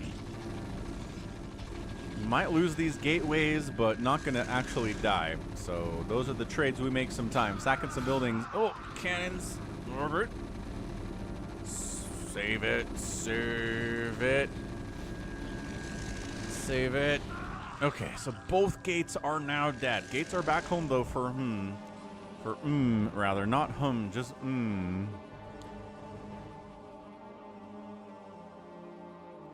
Big zealot swinging out here for Jeek. What's the play, Jeek? What you got for us, man? Silverwolf still making marines. Doesn't have a factory yet. Might run into some problems here. As Silverwolf's buddy, nice Sim City here from Tunax, though. Oh, a Reaver pops out. It dies immediately. Uh-oh. Not quite enough there on the defense. This zealot count from Jeek was heavy, and bam, main nexus down. DTs from Tunax trying to clear this thing out. A lot of probes are dying, but DTs cleared out for the most part. Gur shows up to how to defend. Silverwolf shows up to defend here too. But there are medics healing these. Oh no, medics healing the Marines.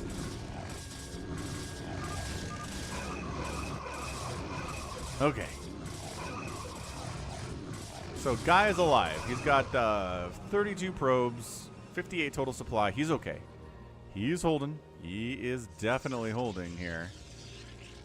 Jeek's throwing up a bunch of cannons on this left side. Weird place for cannons, but I guess this is a drop corridor a lot of the time, and if there's just a long line of cannons, dropping is going to be pretty tough, guys. Early 7-minute Dark Archon is here too from Gur. Wow. I guess he made the DTs. Might as well do it. Yeah, see? Oh, that's exactly what these cannons are for. They shut down that drop so easily. Silverwolf coming in here with Gur going heavy bio. And against a Zerg, why not? Well, let's do this thing. How many Sunkens, how many Hydras are there? There appear to be enough. There's some move commanding into these. Okay. That could have been probably handled better. But, I mean, at the end of the day, it was probably enough Sunken Hydra to clear it out regardless.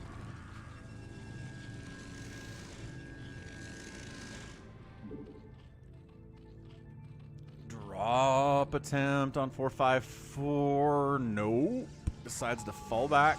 Does not want to get that a shot there. Too many Hydras, too many Sunkens to really make it worth it.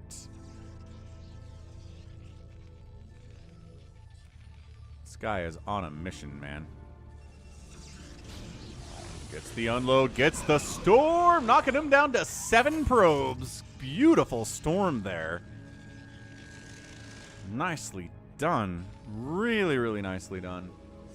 Okay, so our guy has got a Dark Archon. Did he research Maelstrom? Is that what you were saying in chat there, Jared? He's researching mind control, so yeah, I'm going to guess he also has Maelstrom. Going to be good against Hydras, really good against Mutas. I'm not sure we're going to see any of those, though. Yeah, Marine tank stuff here by Gur. Kind of wiped out just by a bunch of Zealots. It's why we don't see Marine tank in StarCraft against Protoss all that much, because Zealots just kind of wreck all of it.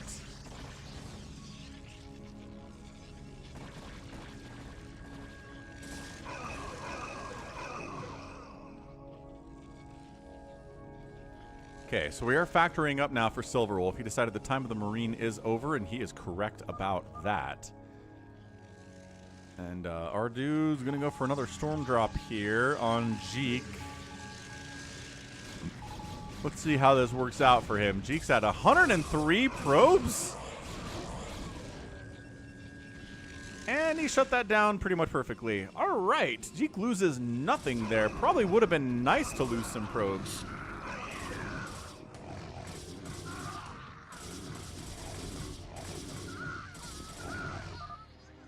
2W Nax is like, man, that drop should have done something.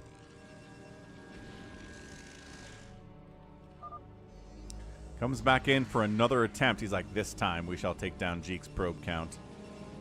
Corsairs absorb the early hits. High Templar actually unload. There you go! Knocks him down to 33. That's 60 probes dead in that storm drop. Again, too many workers. He's going carriers. He'll thank him later. Wow. Yeah, that's a lot of Stargates, man. He does not have the worker count to produce off of this many Stargates at the same time.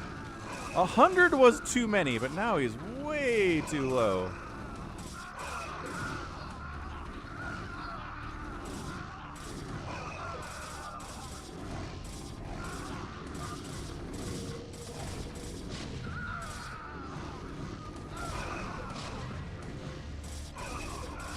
I mean, I guess we can just force ourselves into a Terran position with siege tanks and bunkers and probably be all right. Silverwolf trying to come up and defend his Terran buddy, bringing some tanks along, but this is a zealot fight, man. 1-1 upgrades on the blue ones. Our yellow boys are at 1 shield and no further upgrades. Oh my gosh, he's actually starting to break through here. And it's another drop. And yep. 30 kills on that High Templar. Our guy down to 5 probes again. The dropping here of TW Nax has been super good. Protoss couldn't quite break through the Terran as much as they wanted to. And a tank drop from Silverwolf. Brought a couple Goliaths with him. Okay, this is... oh boy.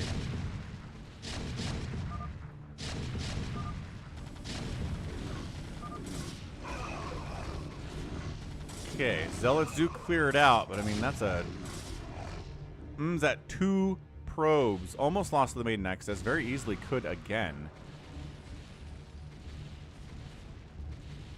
2W Nax is like, I will Maelstrom or mind control anybody that comes in and tries to drop you, Silverwolf. You have my support. 82 worker Terran player. Looks like Gur's trying to push in normally through the front door against here, who has, again, 5 probes and 20 total supply. Probably dead. 454's been left alone pretty much for the most part. Enough to get Guardians out, but guess who has High Templar?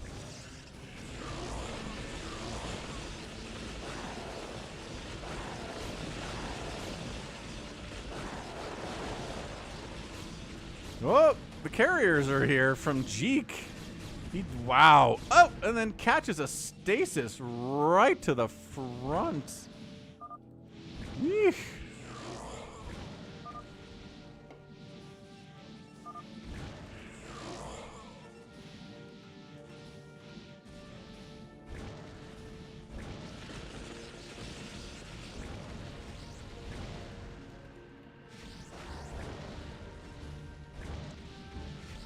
Yeah, this push in here on is continuing to be awesome.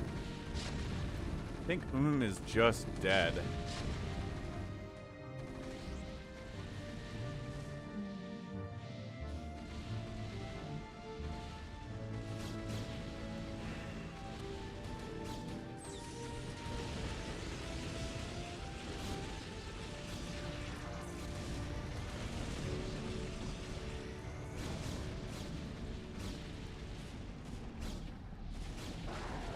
Guardians trying to push in. Carriers came out of stasis, got stormed into oblivion. 2W Nax still has 60 probes. This Guardian has 1 kill. Just really not worth what you paid for it. 454 is actually making a nice push on Silverwolf here. I mean, is dying, but Silverwolf not a happy camper either. Hydra's just kind of pushed in 3-2 upgrades on these guys. 1-0 upgrades on the tanks. Better upgrades would help in the situation for Silverwolf, but sieged tanks, even against better upgraded Hydras.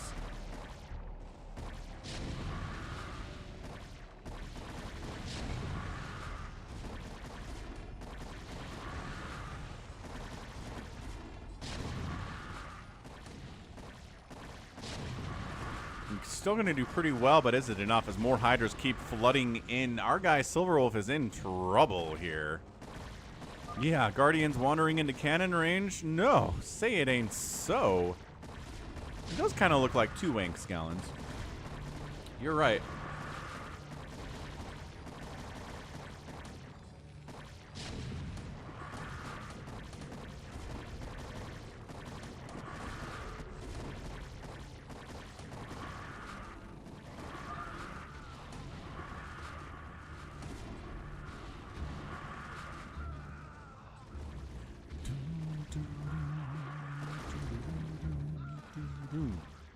Okay, Gur comes in to try to save the day, dealing with these hiders with... He's still making Marines, man. You know, Stim Marines with upgrades and medics against hiders trade pretty darn well.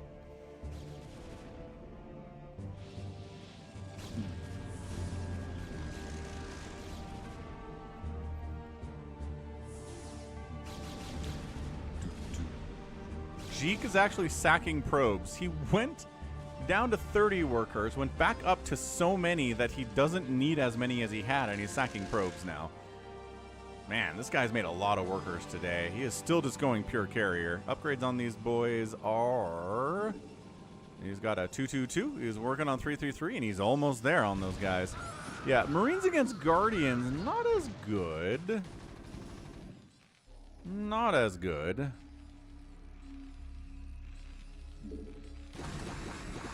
Unless you have numbers, I guess. Ah, the Valkyries trying to kill these Guardians, but dealing with Spores and Mutas and Devourers here. But then Marine Tank Valkyrie shows up, and yeah. Zerg player taps out. He's like, that's way too much. Marine Tank Valkyries completely counters what I'm doing here. And then the carriers of Jeek try to deal with Gur. The man does have some Valks. We might see them.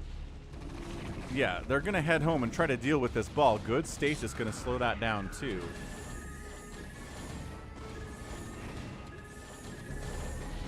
Some of them aren't stasis. They're trying to fight Marines. Valkyries on the play here. These guys are slow. Get up there, man. Thank you, DeadInfested, for identifying in chat.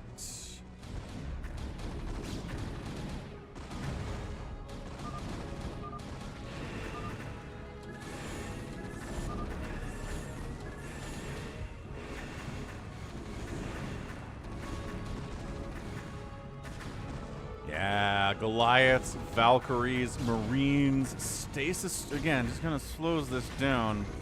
Slows down the inevitable.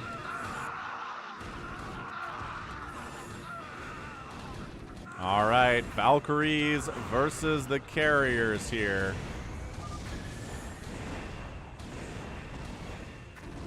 I don't know if there are enough. The Valkyries don't seem to be taking a lot of damage here.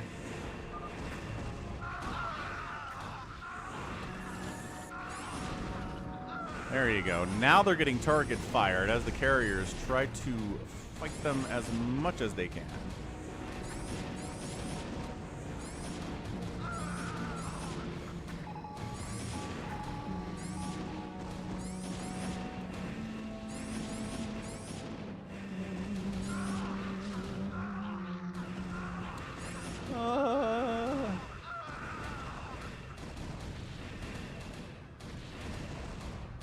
Carrier's still putting some work in here. Valkyrie's not quite able to do it on their own. There just weren't enough of them. You need like a lot.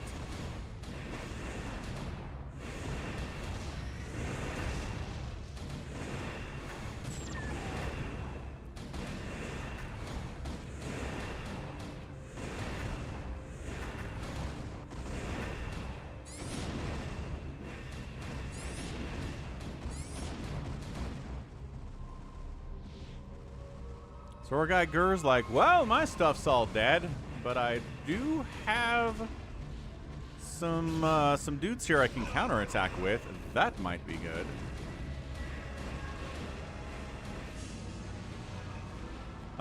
Yes, indeed. Is alive here with 6 probes here in Jeek's base.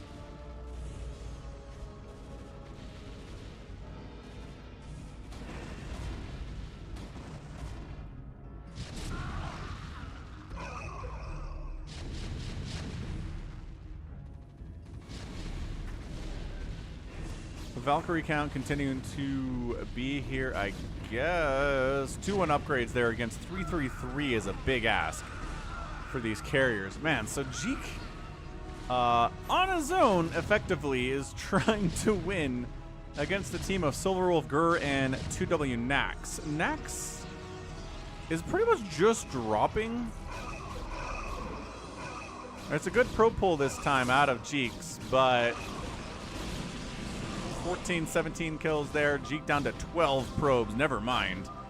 That one hurt a lot more. Nax is like, go for it. Silverwolf trying to go for some kind of a drop, but I don't know if there was anything in those drop ships. Maybe he was just freeing up supply, but those are all very dead now. I mean, look, Valkyries don't do a lot of damage to the bodies of carriers generally, but they do really well against interceptors. So what we have seen is Valkyries attacking the interceptors of the carriers and then making the carriers just giant balloons of nothingness. And then you send in like some Wraiths or some Mutos, Devourers, whatever to wipe those guys out. Battle Cruisers on the follow-up here for Silverwolf. 2-1 upgrades on those guys. And Gur's like, Marines are the counter to carriers, man. Let's go. I'm going to have some Goliaths too, but still. 2W Nax has a drone, and he's building his own Terran army here too.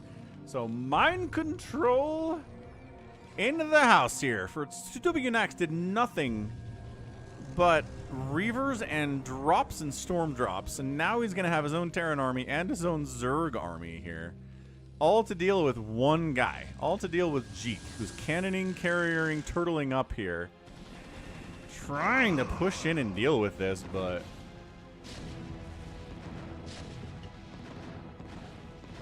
doesn't seem like it's working out too well. It's a tough break. Protoss can really turtle here in fastest map in ways that are annoying. Super annoying. Battle cruisers pushing in. Taps out. And that's it. Jeek's like, well, my carriers got stasis. Battle cruisers are pushing on my main. Can't really do anything about that. GG. So nicely done. Silverwolf playing Terran. Usually plays Zerg. Not bad at all.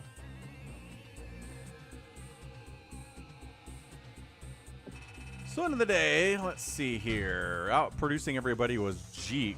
Really? Even though he was making carriers, that's crazy.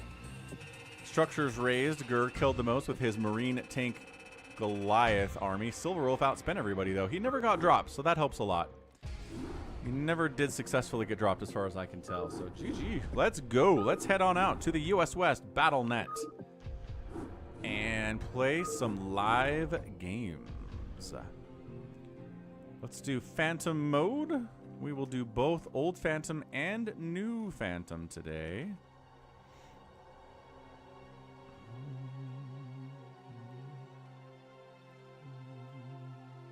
Use map settings, extended unit limits. Let's rock. It is time. Password is SOC, as always, to get into the games. That's right, Gallons. Indeed. SaviorSword, Psychonuts. Dang, those are fast.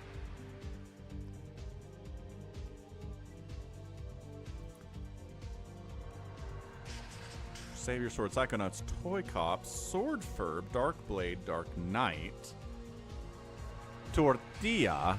Who is Tortilla?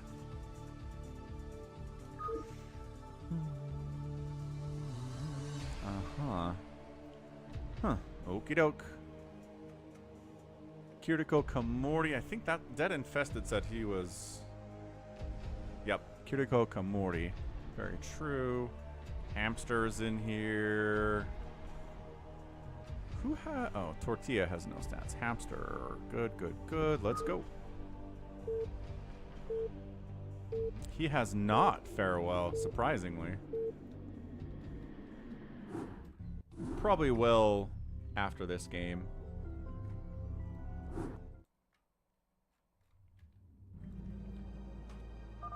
Okay, we'll get these names on the screen here.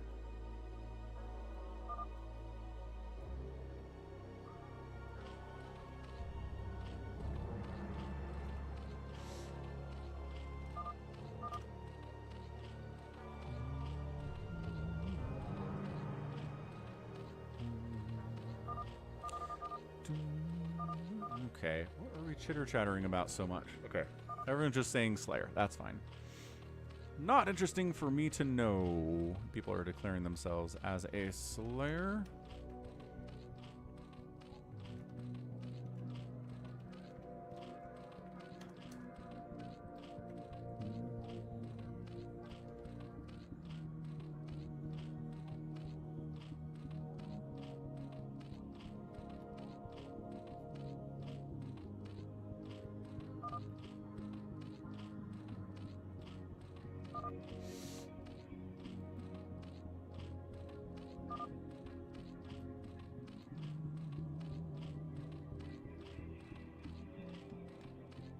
If I play the exit game. Hey, what's up, Astro? Thanks for stopping by to resub, dude. Sounds like a busy Sunday for you. Okay, names are up. So here we go. Introducing DarkKnight, zerging it up. He is purple. Got an orange Protoss SwordFurb, a magenta Protoss ToyCop, a blue Zerg Psychonuts, a gray Terran, it is JohnDoe, a black Protoss DarkBlade, DeadInfested bottom left plane Protoss, and another Protoss here, SaviorSword. Gonna step away for a second. I've not played Exit 8. No. I'll be right back. And stealing that middle gas is SaviorSword. Real Ultra's not here, so I'm not sure anybody cares, but we'll watch center, and I'll be right back.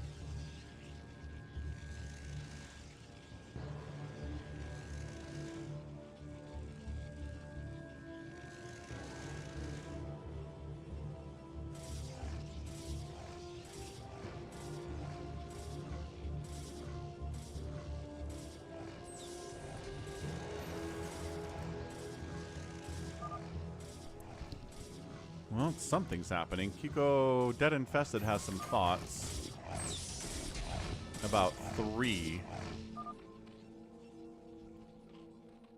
Was making a bunch of lings. Got some hydrodens out there too. Has anybody said?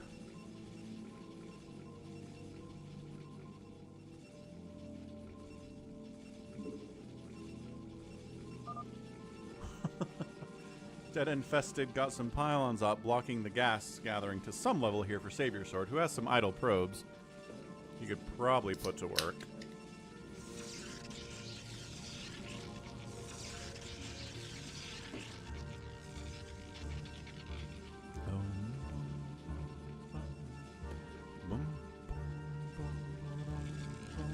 Boom. Robo, Gateway, Templar Archives, another Gateway, SaviorSword. Got that 3rd gas. Early, it's nice. Got a lot to spend here.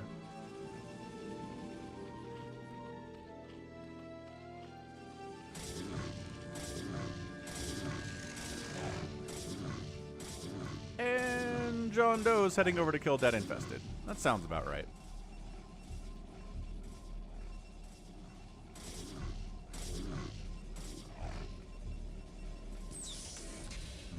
Sieging it up.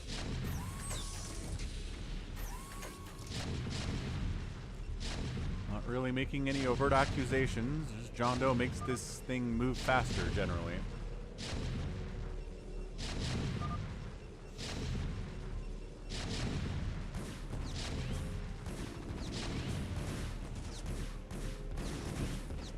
Alright, so DeadInfested. Here's the thing about Phantom mode old style is there's no need to really do anything unless you want to defend against this kind of stuff. So a lot of people will just macro up. And if you macro up and then somebody like JohnDoe or RJB or CanIplayplz comes for you, then you're going to die. ToyCop decides to counterattack against JohnDoe, and I'm pretty sure JohnDoe is not a Phantom. He just gets bored. He wants to get out there and kill people. And I'm pretty sure that DeadInfested is not a Phantom either. So we're going to wipe out 2 Slayers here probably for the price of 1 here.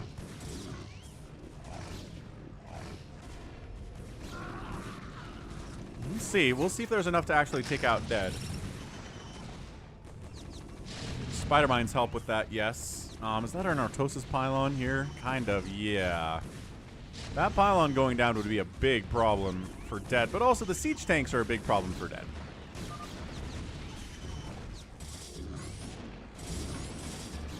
He needs to kill with this is the thing, and I don't know if he can, actually. Yeah, I think DeadInfested just totally got saved by ToyCop showing up and going after JohnDoe. So, fair enough. Fair enough, I say. Hydras of DarkKnights here to save the day too, so JohnDoe doesn't get to kill anyone, and he gets killed in turn. Although, again, Terran has the ability to float their buildings and can be annoying for quite some time. The thing is, there's no dead airspace to hide on this map, and if everybody wants you dead and there's no safe place to go, you're just dead.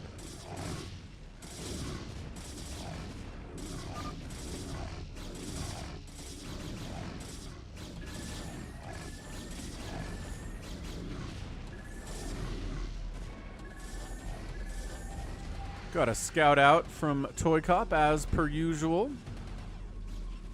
Let's see if we can officially get JohnDoe out of here.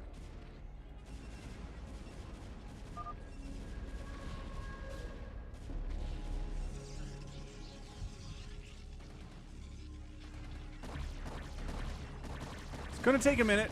Gonna take a minute to get him out of here, and that's a-okay.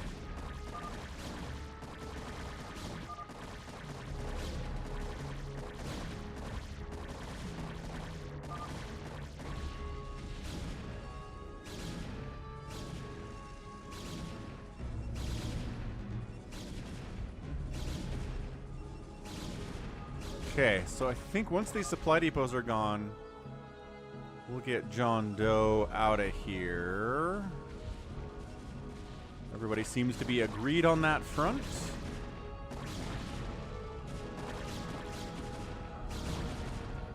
AvcaTiNuS thinks SaviorSword or SwordFurb are the Phantoms. The married couple, huh? Both of them Protoss. SaviorSword is always green, SwordFurb is always orange, and JohnDoe is a Slayer. Like I said, definitely not a Phantom. Not nearly scary enough to be a Phantom.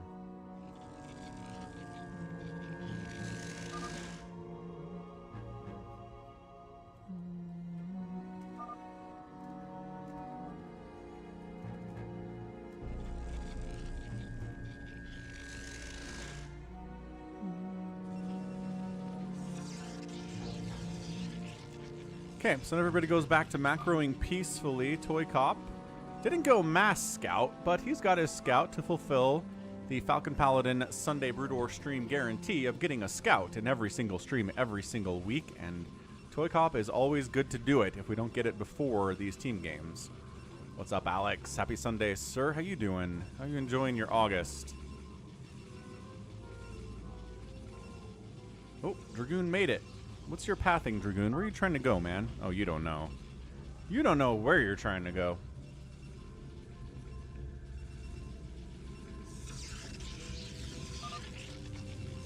What's up, Max T? Welcome to the stream. Oh, that's where he was trying to go. That was it, right there.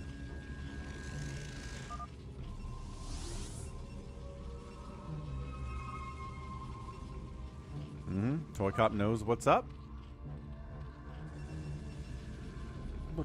DeadInfested taking his third base over at JohnDoe's natural, and it is DarkBlade down here taking his main. Hey, what's up, Jacob Martindale? How you doing?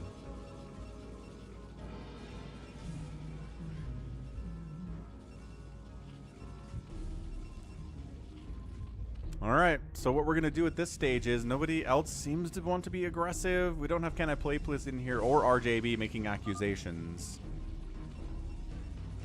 We need somebody. There's the triple forge for SaviorSword that everybody gets freaked out about.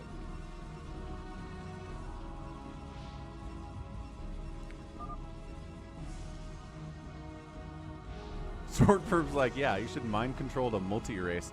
That freaks everybody out every time, doesn't it? Every time.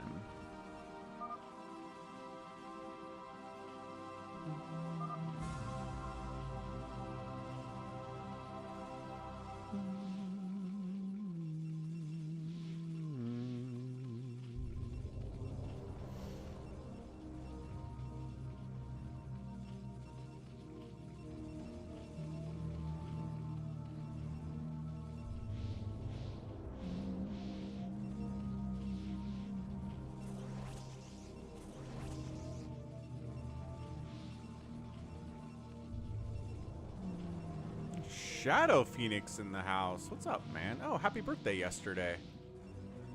Yeah, definitely hit that like button. Man, long time channel member Shadow Phoenix. How you doing? Goodness. A lot of people stopping by to say hello.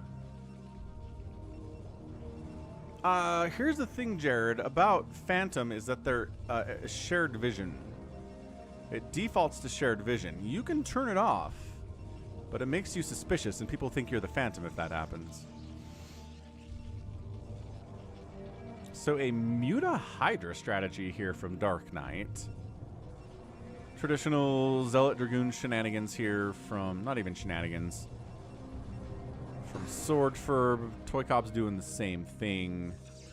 Mutas, Lings, Lurkers here from Psychonuts. DeadInfested appears to be going Arbiters. Yeah, got a couple Arbiters out already. Our DarkBlade is traditional High Templar Dragoon, and then SaviorSword. A lot of Dark Archons. He does love his Dark Archons. Eskia's here. How's it going, Eskia? How are your streams going? Oh, I heard a mind control. You mind control? It took a defiler. SaviorSword poking as always. This is old Phantom, yes, Jared, but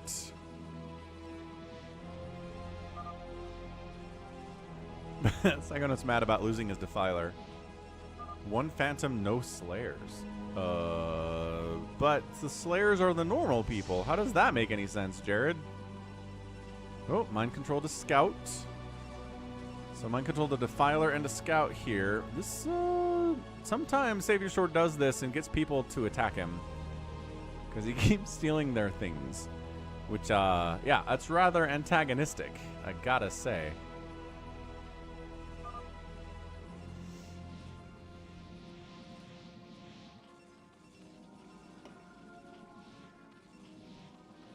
Blah.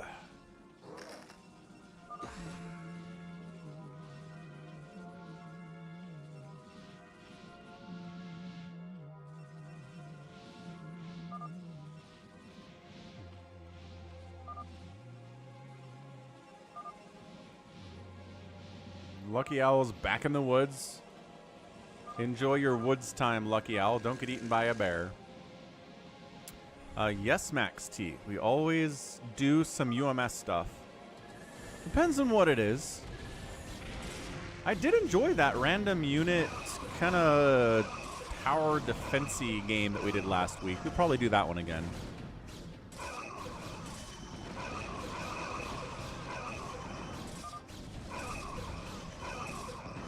Oh, wait. Who's ToyCop's going against SaviorSword? ToyCop's attacking SaviorSword. Let's go. Yeah, Jared. So Slayer gets passive income and the Phantoms have to mine it? That's weird, dude.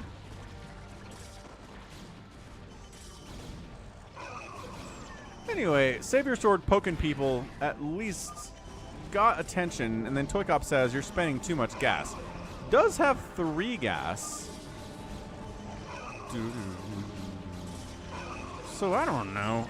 SaviorSword, like I said, the 3 forges, the mind controlling gets people antsy, and then they start attacking him a lot of the time. Yeah. Yeah, Jared. So Slayers have to mine their income. Phantoms, nice Maelstrom, sort of on an Overlord. Phantoms get passive income plus what they mine. Jared, yeah. Stasis kind of makes a bit of a roadblock here, but the slow push is SwordFurb. SwordFurb's attacking SaviorSword too. Oh no! It's domestic abuse. It's very rare to see SwordFurb attack SaviorSword or vice versa in these things. But at this time, SwordFurb was like, oh my hubby. It sounds like I know who you are. We shall kill you for the game.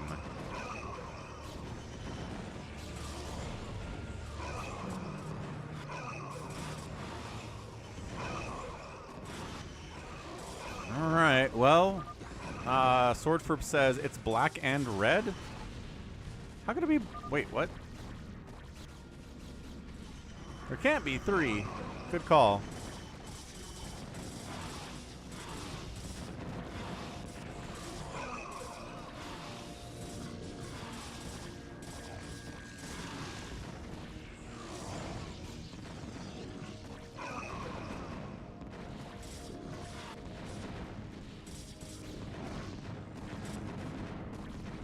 Okay, so regardless, SaviorSword is dead, but also ToyCop is making a move down here on DarkBlade. DarkBlade is...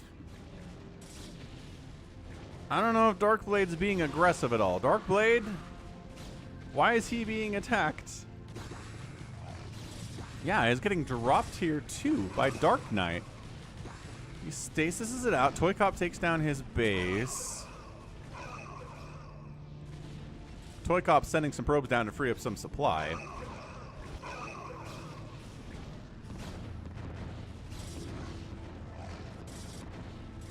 Dave C says that SwordFurb's Reaver count is sus.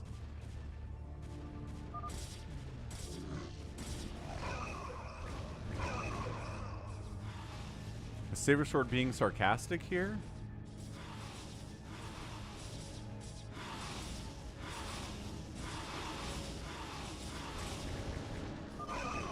DarkBlade taps, nice probe attack. SaviorSword GG's out 2. And that was it. Ah, SaviorSword and DarkBlade were the Phantoms there, and they're boof. They are toast. Huh.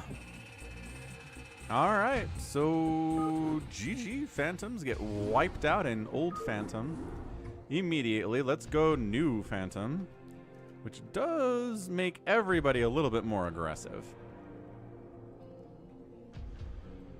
Low money. Wait.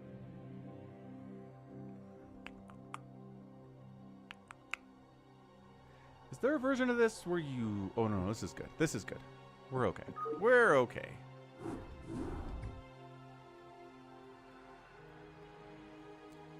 Okay, so New Phantom, there's a timer after 15 minutes where the Phantom's roles are revealed to everybody. And after 7 minutes, the shared vision is gone. So...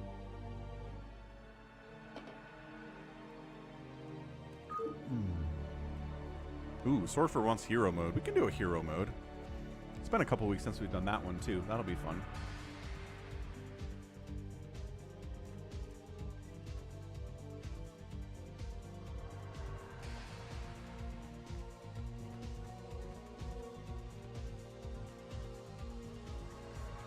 Zanga was in and then tapped out. Striker's in here with a red, intriguingly. Rusalov in. Striker is back up to green, which is nice. DeadInfested's in.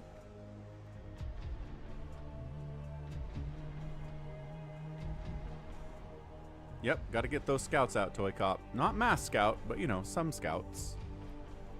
And JohnDoe's in. All right, cool. So DarkBlade, who's Gen Z Toss? Who is Gen Z Toss? Bigwan, SwordFurb, Striker, rusalov, DeadInfested, Tortilla. Oh, SlickyFats. Slicky's here? Oh, there you are. Thanks. Okay, let's go. Gen Z Toss SlickyFats. Of course it is. SlickyFats, some political takes that we didn't know about until he joined the Discord server, man. Tell you what. Okay, update those names. Introduce those players. Again, 7 minutes to a complete loss of shared vision, and then 15 minutes, everybody's role is revealed, so no real reason to sit back and do nothing if you're the Phantoms in this version.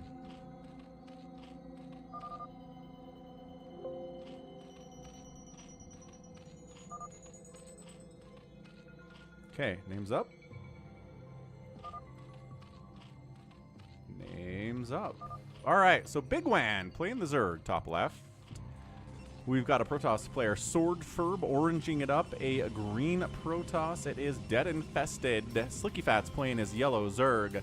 rusalov down here playing Protoss. Usually plays Terran, but he's rusalov here. Protossing. JohnDoe's back with his Terran. The darker gray Terran. Striker's down here playing his beloved Terran. He's purple this time. And then we have a dark blue DarkBlade playing Terran instead of Protoss like he was in the last one. Dave C says SlickyFats is Le Phantom. Dad, you're going to mess it up. I'll always think you're Savior because he's playing green, green Protoss, yeah? Yeah, so timer counting down. Looks like some gas being taken here by JohnDoe and building a command center or a barracks up here. Oh, interesting. Interesting.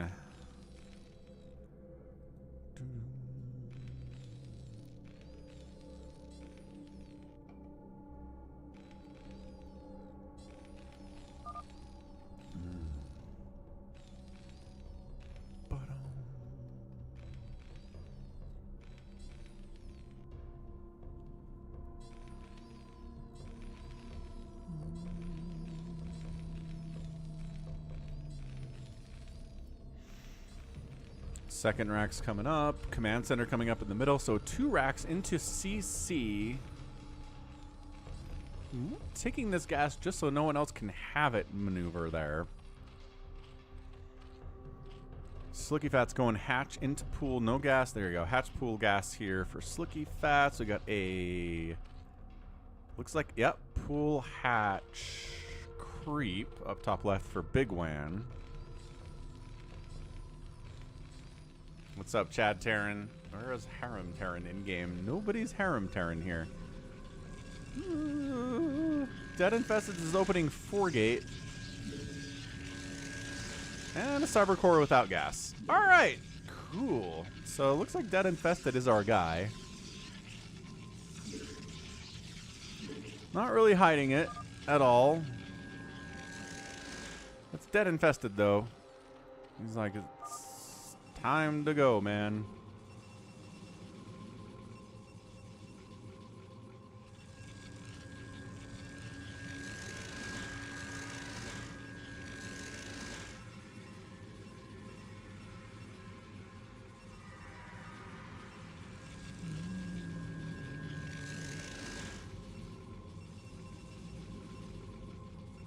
All right, DeadInfested on the move out.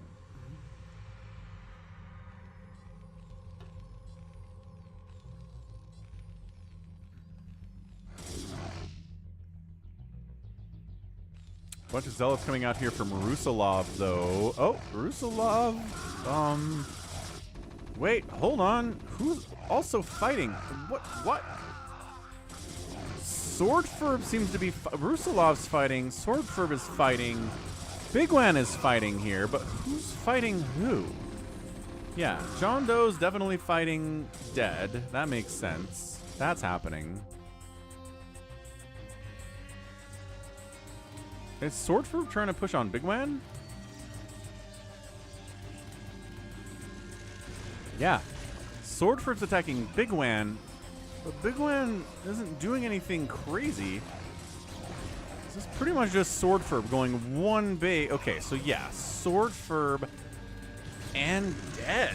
Interesting Phantom combination. I like it. Yeah, ToyCop. Okay, so again, we talk about this. In new Phantom, you pretty much gotta kill 3 people.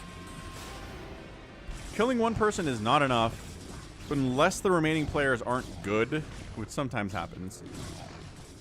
Killing 2 is not enough, unless the remaining players are not good.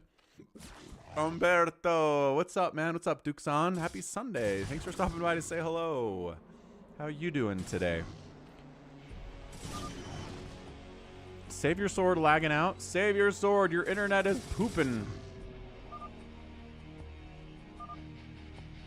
SaviorSword.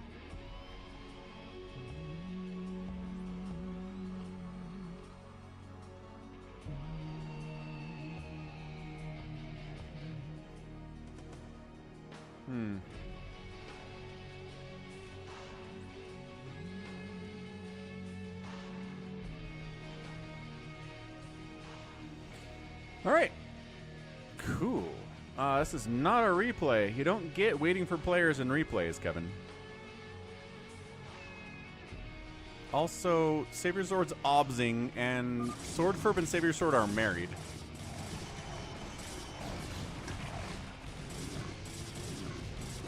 But I would assume SaviorSword and SwordFurb are on the same internet. So, like, I don't know what happened there. Okay, either way. So, like, look, you look at this, right? And you're like, oh, boy, the Phantoms are in a great spot. And I say, I don't know, man. Killing 1 person is great, but you got to get that 3rd person before we start taking you seriously as Phantoms.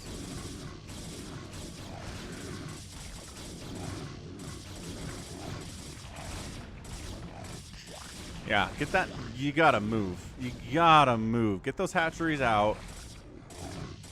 And you gotta move on to the next player, guys. If you spent any time attacking these larvae, it's bad. It's really bad. Keep going, man. No, getting hung up. Go, go, go, go, go. You gotta go. JohnDoe's little attempt to set up center here is at least slowing down the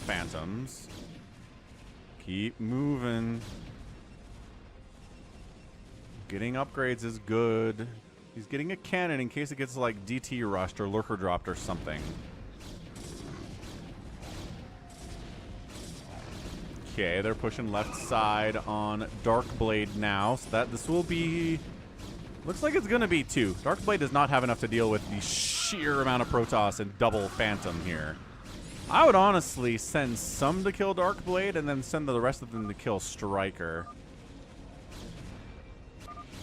Okay, never mind. Didn't have to do that. Striker taps out without taking any damage at all. And then our guy, DarkBlade is getting wiped out. So yeah, that'll be 3, and that'll be enough. Like, that's enough to win.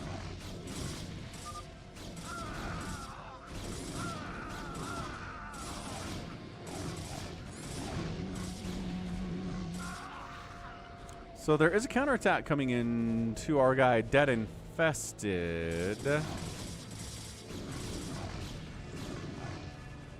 Let's see what he does. He's making rounds of Dragoons, which do not trade well against Hydra, as it turns out.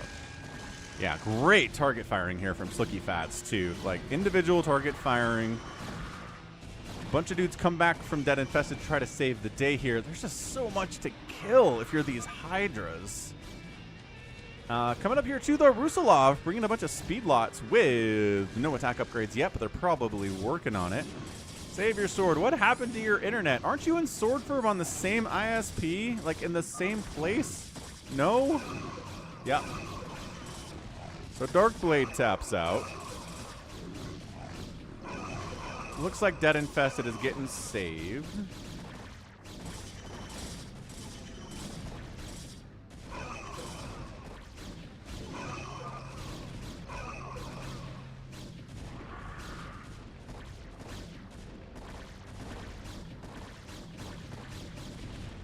Yeah, I mean, look, SlickyFats is good. I like rusalov too. This guy tapped 2? Dude, all right. Tortilla tapped out 2. JohnDoe left as well. All right. You're not married? I thought you were married. You called her your wife before, SaviorSword. I am so confused. What's up, Allbrand Abe? I mean, this is a lot. A DeadInfested is in a bunch of trouble.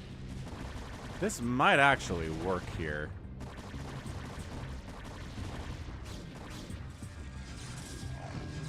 She's like your wife. Uh-huh. Fair enough. Bigwan's like, we could have totally won this.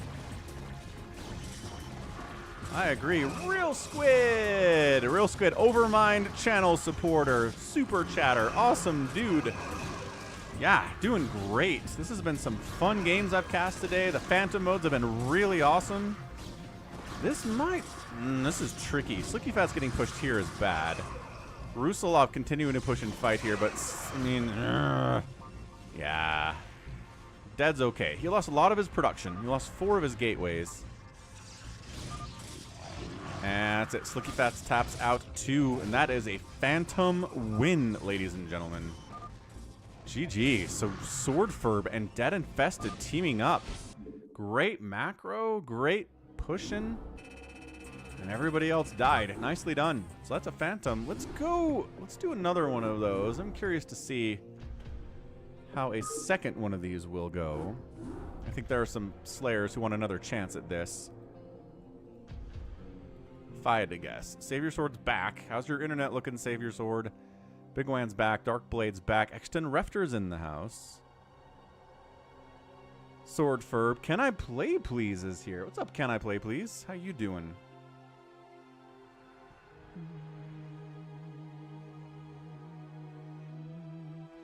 DeadInfested's in. Yeah.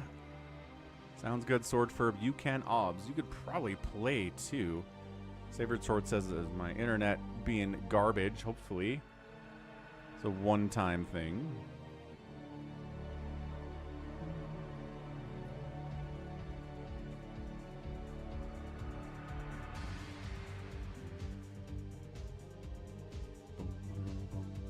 AT&T, man.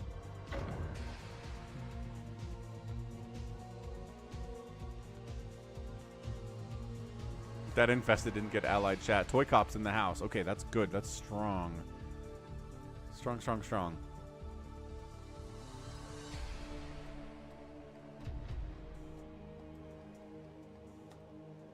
Okay, here we go.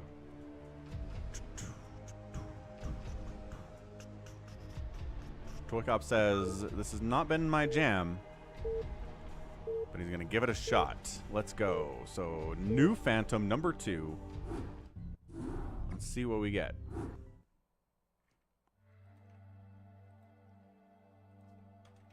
Okay, getting those names off of there so we don't spoil anything if anybody's watching the stream. Because if you don't do it fast enough, it totally can get spoiled. ToyCop? ToyCop's doing the super dark blue. Interesting. I guess Dead Infested got the magenta. So, fair enough.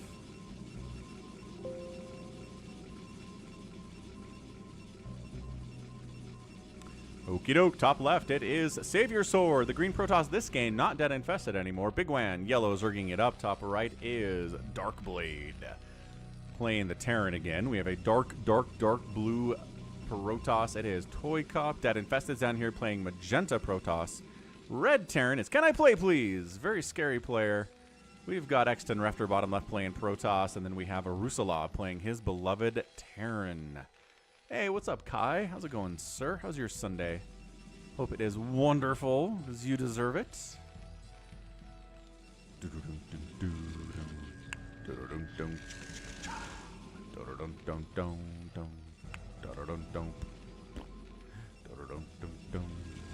Sunday is good. Excellent. Glad to hear it, sir. All right. Anybody being sus here? It's a pool first out of Bigwan. Could be sussy. Yeah. I wonder if we're going to have Phantoms maybe try to hide it a little bit better. I'm going to step away for a second. I'll be right back, though.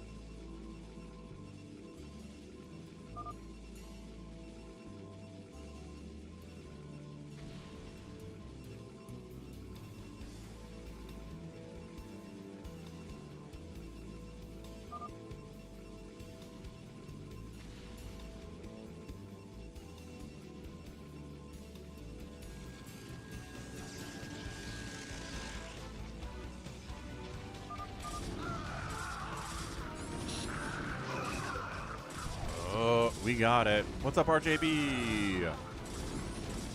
Okay, so what do we got here? We've got ToyCop fighting. We've got Can I Play Please fighting. They're pushing here top right against the DarkBlade. And the setup here kind of contains Exton Refter and making him unable to assist anybody. All right, that's a pretty good move here. I like it. Can I Play Please? Like I said, really scary dude. Looks like bigwan's in here. Oh, wait, bigwan's helping? Can I Play Please? Wait. No, Can I Play Please is definitely a dude. Why is bigwan...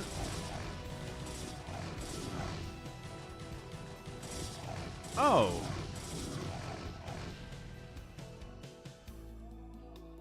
bigwan and ToyCop are helping each other, but also Can I Play Please was here doing that too. What is... What is it? Okay, so it was DarkBlade and Can I Play Please, but then ToyCop and bigwan showed up and wiped out DarkBlade. Okay. Alright. So now it's Can I Play Please on his own. He is meching his face off right now. It's gonna be tough. But if he can hold... Here we go. If he can take down Exton Refter and hold this bottom left corner, it's gonna be easier. What's up, Monty?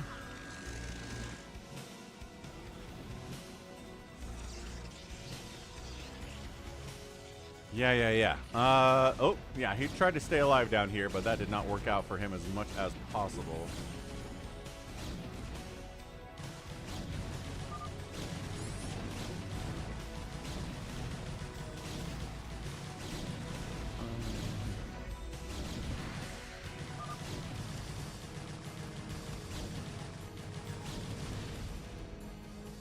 All right, so it all comes down to this, basically. Siege tanks are here.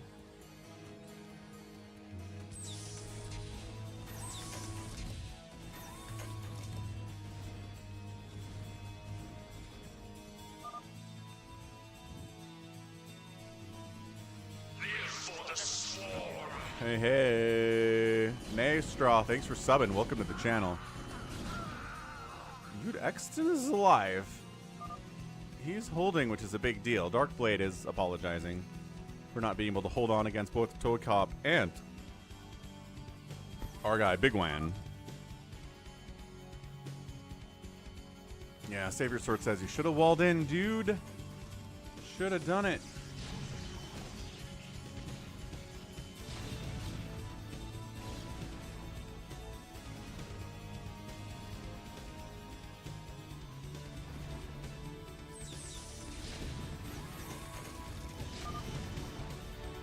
Still fighting? Dude, he's still fighting.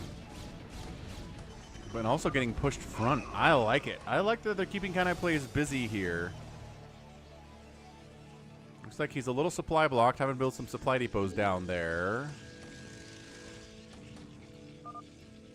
I mean, wiping out one more player here would be nice. I don't know, man. I don't know if he can do it. Remember how I said he got to kill 3 people to win as a Phantom? I still think that's very true. But if anybody can only kill 1 player and get the win anyway, it's probably Can I Play Please. I mean, if he goes mech, it's going to be tough, even for bigwan on 4 bases to deal with it. Zerg... Like, Zerg at this level is going to have a really hard time with mech.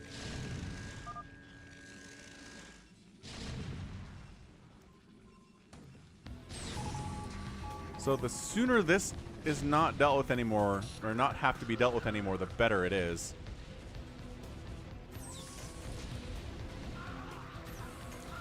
This is new Phantom Arcanise.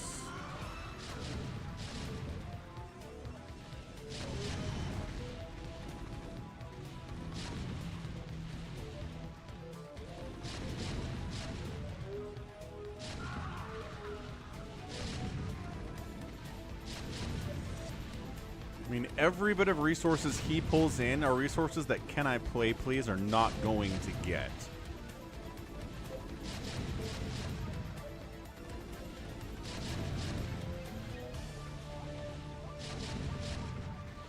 No, it's Can I Play Please and DarkBlade, but DarkBlade is dead. So Can I Play Please is trying to solo a Phantom here. Having killed only one other player, and he's dealing with 1, 2, 3, 4, 5 Slayers who are very mad. 1v5 here is tough. Seriously, Jared, you want to hear the sound of siege tanks firing for the rest of this game? We probably will get that.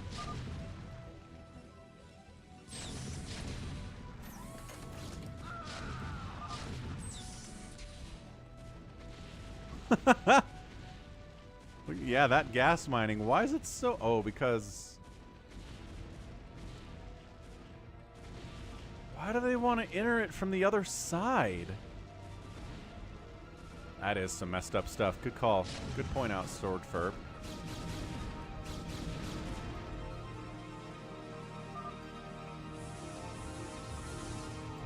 Exton Refter is alive. Still got that Nexus.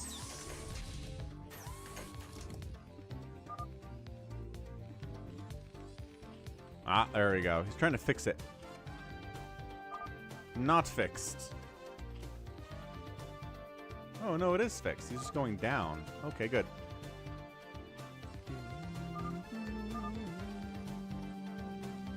Exton Refter looks like he is... Yeah, he's flying around with a shuttle. I'm guessing with some probes in it in order to take a base, get a second base, and try to hold this off.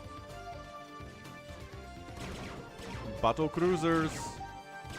No wraiths from Can I Play Please. Same attack sound though.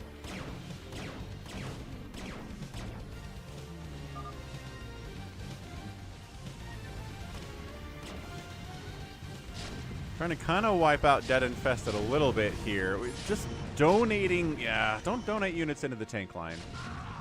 If you're going to go for it, you got to go for it. But if you're not going to succeed, don't even give it a try. Exton Refter still trying to stay alive down here.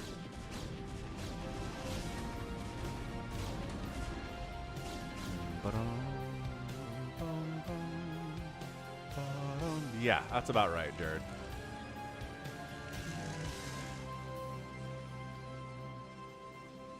All right, bigwan says, "Shut up, Falcon. I can handle mech. I got a lot of Hydras."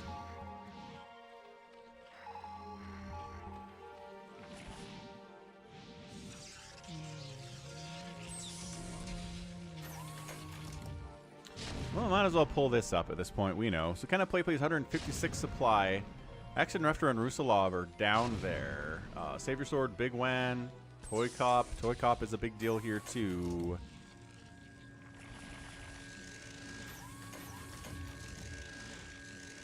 +1 attack upgrades for Can I Play Please is mech. ToyCop's at 1-1 for his ground units. We've got a 0-0 on the left side here from rusalov. Exton Refter still lives down here. Hey, what's up, Bill? There we go. Coming through. Coming through with the jokes. DarkBlade has left the game. How you doing, Bill? Good Sunday here. RJB does not believe Can I Play Please can pull this off. Little zealot bomb in here from SaviorSword does kill a tank. Okay, pretty good. I'm impressed that XTV, Exton Refter, has been able to stay alive down here. That is a big ask, man.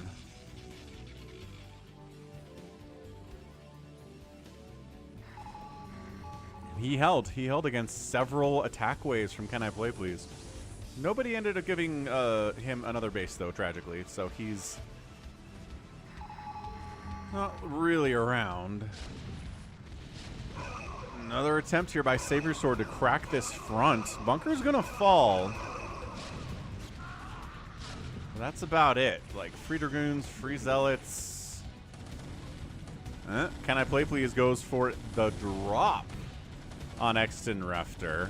He totally flees from the position, loading up in shuttles, trying to evac everybody he can, because it is over for him. And again, I don't know if anybody's going to give him a base. He does have some tech structures over here in rusalov's base. But that's about it.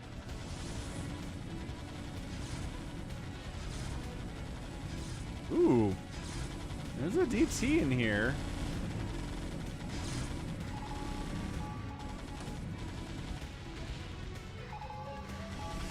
There we go. Finally gets scanned out and dealt with. Oh, a little bit of a storm drop here from, I want to say that was ToyCop. Good storms on those tanks. Nicely done. Yeah, we've had some great replays, Bill. This is a really interesting Phantom mode of Can I Play Please, trying to hold on against literally everybody else in the game here. I mean, he's floating a ton of cash, but he's also maxed out, so what do? Recall by DeadInfested. In the main base here of Can I Play Please, wiping out some of these missile turrets, making it easier for future drops and recalls to happen. Yeah, Can I Play Please is getting pushed right now, and now the carriers have arrived from SaviorSword. I think this might be it. We've got bigwan dropping main, bigwan dropping natural simultaneously. Unloading hiders and lurkers in both positions here. Beautifully executed, like really well done. And then DeadInfested comes in for maybe another recall, or maybe just losing his arbiter to missile turrets. That's also fine. I don't know what that was. Hey, what's up, the happy? Yeah, that's it. We're done. Can I Play Please knock down 144 supply. GG, and the Slayers get the win in New Phantom number 2. Yeah, it's really, really tough to solo it. Really needed DarkBlade to not die early there for that to work out. I mean, he killed the most stuff. bigwan, good production by him. A lot of it was lings and hydras, which are pretty cheap, but GG. All right, let's go. Let's do a hero 7v1. Got to get somebody good in that spot, though.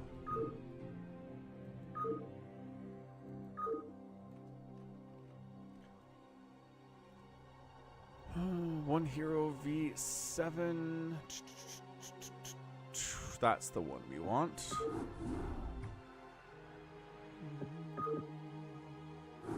SlickyFats has been on vacation for 10 weeks. Let's go. He's a teacher. Summertime, everybody.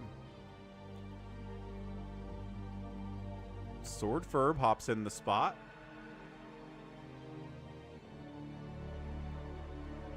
I want...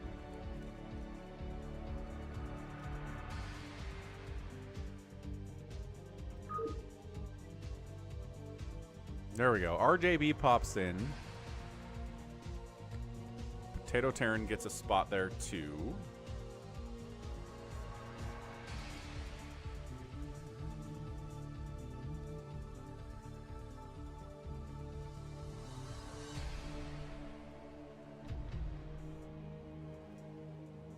Okay. Looks like we're good. He has. Okay. So we got bigwan, Striker, SaviorSword, Can I Play Please, DarkBlade, PotatoTerran, SwordFurb fighting against RJB as the hero here. I didn't see your hallucinations, Dead. No, sorry. I was not paying as much attention to it. I did see your recall, though. Maybe did you hallucinate recall to get that off? I saw the effects of your recall, I guess. All right, here we go. Our hero up here is RJB playing Van City Ryan Wren. So every unit he produces is a hero unit. But then he's fighting against 7 other people who have regular units, and also the income is the same. So no bonus income for the hero, just every unit they produce are heroes. And he's going to be fighting against Striker playing Terran. Can I Play Please playing Protoss. SwordFurb as a Zerg, intriguingly. Striker as a Zerg. No, hang on. Can I Play Please Protoss. Orange SwordFurb is a Zerg. Dark Blue is the DarkBlade playing Zerg. Another Zerg player, bigwan.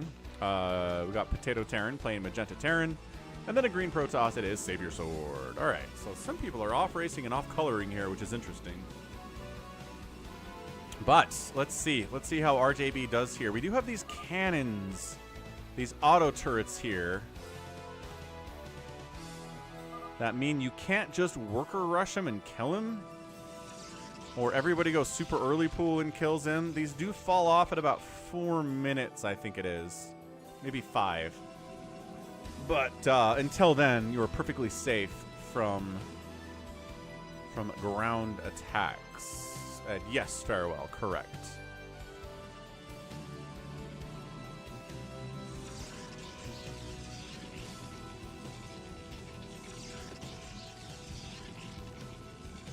Okay, throwing up that gate. Got a went Nexus first, which again, the autocannons are pretty much unbreakable.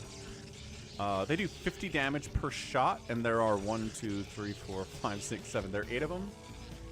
So yeah, there's nothing you can do early game that can get through this. This is a strategy though. SaviorSword's trying to cannon in RJB, which is a fairly common strategy here in 7v1. Yes, the happy. You totally can make barracks and lift them and land them and go for the attack. 100%. Another thing we do sometimes is we'll see people float engineering bays over the minerals, especially against Zerg, so that you can't put workers on it. But I think against Protoss, they've got Dragoons out fast enough that it's kind of a tough strategy. Igor, thanks for subbing. Welcome to the channel. All right, turrets are gone. Wow, that's a lot faster than I thought. Turrets die at 2 minutes? So, like, you could totally just, like, everybody early pool, wait until 2 minutes, and then rawr. Especially against this thing where it's a 3 Nexus play. What is this? Is he going Artanuses? He has no army whatsoever. Like, he is really greed building here. RJB, I don't know if he can get away with it, but he's definitely trying.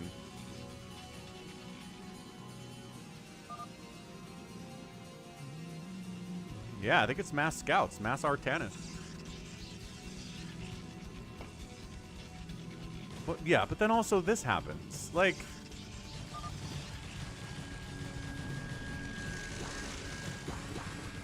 he just doesn't have a... Oh, or all of his lings just straight up died. That's tough. I'm pretty sure it's our... Okay. Pretty sure it's Artanis. Yeah. So, ToyCop's just like, I guess we just go kill him? Okay, well, there's a Phoenix out anyway. Really should have had a Phoenix out way sooner than this.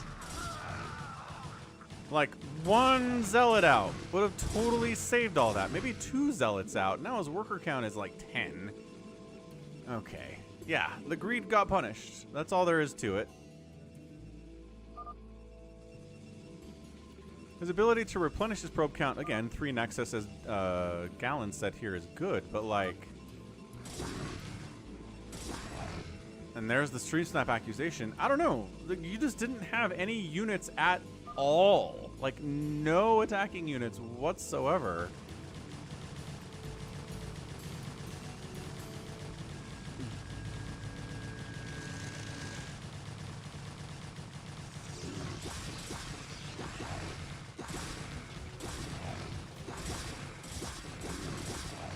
Yeah, even just having a couple Phoenix would have been so good. Yeah, a couple cannons would be nice as well.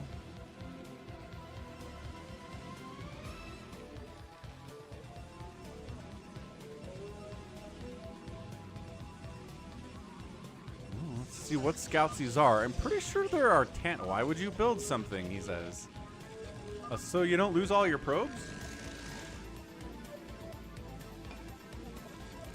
Just a thought. What's up, Ramon? Alright, so the scouts come with speed. It is Artanis. It is not Mojo. It is Artanis. He's got 58 damage on the anti-air missiles, 21 damage on the ground. default 3 armor and +1 plasma shields. So, pretty good Arthanis here. Yeah, just kind of memeing, I would say. But it is nice they come with speed.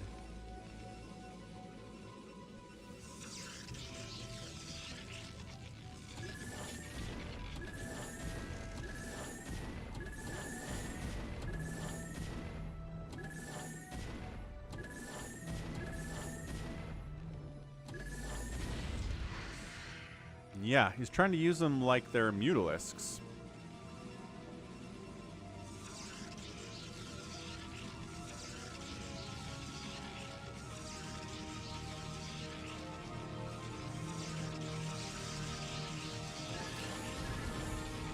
So trying a Mutabomb here is SwordFurb, but like...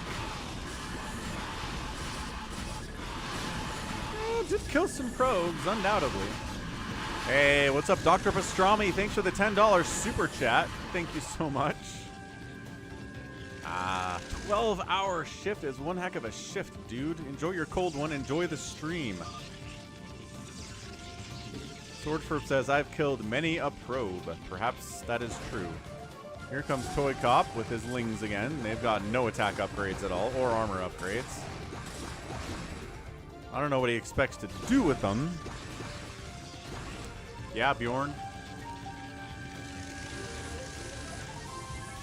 And guess who's in with the storm drop? Can I play, please? With the storm drop of the century here. Yeah, so he's mad about the laggers. I don't know who is lagging, to be honest with you. Thank you again, Dr. Pastrami. Not ToyCop. What? Who is that then? Well, it's somebody pretending to be you, ToyCop. So that's fun. Making a lot of lings, though.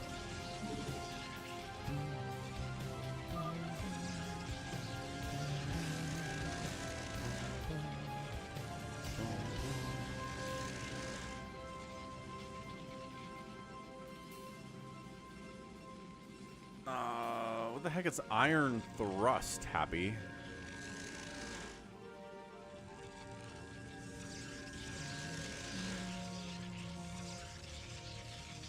Yeah, usually the strategy for hero in this is... somebody is still lagging, huh?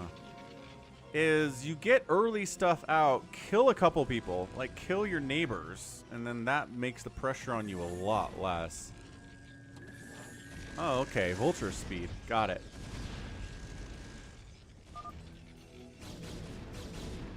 Can I play, please? Moving in. Gets another storm off. 18 kill High Templar. And second drop. Six kill High Templar. 24 probes killed there.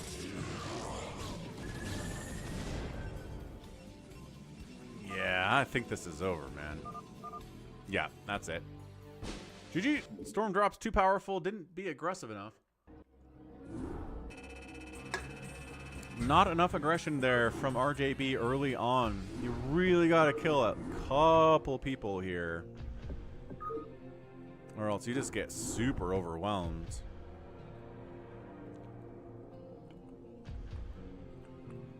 All right, round 2. We get Can I Play Please up there. Bigwan maybe wants to give it a shot.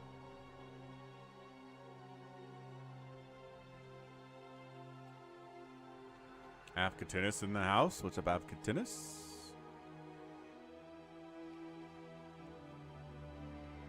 AvcaTiNuS said he'll take it. He got 2 bingo squares before he died.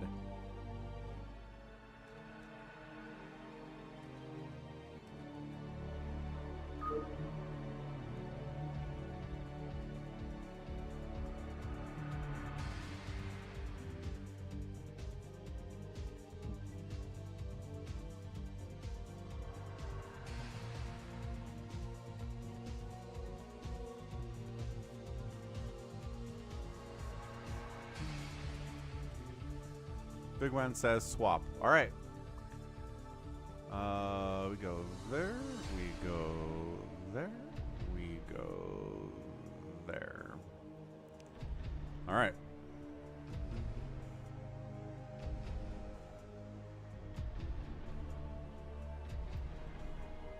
Sure. We'll get Exton in here. SwordFurb's played a lot today.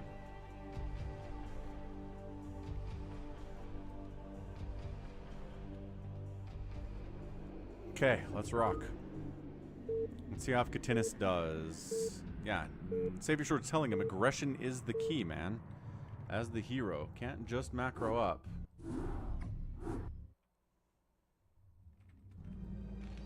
Alright, our hero this game is AvcaTiNuS. Playing Terran this time, so we get some hero Rainer stuff. We got DarkBlade playing Zerg. We have a Protoss up here. It is Can I Play Please? Gallons, bottom left, playing Protoss. SaviorSword, also playing Protoss in green. Bigwan is a brown Protoss. DarkBlade, red, we already said him. PotatoTerran, and then Exton Refter is down here. What's up, Z? Welcome to the stream, Z.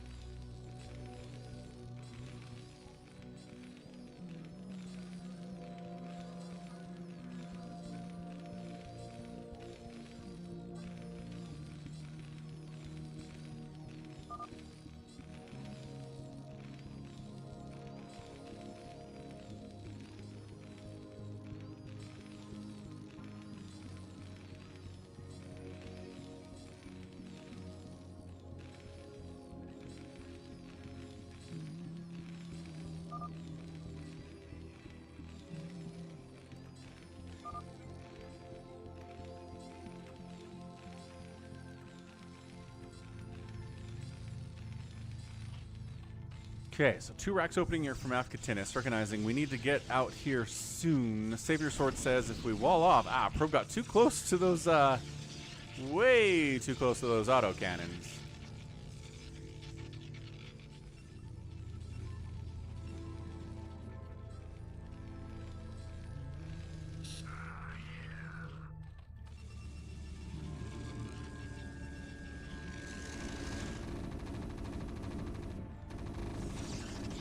Cannon 158. Kill the pylon. Kill the pylon. Get rid of that. Oh gosh. All right. Good contain. Contain is good. Yeah, we'll do a Falcon Unrest. I think I promised you a Falcon Unrest this week. So, yep, yippers. We're doing it.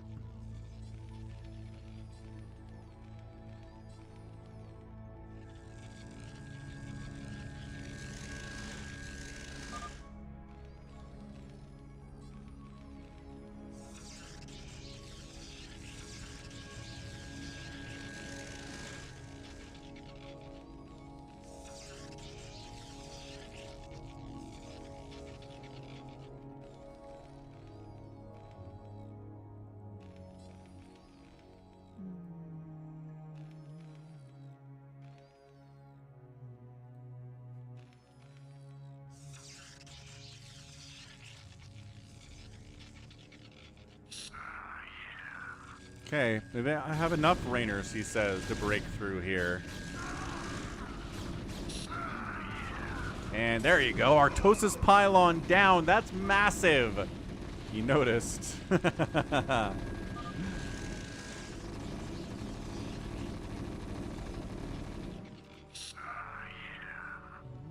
Okay, so now this is where you start attacking the neighbors. And this is where people are like, ah, heroes are overpowered.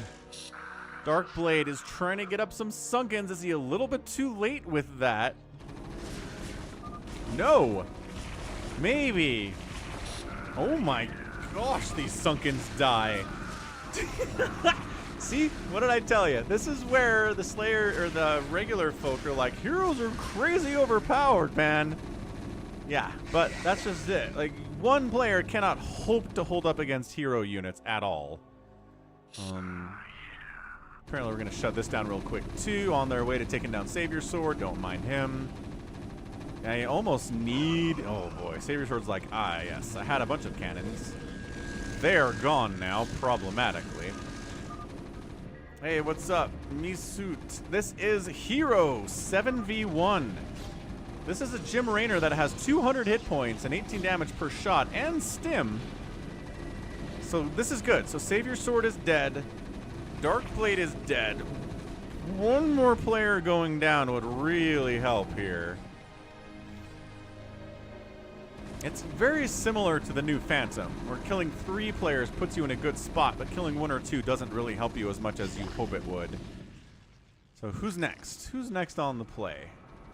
CanIplayplz has a ton of cannons, obviously going for drops.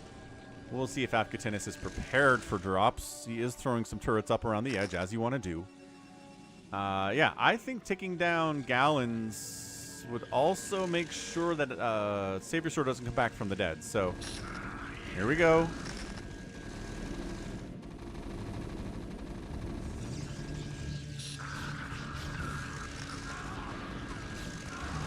There we go. Cannon's putting in some work. We got some vultures from PotatoTerran fighting here too. They're going to do all right.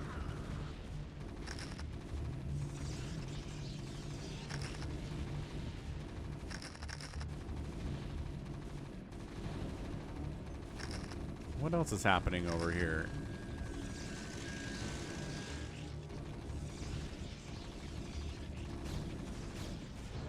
Happy says, Terran heroes are the best. I mean, Raynor's pretty great, but I mean, cannons will chew through that HP, man.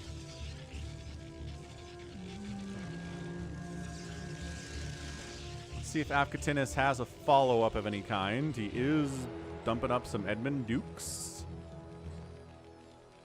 Got a turret up to try to deal with drops, because you know CanIplayplz is coming for you, right?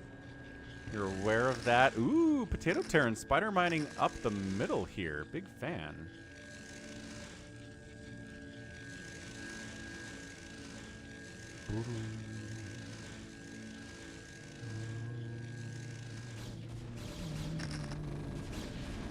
All right. Cannon down. Vultures. Spider mines fighting. Raynor's still pretty tough, man. They're trading out cost for cost.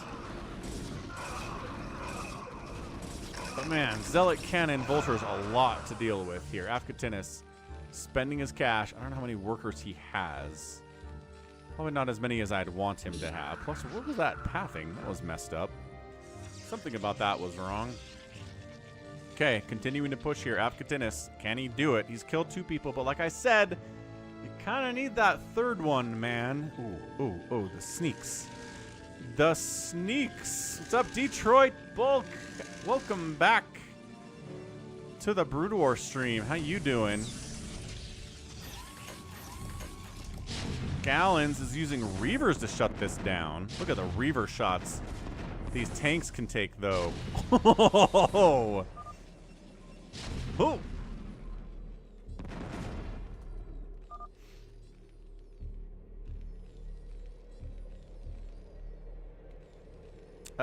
Yes, Alex, 100%. There's also photos of them playing Brood War in their hotel room at the NBA Finals, which is also fantastic. There's video of it, actually. Have you seen the video of it? Yeah. Spurs playing StarCraft in '99. Good stuff.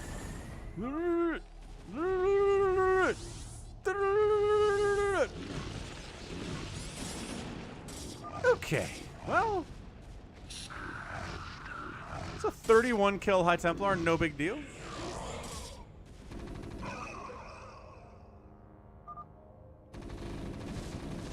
All right. Storm drops, man.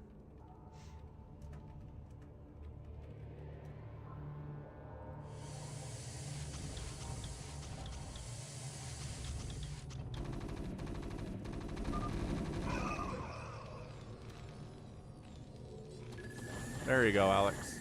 I found it. Because this is over, man. Like, if you can't deal with CanIplayplz's drops when you're the hero, you're just dead. It just doesn't matter. Like, it doesn't matter what else you do. Your priorities, honestly, should be killing your neighbors, getting a third player and having enough turrets and anti-air that drops do not get through.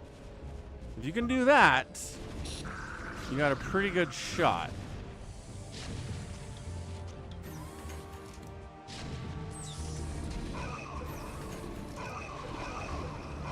What's great about the video of the guy of Spurs playing StarCraft is one of them's using a trackball. He's using a trackball to play StarCraft. Absolutely awesome. Hilarious stuff. Yeah, it just doesn't.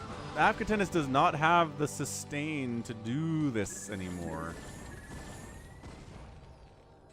He's at 48 supply. And yeah, heroes are good, but like a maxed out hero player is going to struggle against this many. 126, 132, 136. It's a lot, man.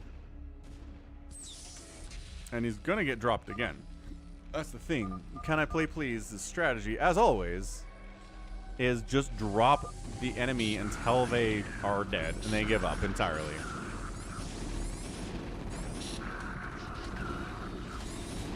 Tanks popping out. Reaver's joining the party, trying to save the day here. Zealot's coming in to help here too. Nice job from bigwan.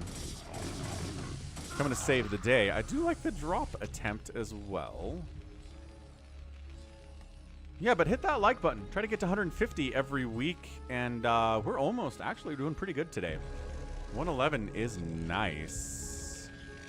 100's a good milestone. We already hit that. So 150, I don't think we've hit that in like 6 weeks. So getting it today would be pretty awesome.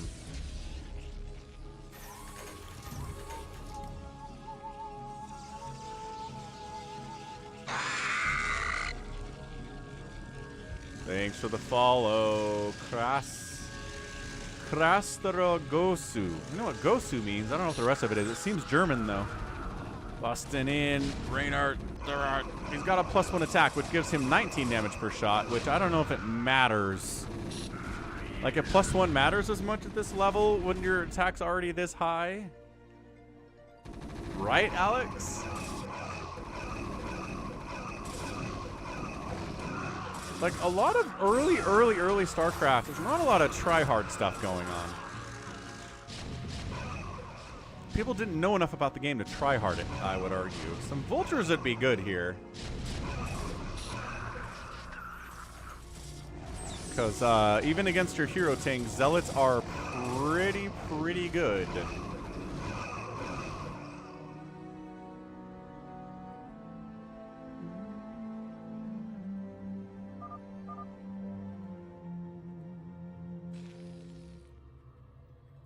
Gallons calling out drops like a good teammate he is, and he's also dropping himself.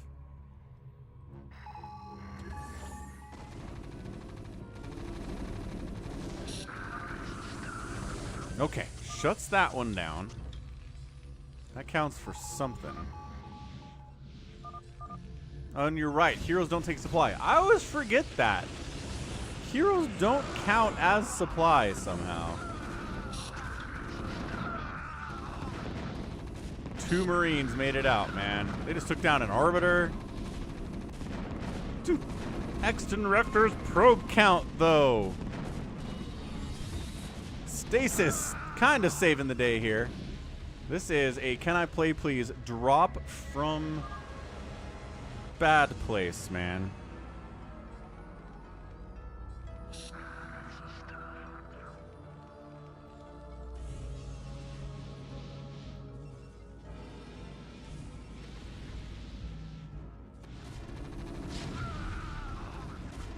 Trying to wipe out some of PotatoTerran's tanks here.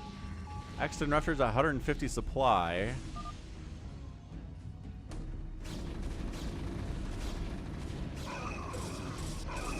Yeah, I think AvcaTiNuS is toast. And the storm drop!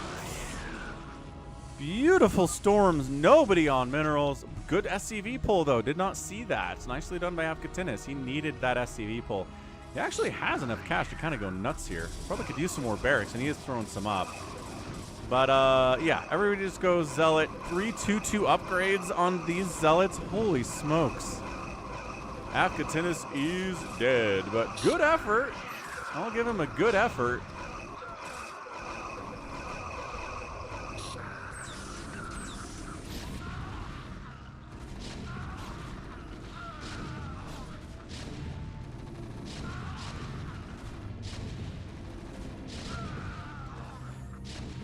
Yeah, we've got a Guy Montagas out. But also, this is happening. Okay, actually largely got shut down. Okay, AvcaTiNuS still has dudes, still has minerals. Fire bat, let's go, says SwordFurb. That's right. It's mass stasis play. And then, stasis on the SCV so they don't actually die. Yeah, for protection. I mean, the SCVs live, but like everything else is struggling. Okay. All right. And can I play, please? Is like, what's up? Yeah, stasising those SCVs means they're not dead. Incredible stuff. Okay, trying to add some fire bats to the mix here. Let's see how Guy does. Whoosh, whoosh, whoosh, whoosh. Whoosh, whoosh, whoosh. All right, all right, all right. A lot of zealots dying, and then the Marines handle the siege tanks. AvcaTiNuS gets a little bit of breathing room here. Reaver's in his main base, but SCV's alive. AvcaTiNuS producing. He's got 2/2 upgrades. I guess having 5 armor is better than having 3 armor. So upgrade armor is good. And yes, the hero has one of these. Hamster Coaster, when he plays this, he definitely is really good at being aggressive early, going for kills, teching up behind it. Hamster's probably our best player here at this. Can I Play Please is really good too. Another stasis. As it feels like Can I Play Please is here to help keep these guys alive against drops, although no drops are coming. So whatever, I guess.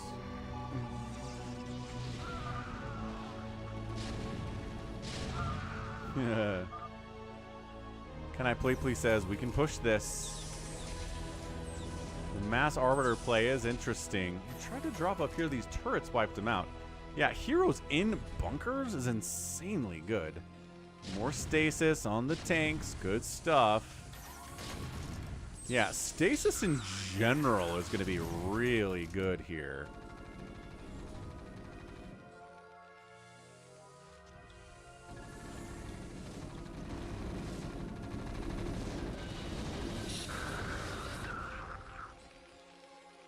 Nope. That didn't work. Not at all. So, I mean, AvcaTiNuS is holding. Yeah, Krasister's like, Stop trying to drop him. Just A move. Let's go. Hero 7v1, K217. DTs are all in here, causing issues too. Big fan of that. Firebat says, oh really? DTs, huh?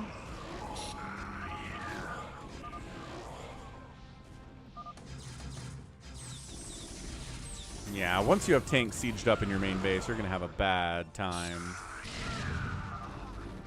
Heroes popping out is nice. But the slow, inexorable push feeling inexorable.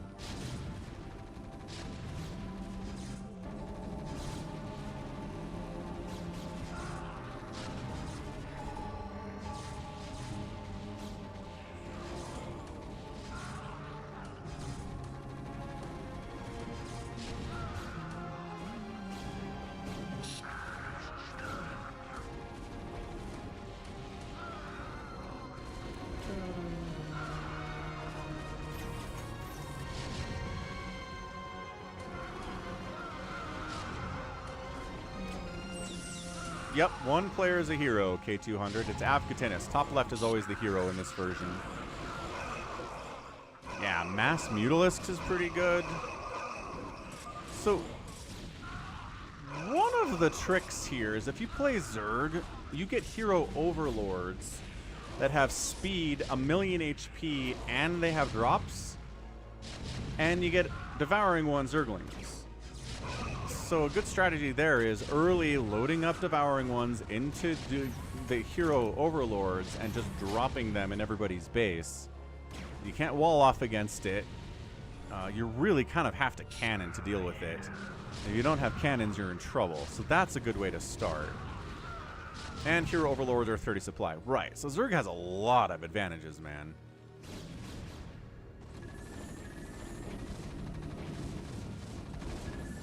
Another drop attempt on AvcaTiNuS.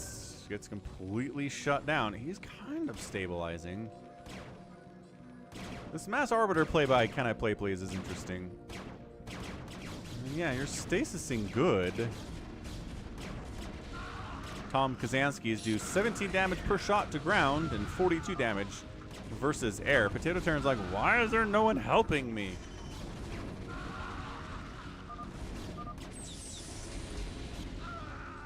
Gallon says he's going to change up the strats here, but AvcaTiNuS is being given enough time. No, drops are good if you can execute them.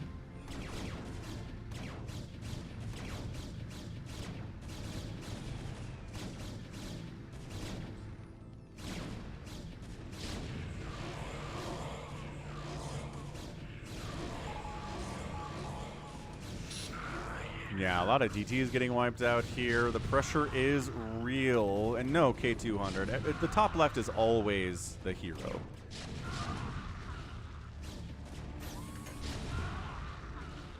Yeah, these Arbiters just hanging out are very funny.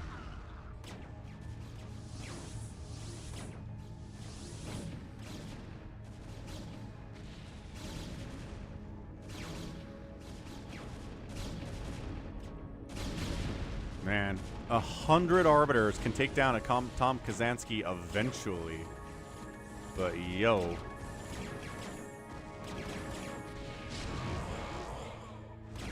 I don't know. Is this slow death or can AvcaTiNuS actually pull this off? I'm kind of feeling like it's slow death.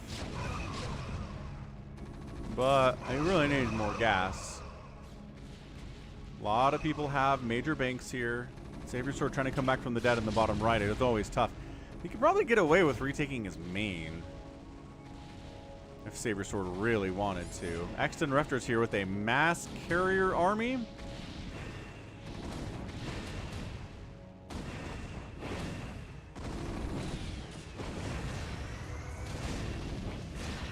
There is detection. So the Wraiths are dying, but they're taking a lot of carriers with them.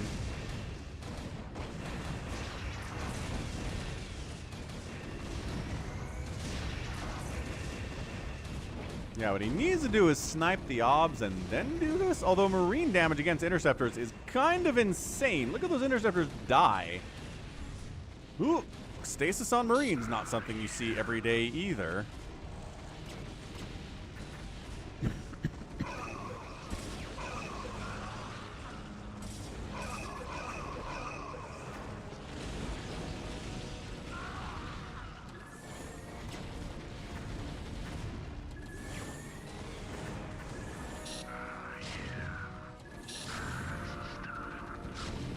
I mean, these are... Oh, and you get more upgrades. Everybody actually gets access to more upgrades, right?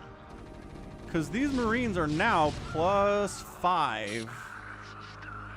Which means now they're doing 18 + 5 damage, which is actually pretty substantial.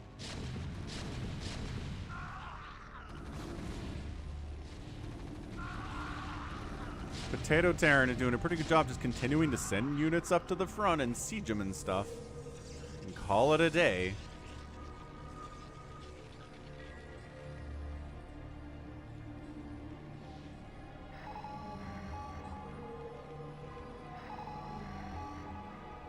I don't know where these guys are going.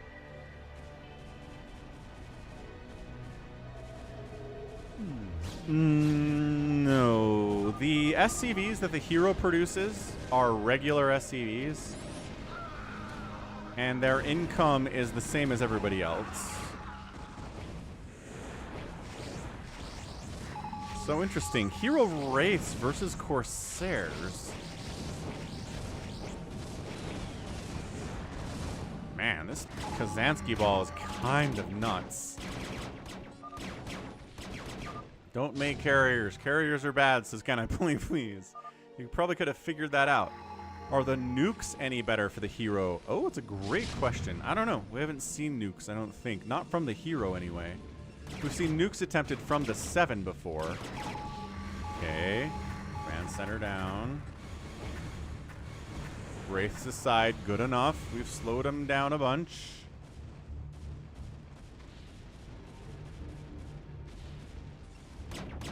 Wraiths going after another major nexus, at least keeping the attention off this front door for a minute. Battle cruisers exist, but if you want to do anything, I don't know. Like, CanIplayplz going mass stasis is actually pretty great. It's going to be hard to counter for sure.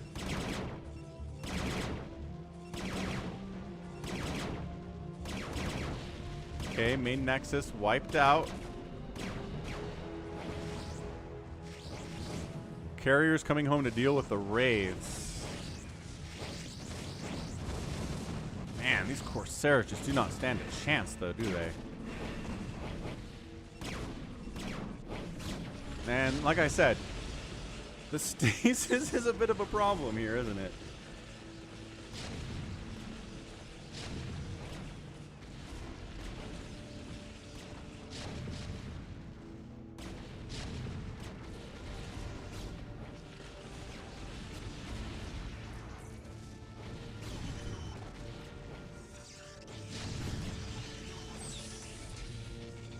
Mass Archon is a bit of a play here for bigwan, interestingly enough.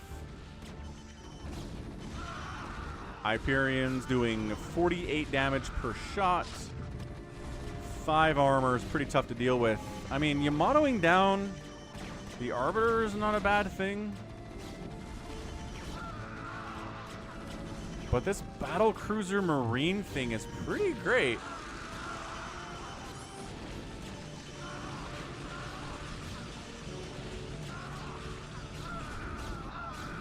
This might be a pretty impressive win from AvcaTiNuS if he can pull this off.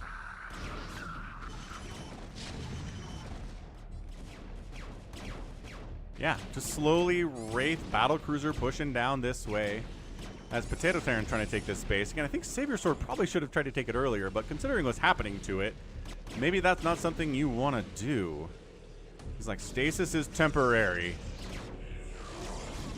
Victory is forever. These are 850 hit point battle cruisers, man. Even if you storm them. Okay, stasis. Yeah, stasis delay here. And you don't have a supply limit? PotatoTerran tapped out. What? PotatoTerran decided that he couldn't handle the BCs, I guess?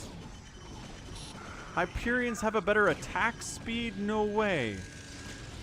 Okay, that's actually pretty amazing. Like, really amazing.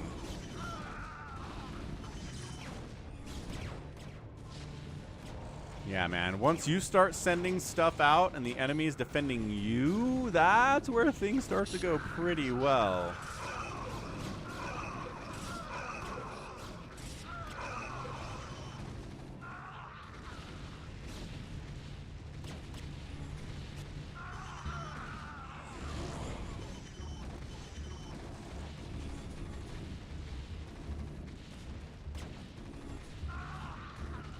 The stasises are so good, man.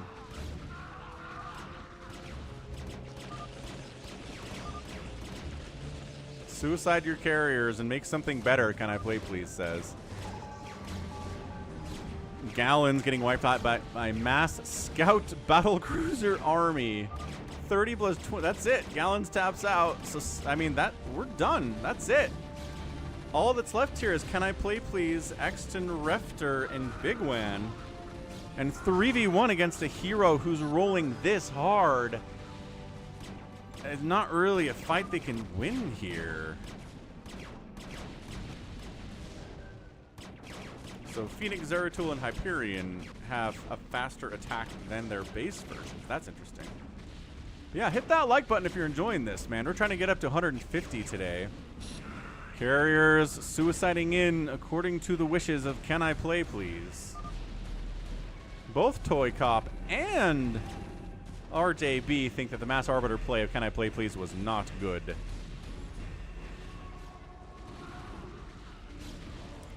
Yeah, these Marines have 6 armor now.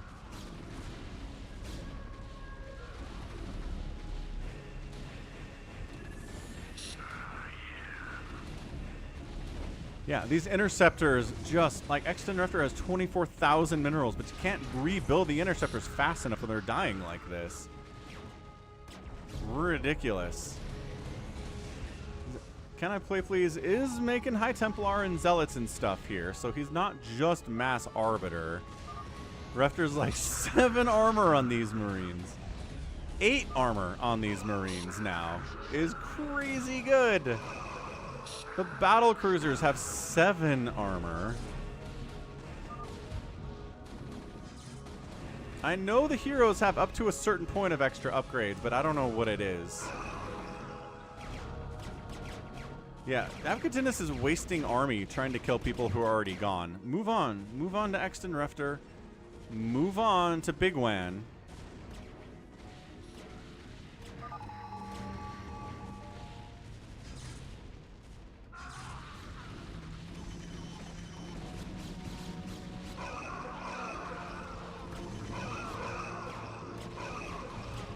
At least these guys seem to be running the correct direction to people who are not already dead, but like, this is a complete waste.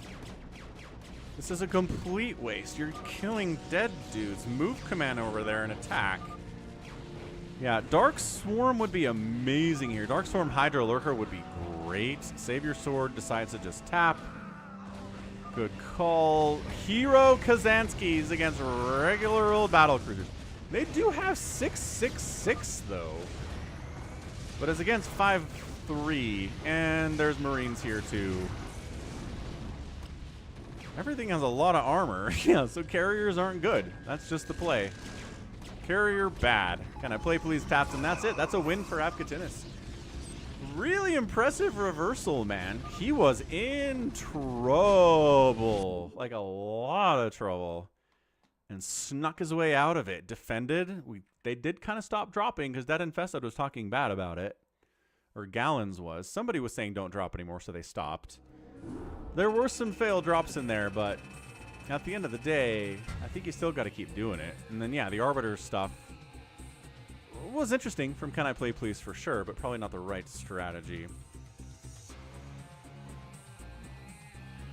That was not a free-for-all, Allbrand Abe. That was a hero versus 7 UMS map. I mean, the kill-death ratio here is insane. 1,600 units killed. Next closest is 200 for PotatoTerran. Yeah, good stuff. Okay, we're gonna redo that thing we did last week. Random SAT micro.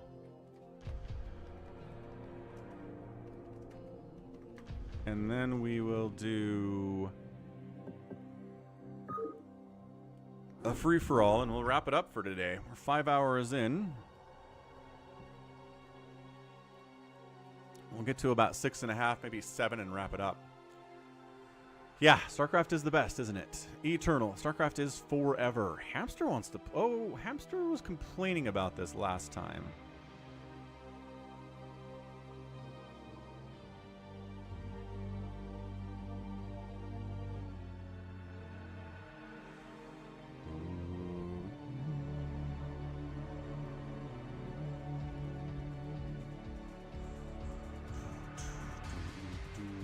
Sure thing, Detroit.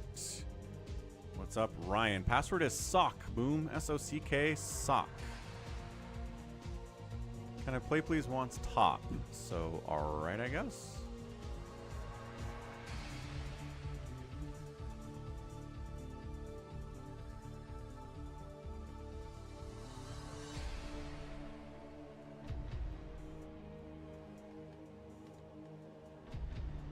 Hey, what's up, Brand Cassette? How you doing?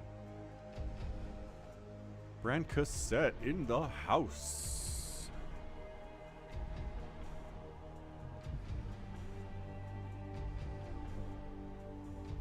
Hamster missed Phantom. He missed... They haven't had a fastest map yet. Not sure we're going to. SaviorSword with the red, man. Here. Who's BearDown?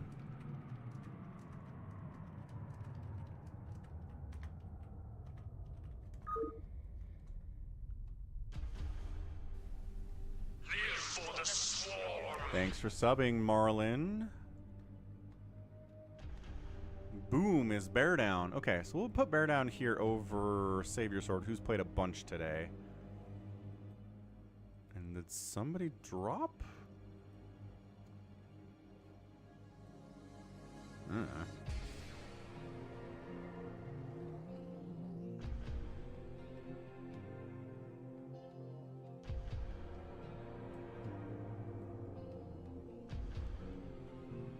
guess we'll get SaviorSword back up. Sweet. So BearDown's in. bigwan. Hamster, can I play please? ToyCop. Oh, Striker went down. Got it. Got it, got it, got it. Oh, Happy Nose Hamster. Cool stuff. All right, let's rock. Ba-doom.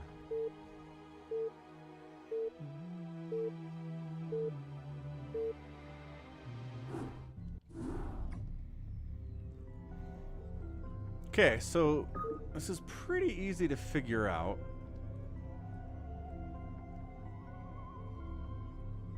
Basically, there are waves of enemy units that come at you, and the units you get are random. So if you defend the group that comes at you and kill them all, you're good. If you get wiped out, the remaining units get sent to your teammate. So it this is basically the start here, right? We got Can I Play Please, Hamster, Boom, bigwan, SaviorSword, and ToyCop. So enemy units spawn up here, right? There you go, on all of these spots. Bam, bam, bam, bam, bam, bam. And then you get random spawns down here. So siege tanks, High Templar Goliaths. We got vultures and firebats and medics. We got a Reaver, Lings, and a couple tanks, right? So then your job is to defend with the random units that you're given. Lurkers and, sure man, Lurkers and Dark Archon, Zealot, and a Kerrigan. And then they come at you.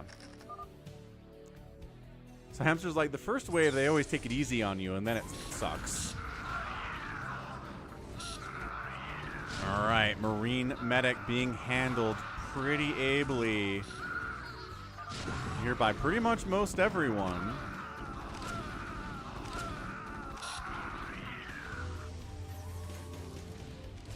Ooh, Maelstrom sound. Oh, nice Maelstrom on a couple of these Marines. Very fun stuff. And the medics are running for the CPU. That's funny, and then that's a win. So, right? So if our guy up here, Boom, had failed, his units would have been sent up to his neighbor to come attack him after he dealt with his first wave, and then it just kind of goes through. And if it gets through everyone, it starts coming down here, and you have random stuff to defend with. And if it gets through everybody down here, they start attacking this sunken, and if it dies, you lose, is the play. Hey, what's up, Jared? A mini 2v2 tourney for next week. Could be interesting. Could be interesting. Uh-oh. So yeah, that's Boom getting wiped out, and now look, those units, bam, they popped over here. Now they're going after SaviorSword, who is getting rolled too, and bam again. The more units come down, but we've got Dark Swarm, Siege Tank, DT, not a bad comp, but not enough. And oh, great Plague. Even if you can't kill these guys, Plague is great. Unrest, melee. Dark Swarm Hydra against Plague stuff, and it's a hold by Can I Play Please, maybe? Yes, the Dark Swarm. And the Lurkers. Ooh, it's barely a hold by Can I Play Please there. That was tough, but they did it. All right. Whew. Bit sad I didn't say fancy pantsy. Fancy pantsy new maps. You want someone to create new maps for this?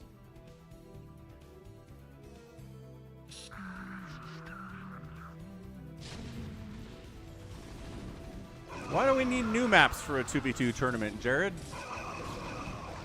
Okay, who's getting rolled here? That's a roll. Okay, Boom gets rolled. Next round, SaviorSword.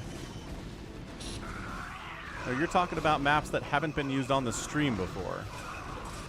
What's up, Slinky? Sunday Fun Day, yes indeed. This is great. And then once again, Skip. Come down here, wipe this group out. I mean, buying time, but this is, golly, this is looking tough. All right, so this group's going to move down. And here we go, down along the bottom row. These tanks aren't sieged up for Boom, so they're gone. Did Boom leave?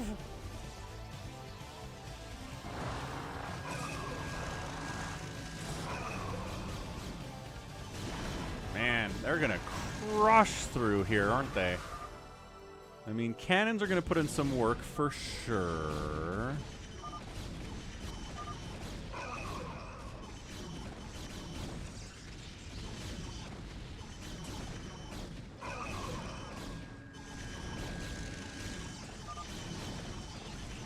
Okay, so that's a hold, but man, that was pretty dicey for like round 3 or whatever that was. I think that was round 3.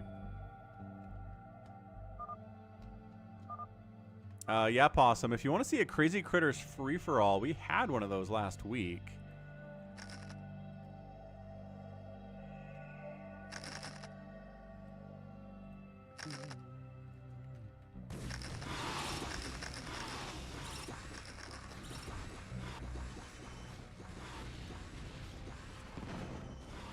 Right, sorry. Wrong.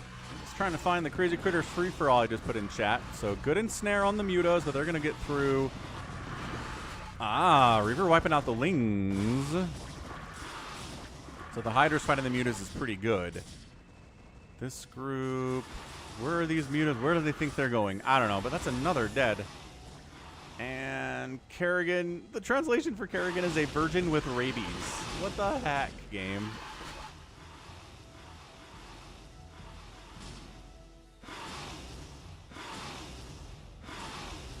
Sure thing, Korean guys. Muta's not even really bothering to like spread out. Sato used Google Translate and sometimes they come out funny. Yeah.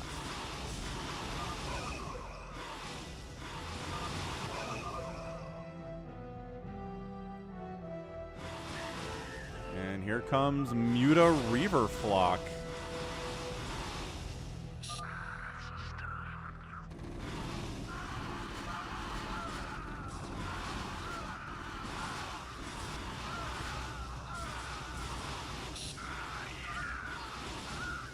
I like how this Reaver is just like not keeping up with the army at all, as usual. And these cannons should definitely... Oh, the Marines handled it. All right. The Reaver says, nuh-uh.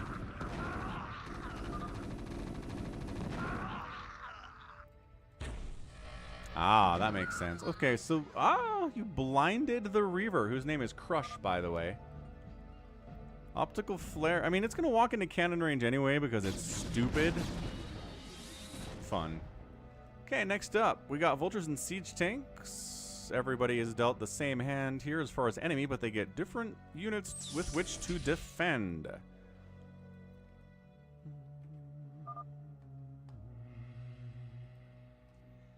Alright, BearDown Wildcat.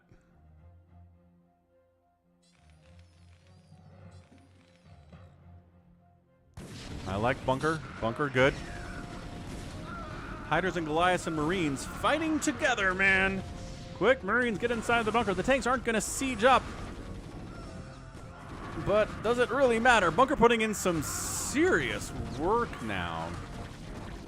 Bunker, go. Is the golf ball fallen? Like, the bunker's name is the golf ball fallen, which is incredible stuff. This bunker is putting in some work. Not quite enough there. Uh-oh.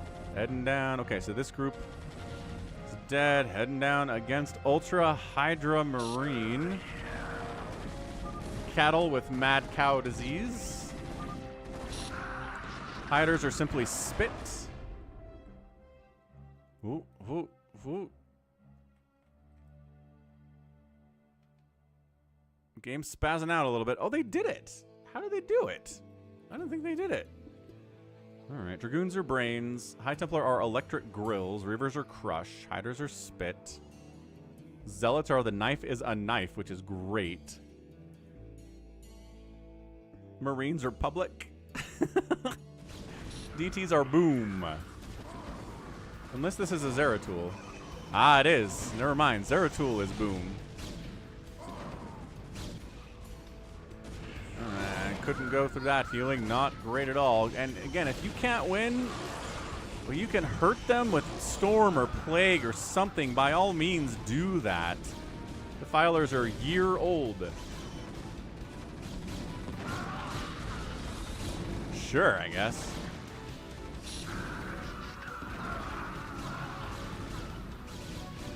This is actually looking pretty bad. This might be it. Holy cow. This might be it. Come on, Siege Things. Kill everything. Ah! Yeah, big time eep here.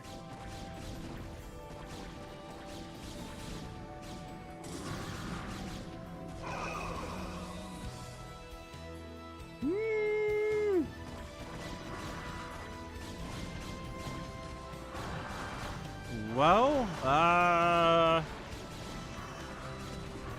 did the High Templar Storm.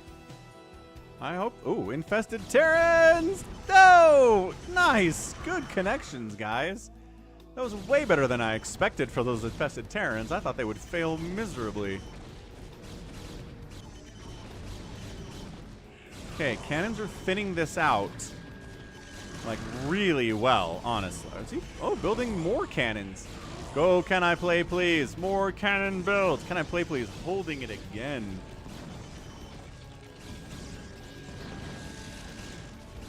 And Reaver again in cannon range.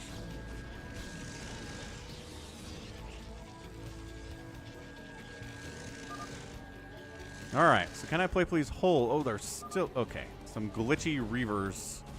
Ah! Ooh, the glitchy Reavers teleported over here, got damage against the Sunken. Now it's down to 200 hit points. That's annoying. What the heck? That's terrible. All right, next round. Marines, Firebats, Medics, Hydras, Defilers. Will the Defilers be good or bad? Let's see if the Defiler does anything here. In fairness, I don't think he had to do anything there because this is just a crushing. This Defiler... No, maybe throw up a Dark Swarm, I guess?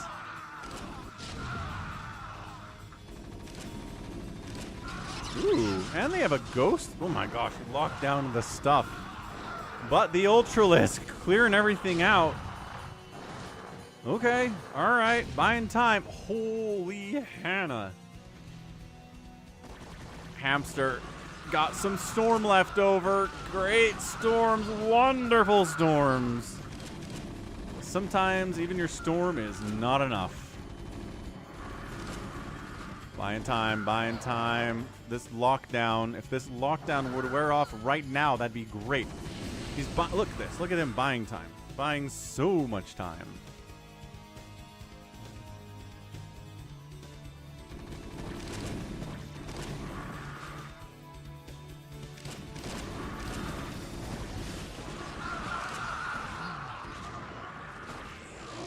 Excellent. Bought time for the stasis or the lockdown to wear off. I mean, you're still going to die, but 74 energy is hamster. Almost had a storm there. Brutal. What's up, Overgus? How's it going, man? How goes the casting? You can run away to the green ground.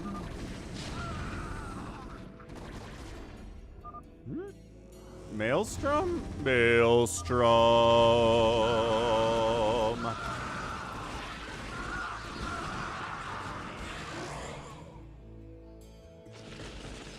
Hallucinated Dark Archon.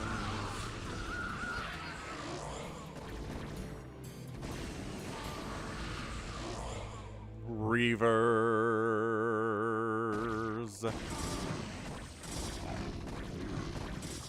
Okay, that's a hold. I like how the medics are just like, bye everyone. Whee! Probably a little bit of overkill, but whatevs. All right, round 8, fight.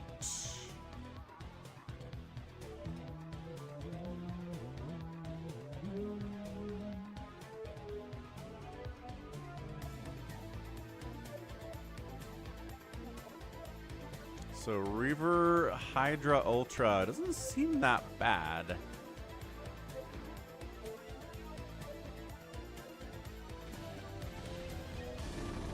Unless the Reaver is like a hero Reaver. It's not. It's a regular Reaver. Get that Kerrigan in there. Yeah. Yeah. Maybe some Ensnare would be good. Ugh. Okay. Death of Infested Kerrigan sounds.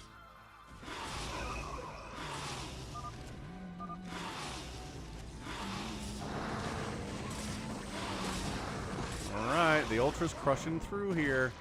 Hamster's got DTs. The Ghost is not going to be very good against, well, the bio stuff. You can maybe lock down a Reaver to buy some time, I guess.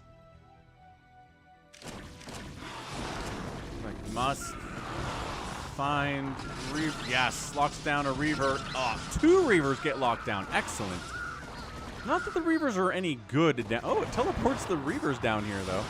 Even if they are locked down, that's fun. Storm it. Storm it. Oh, boy.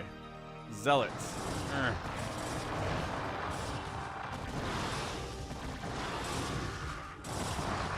Somebody's lagging a little bit here. Okay. Looks like we're good. Woo! Looks like we're good. Yeah. I mean, you don't want to... It doesn't really matter if you take some hits from these Reavers as long as you kill them. Good spread by bigwan. Once again, just creeping into range of stuff that can kill you when you can outrange them easily. Don't know what that's all about. Step away for a second. Grab another Coke Zero real fast, but we'll see how the next round goes.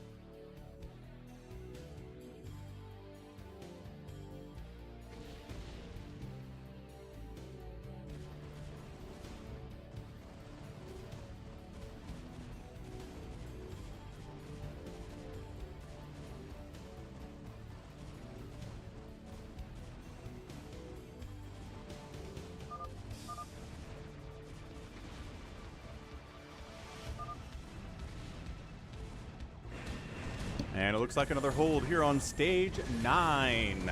All right, all right. We got this. We got this. Everything's fine. Kerrigan dying sound is a good one. All right, Battlecruiser Reaver. Battlecruisers are called paper planes, mind you. Not a ton of anti-air down here either. So this is tough. This is where Hamster complains. We're starting getting into later rounds here.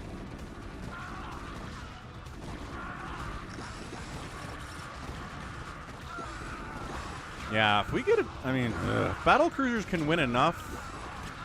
Giant battle cruiser fleet's gonna be tough to deal with, man. Yeah, these guys are winning, so they're gonna meet up with these dudes. And Dark Swarm is kicking butt and taking names here. Hamster, as always, holding.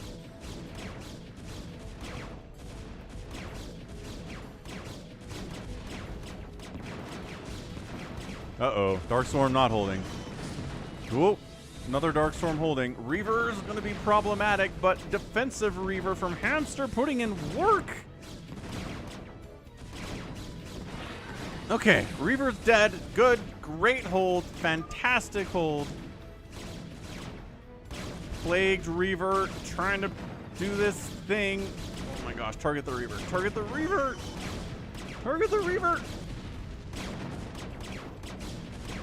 What the? Where did more battle? What the? Oh, they're swinging back around because somebody got defeated. Can I please get defeated? This Dark Swarm is so good. Wow, this would have been so much worse. Hey, Scout, it's going to be Falcon Unrest. Bigwan, okay, Bigwan's down here with some Goliaths. He can wipe out a couple of these BCs. Target the super injured ones. One goes, 2, 3. Yes! 3 of the battle cruisers die. Bigwan with the micro. Let's go. Ugh, there's Reavers to deal with 2. Run. Run, Goliath man.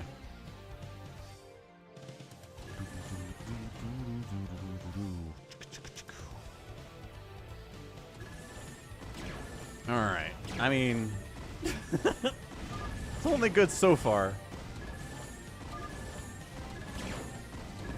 Wow, really not bad at all. And then all we've got, 1 BC remaining. You could mind control it. Nope, okay, no mind control, that's fine. Nice, okay, that's a hold. Whew, that's a hold. So we got Dragoon, DT, Zealot, Dark Archon. I don't know if I like vultures here all that much, but not bad. What is it? 2 Goliaths and an Archon garbage. That sucks. SaviorSword's like, what? I have an Archon and 2 Goliath. This is garbo. Yeah, sometimes you just get terrible, terrible unit comps. It does look like a hero Goliath anyway.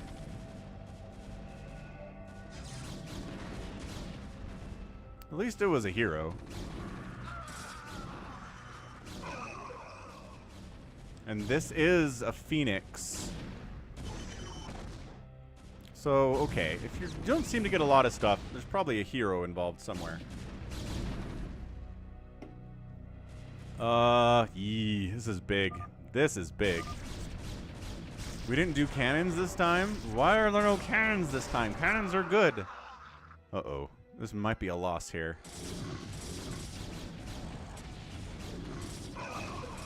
Yeah, man. Dragoons. What the? Okay, Dragoons kind of kill all of this stuff. Hamster forgot to make cannons. I'm not brown. ToyCop says, it was me. It was me. ToyCop forgot.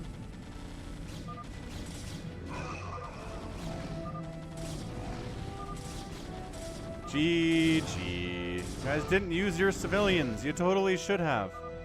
I did, says SaviorSword. Oh, this gets res...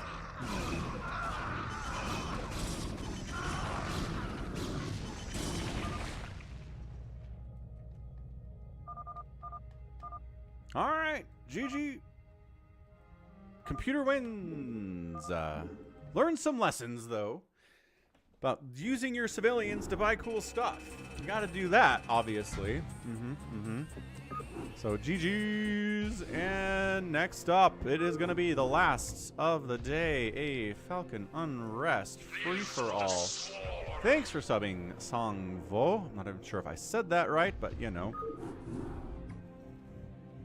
Falcon Unrest version 7, as edited by Litany Against Fear and SaviorSword. And who else edited this map? There was someone else. JohnDoe did a little bit of editing to it too.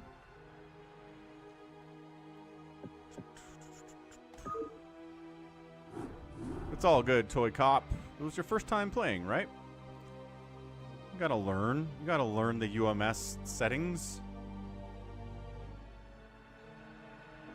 Okay, I promised Striker and Detroit spots, and I think that's it. SaviorSword says he never edited this map. Oh, okay. Well, somebody certainly did. Gallons in too late.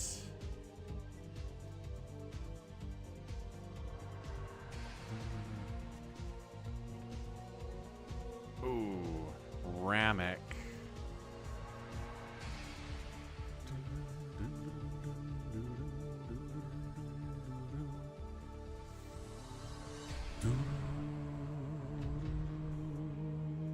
Bazump is here. Is that real Bazump? It's real Bazump. Oh, yeah. I gotta get Scout in here. Sorry, people. Who am I gonna murder for this? I gotta murder someone. I don't know who to murder for this. Scout is here. And SaviorSword has played in a lot today. Sorry, SaviorSword. I don't know about rAmEc, though.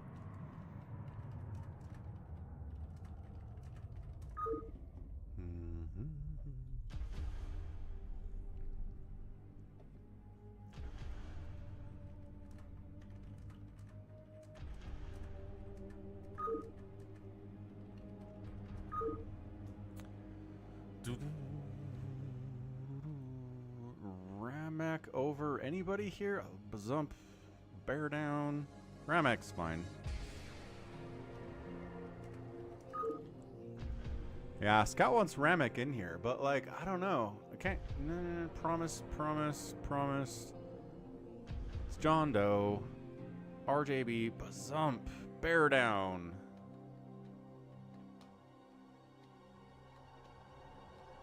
rAmEc is a beast.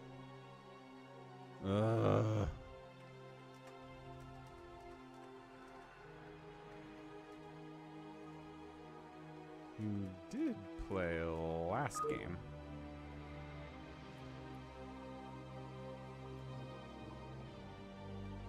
Hey, Focus Panic. Ah, BattleNet wiped you out, huh?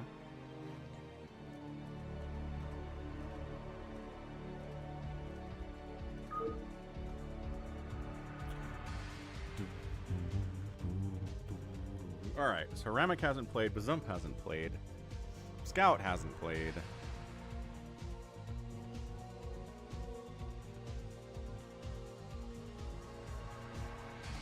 Alright, boom. We'll get you next week. Hold me to it. I'm not going to guarantee I'll remember.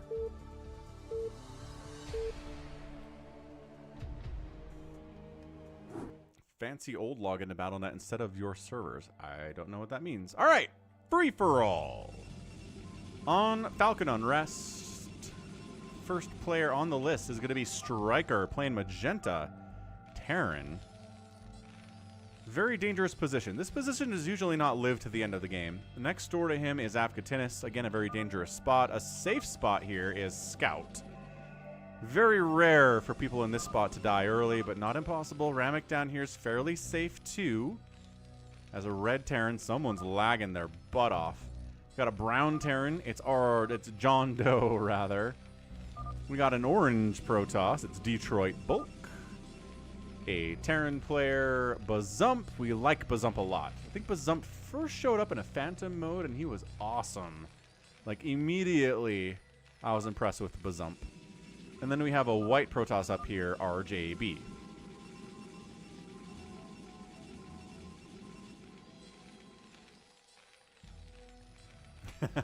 Yeah, ToyCop. Random unit anything gets interesting, doesn't it?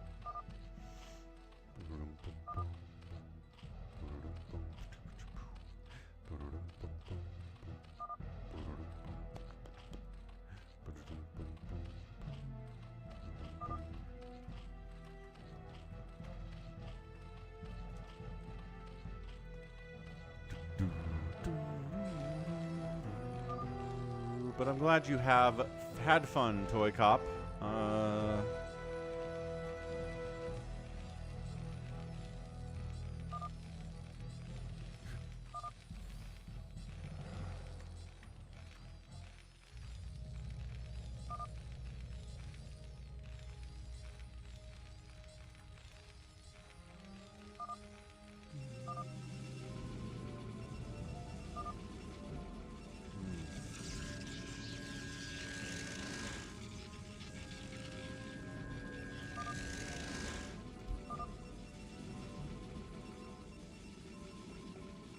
This is a live game. Botme? Botterny? Something like that. RJB says, scouting is for wussies.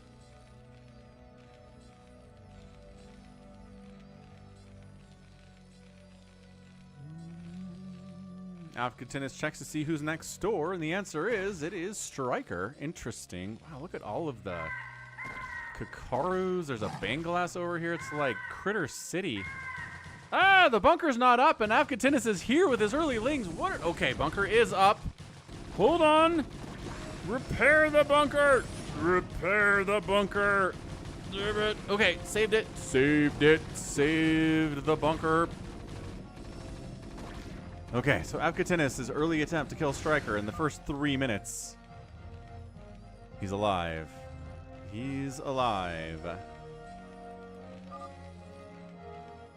Was that a 4-pool? It was fast. It was definitely fast.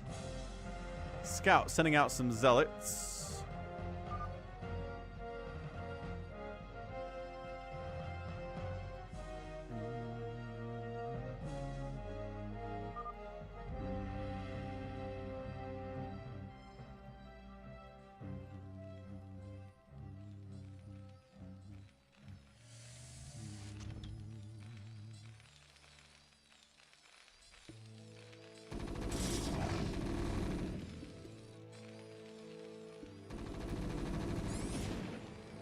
Alright, AvcaTiNuS says, maybe I can take down rAmEc. He doesn't have a bunker. He does have a good number of Marines, though.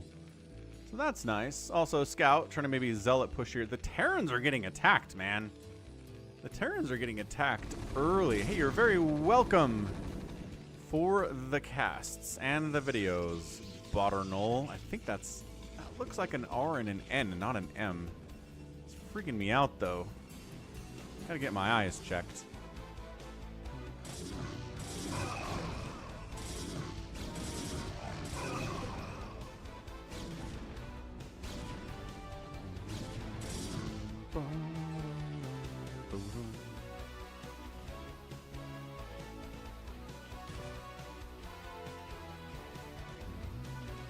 What's going on over here? Oh, RJB is wiping out Detroit bulk with like a Dragoon? That's a 4-kill Dragoon. I mean, he probably sent more than one, but still. Detroit has some cash. He's probably making a Dragoon, but he's outnumbered 2-1 right now. If he tries that. Botternol. It is Botternol. Right on, man.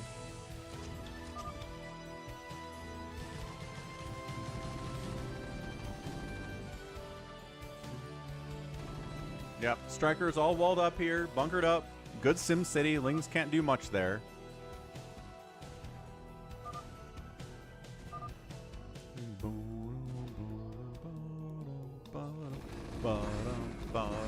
Yeah, now there's medics. And now AvcaTiNuS is in trouble. Lot of trouble here. Oh, a zealot. Interesting.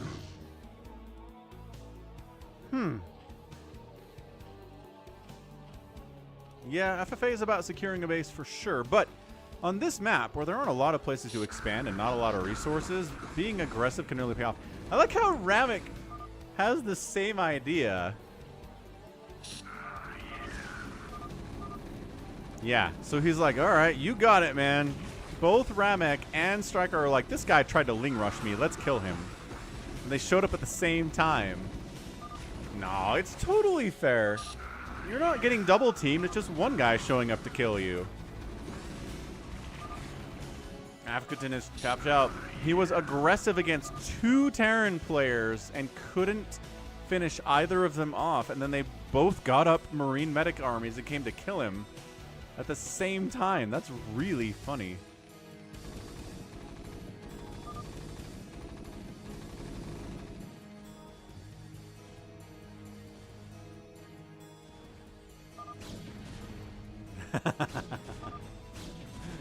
Yeah, RJB is a monster. Is Happy a really great StarCraft 2 player, or I guess? That's interesting. Good stuff, Happy.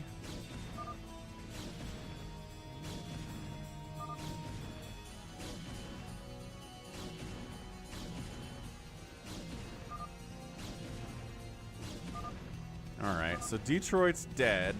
AvcaTiNuS is dead. Detroit's complaining about being next to RJB, and GG's out. 6,000 MMR? Holy smokes, Happy. Yeah, Happy's a monster, too. Fair. Bazump! Siege tank pushing on RJB, who has Dragoons. Seems dicey. Seems dicey for him. Striker trying to make an alliance here with rAmEc. We'll see if that happens.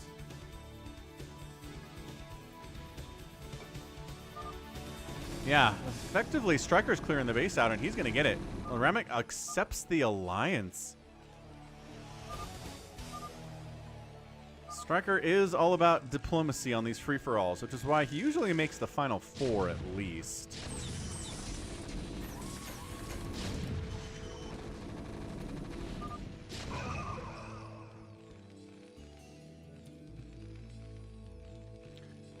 Yeah, JohnDoe's got some siege tanks out here too, so the tank plays are good. Ooh, the DT response from RJB though was awesome.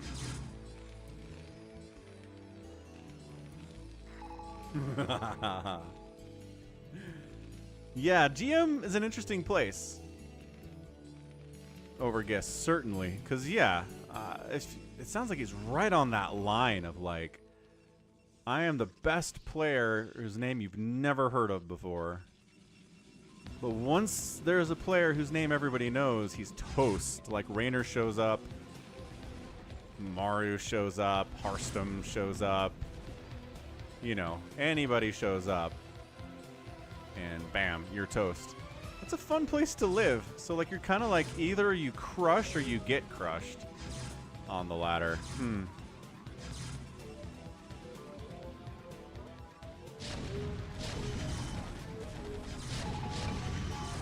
RJB says the line must be drawn here. Says you don't get a tank push me like this. But he totally does, because this is not going to work.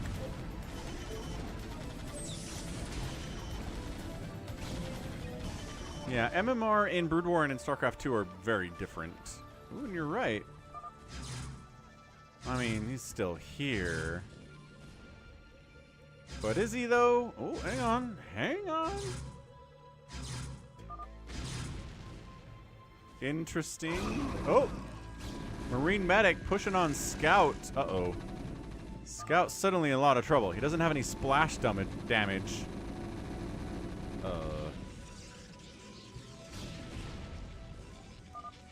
Okay, Speed Lot's going to be pretty good here as far as tanking a little bit of damage and letting the Dragoons to get in here.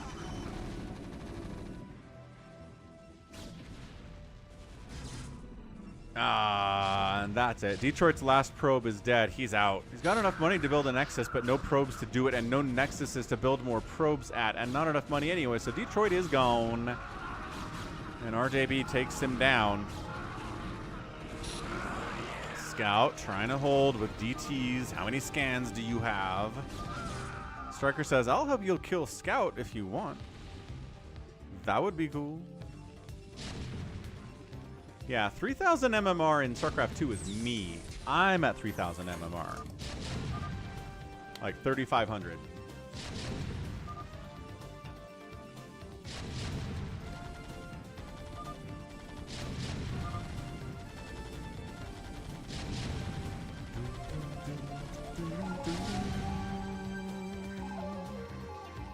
RJB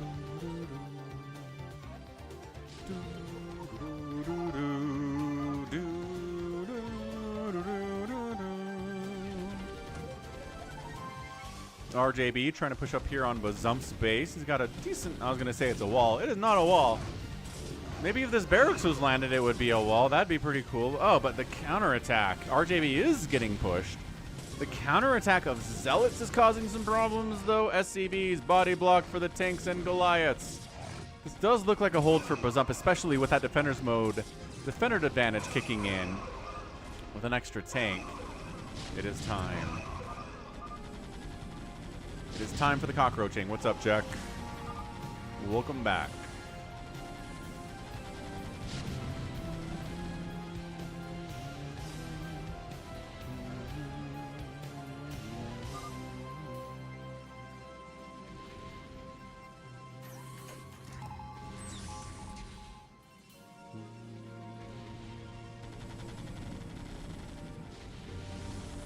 RJB being quiet. Bazump being strong. DTs from Scout trying to do stuff here. He's got some High Templar in the mix too. With enough energy for Storms. Whether Storm is researched yet or not, I don't know. But I'm basically... it's tanks though. A lot of TvP going on. There's the haha RJB for the bingo card.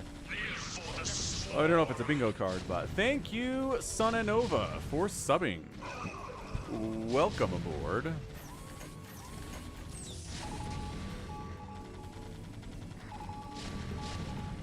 Yeah.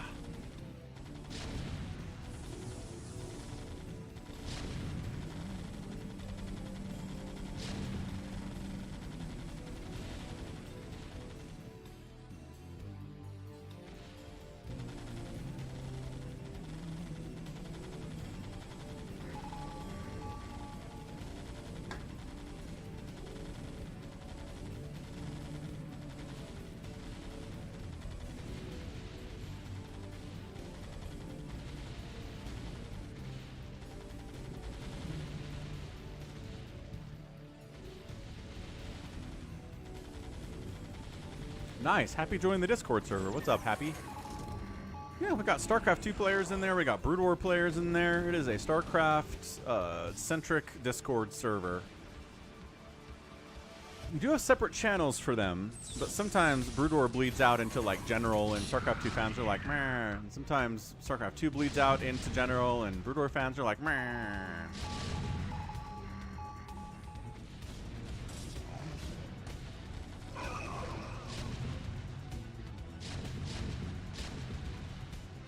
Okay, well, cockroaching pretty well here is RJB. He's built on Detroit's corpse. He's in the top right. He's on the right side. He's over here, too. I mean, good grief. The cockroaching is good. This is a fastest pace FFA you've ever seen. Yeah, this is pretty good. Usually we settle down until about 4 players are left, and then it's chill. Oh, nice. Happy makes StarCraft 1 maps. That's very cool.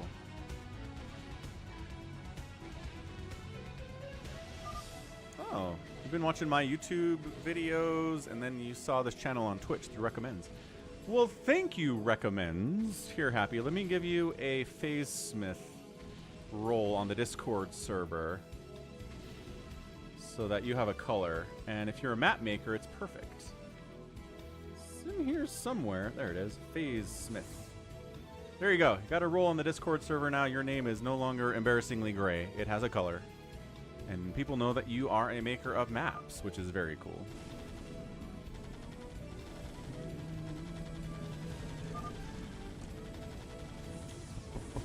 So Happy is a StarCraft 2 Brood War guy. Excellent. RJB being hunted down. Hamster is a big fan of Happy's maps. Excellent stuff. There you go. Happy has a color on the Discord server, he says. He did it.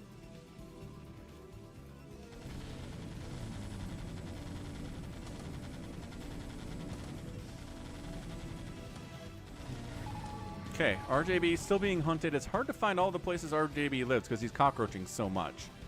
So Scout's on trying to get a third base, but this tank position is really annoying to deal with JohnDoe down here causing tank issues.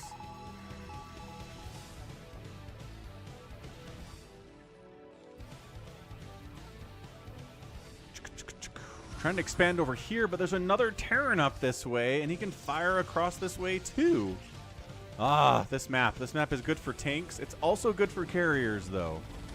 So the double-edged sword of this map is that Terrans are happy about things, but also sad about other things.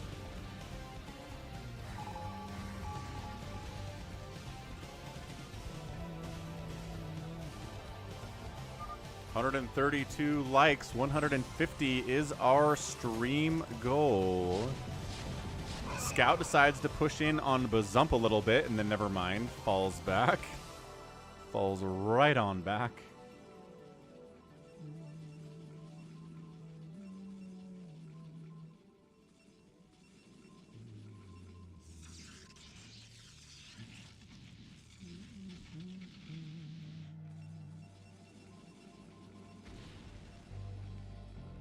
And as usual, no Zergs are alive.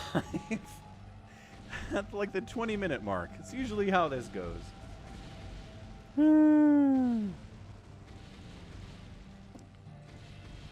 Scout trying to break out of this contain that rAmEc's got him in, but man, it's bunkers, turrets, siege tanks, science vessels. The bunkers are causing much more of a problem than I thought they would. Because you can't storm the bunkers, can ya? Incredible. That Archon makes it away with all of 6 hit points to his name.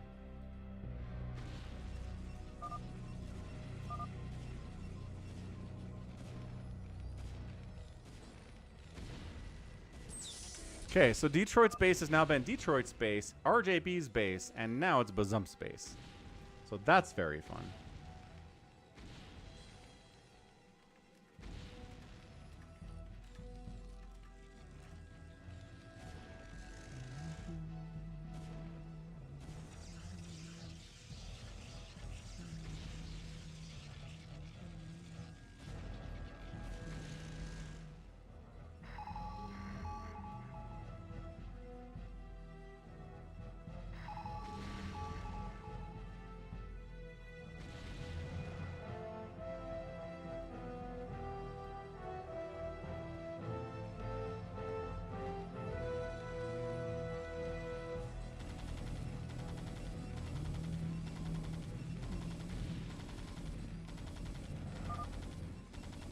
Ooh, yeah, happy. Hey, Halib, what's up, dude? Yep, Scout's playing well. He always plays fast. I don't know how his EAPM is, but his APM is pretty zippy. Yeah, happy. So we're doing Phantom mode games, right? And we want to come up with a way that reveals to... What did we want to do with that again? Oh yeah, it tells the audience and the players how many Phantoms there are and how many are remaining after one gets eliminated. Something like that. Yeah. So that mostly the OBS. So the OBS gets information about when a Phantom dies, I think is all we want.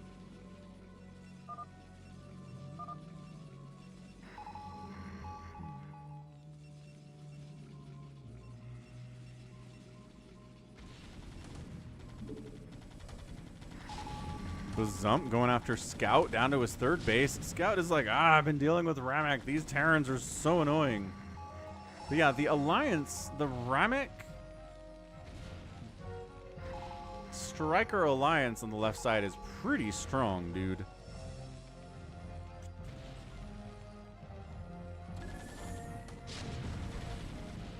Bam. Scout loses it. We got an inadvertent TvT down here with John firing on Bazump by accident.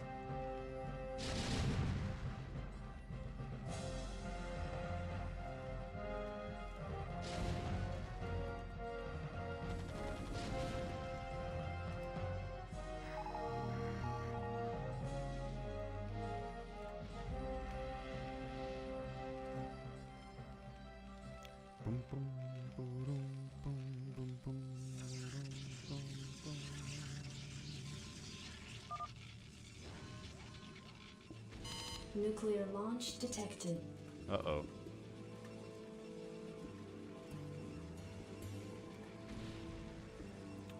Bum, bum, bum. Where is the nuke? Where is the nuke? It appears to have not landed. Oh, there we go. We caught it. We barely caught it.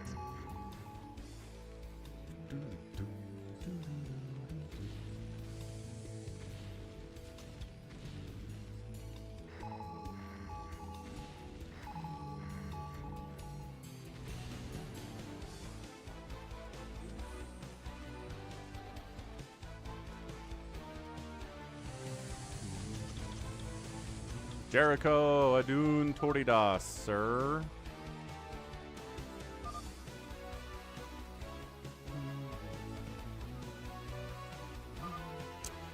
Happy, yeah. Let me get you the map. Maybe both of the Phantoms. We'll take a look at both of them.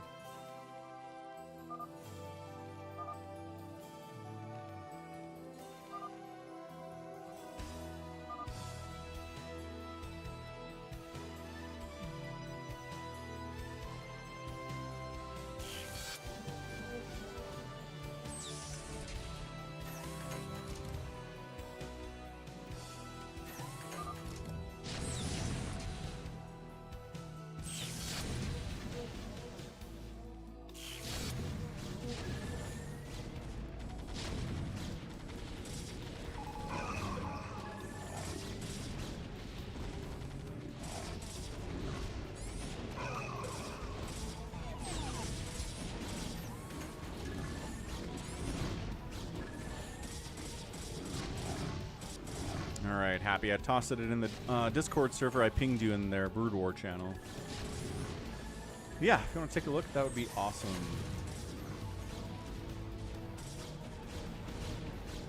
Anyway, Scout is now getting his revenge on Bazump by killing this base of his. Kind of getting pushed over this way. Can we jack? 135 is close. 150 seems very doable. RJB continuing to cockroach along the right side of the map. And guess what he's doing?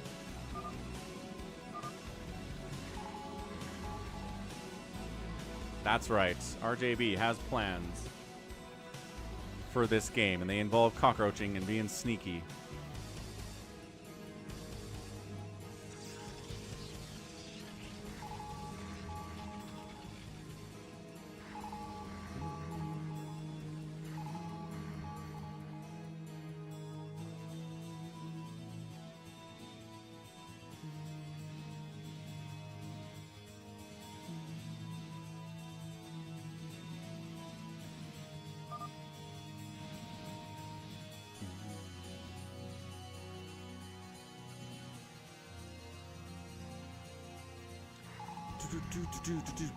All right, we're battle cruiser siege tanking up this right side is Striker. RJB evacs one of his cockroach bases.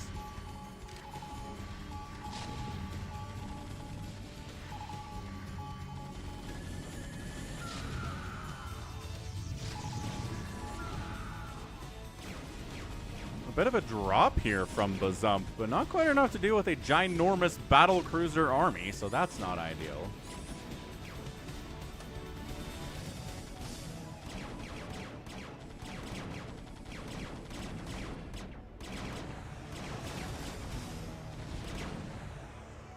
Very nice indeed.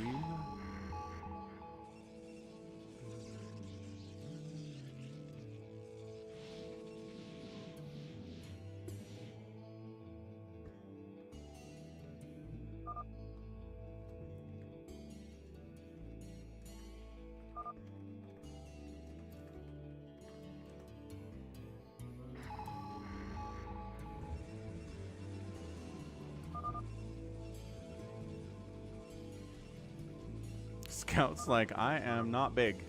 True. Everybody left over is bigger than you. So it's a safe location, but sometimes it could be hard to move out and expand a bunch.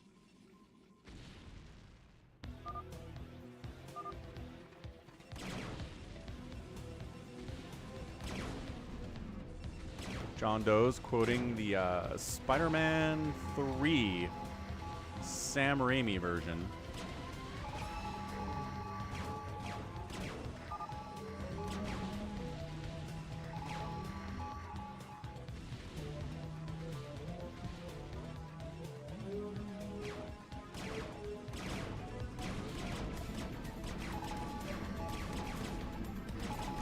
RJB's income is definitely getting squeezed here, losing 2 of his bases, but he's at 173 supply. The supply lock is going to be a problem here with these nexuses and pylons going down. Gonna have to build some more pylons or maybe another nexus. Yeah, there's the supply block.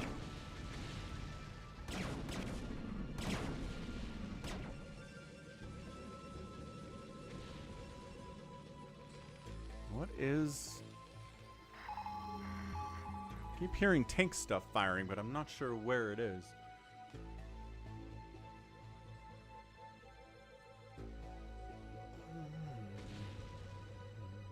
Boom, boom, boom, boom.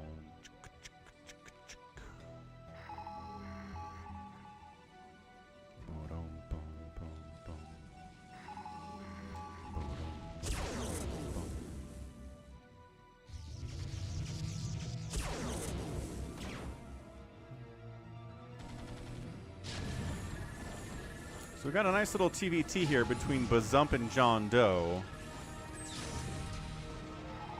And Scout is just getting squeezed by the empires of Striker and rAmEc, who are on either side of him and continuing to take more and more bases.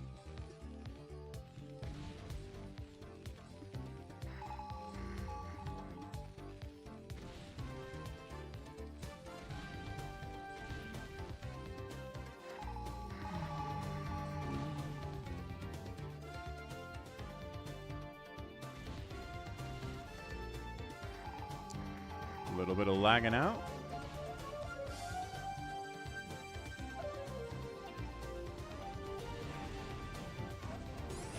RJB's upgrades are at a 2-2-2. Love that. Goliath's ready to rock. bazumpw knows how to handle with those. Oh, here's some sneaking stuff. Nice. Nuclear launch detected. All right, Striker loves his nukes and free-for-alls. I don't know if they're most cost-efficient, but they are fun. We are a big fan of them for sure. Ooh, killing some ghosts of bazumpws too. Not quite ready for that one. Nuclear launch detected. And then nuke number 2, but not gonna happen. See you later, alligator. Yeah, first one got off. Good enough.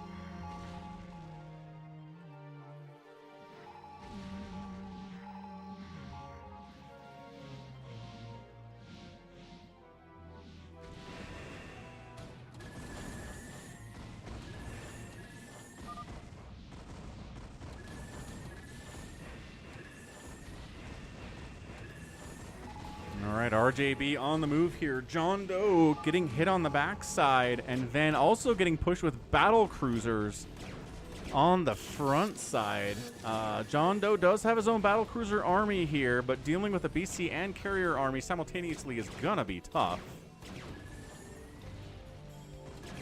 Yeah, I don't know that JohnDoe is gonna survive much longer here.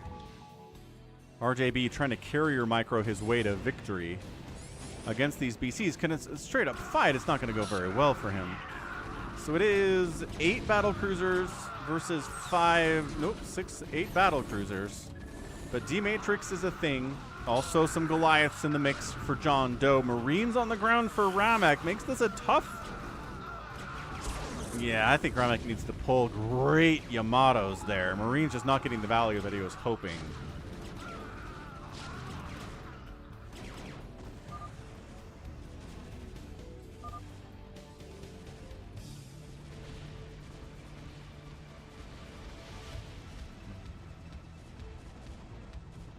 Meanwhile, Scout goes for a bit of a recall here on a Striker's base. A second recall. Excellent.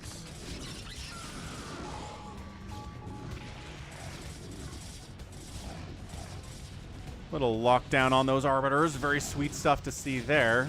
Love that. That's if you've got ghosts, you might as well lock those suckers down, but doesn't get all of them. Nuclear launch detected. Is this an attempted nuke on his own base to try to save it? It certainly is that.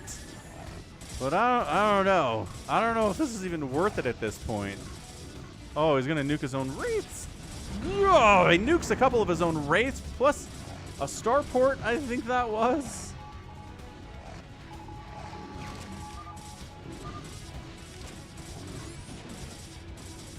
Yeah, definitely more harm than good. Agreed.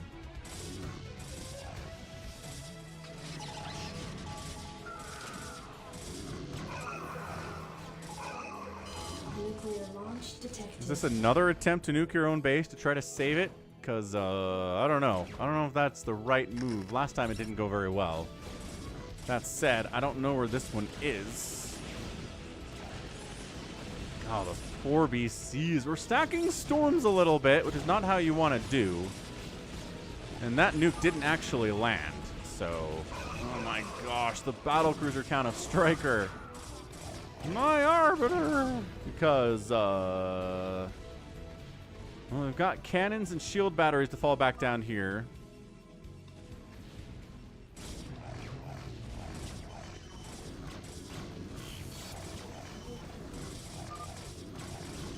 D-Matrix, keeping that guy alive. High Templar, not enough energy to storm. Archon, maybe? He gets one hit off before he dies. All right, fine. JohnDoe did not end up getting killed here, but rAmEc is back for round 2 on JohnDoe, and that gives RJB some breathing room.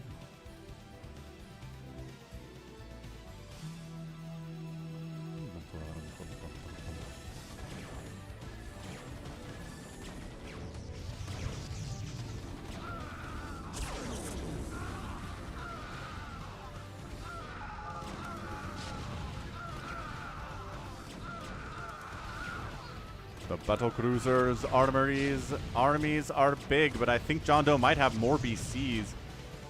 Plus, he has better upgrades than rAmEc does. Oh, boy. Uh-oh. Now the tanks have to get out of here.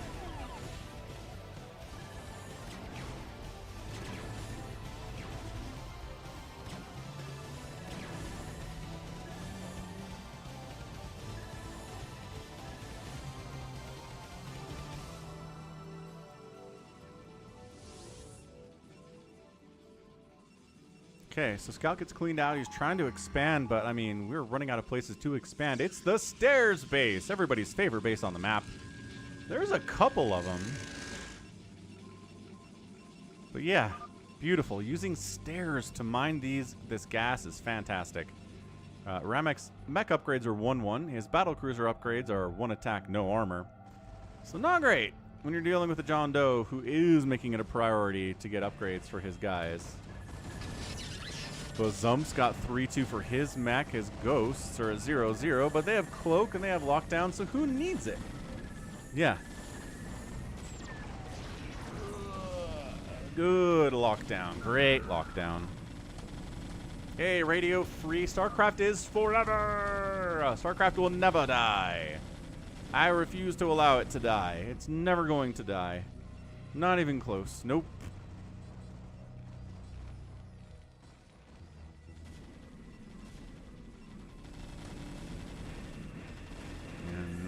Wait, did RJB end up taking this back? So it was Detroit's, RJB's, Bazump's, back into RJB's, now back into Bazump's. This base has been taken 7 times in this game, and it's still not mined out because of how many times it's died.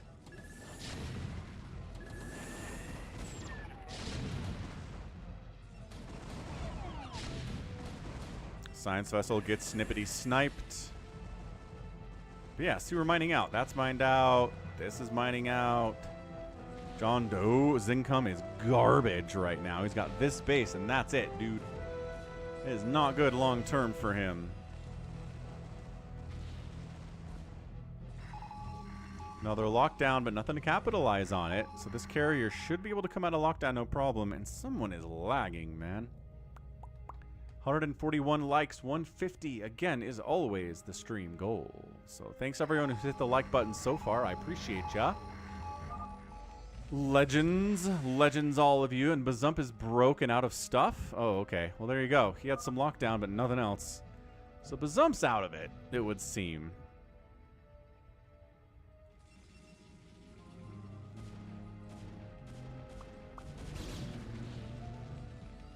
rAmEc going for a sneaky drop on JohnDoe.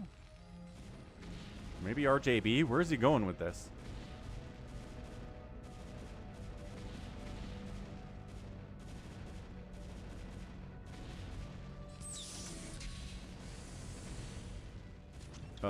This is not going to go well for you, sir. Ow, ow, ow, ow. No armor upgrades on those dropships, as we know, because we talked about the BC upgrades a minute ago, didn't we? Yes, we did. I think there's a big empire out there, and it's burning ashes. Yeah, no one's... Well, rAmEc's maxed out. But nobody else is maxed out. This is good. I mean, it feels like it's pretty even at this point between a lot of players.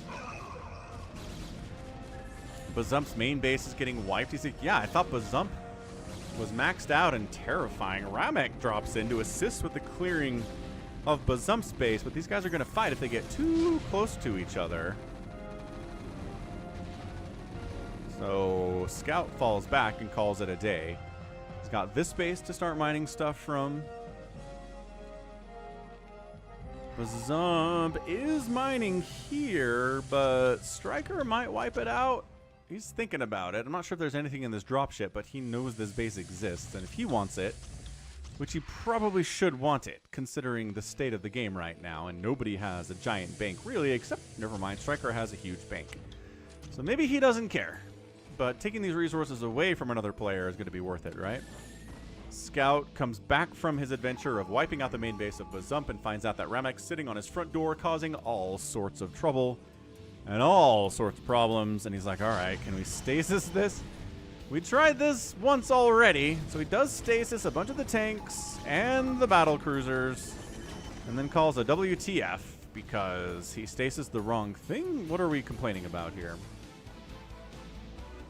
Something. This Scantid's pathing is glitched. Where are you trying to go, Scantid? Stoner Boner with the 100 bits. Let's go. Thank you, Stoner Boner. Appreciated.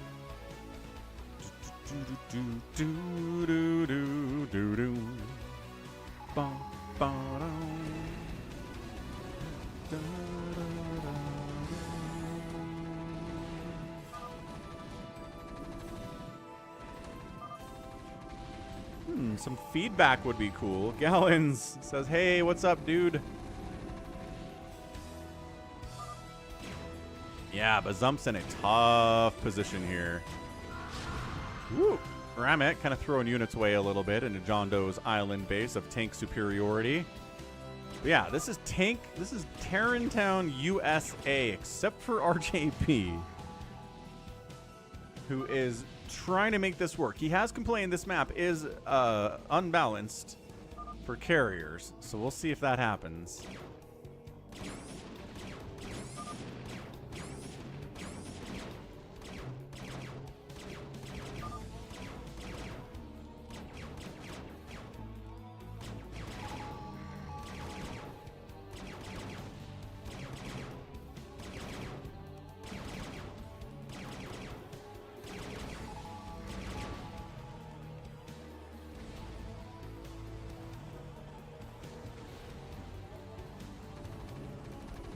I love this little tiny marine drop from rAmEc. Oh, with a tank here too. That's cool.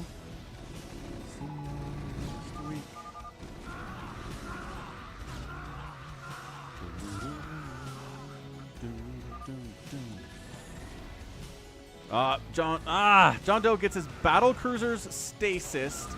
rAmEc decides to push in on the other side at the same time. There's the stream snipe accusations coming from JohnDoe.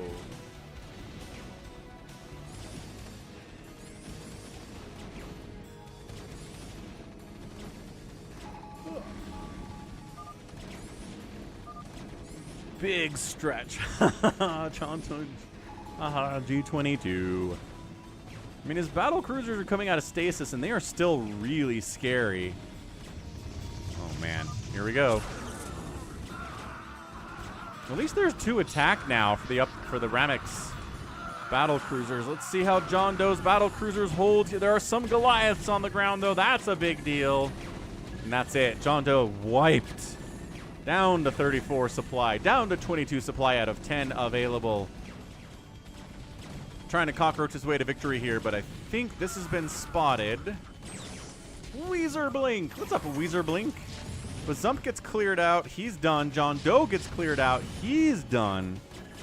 And left are Scout, rAmEc, RJB, and Striker. Don't let JohnDoe live. Oh, he's kidding. He needs to fall back because Scout's pushing in now. More stream sniping. Oh, no.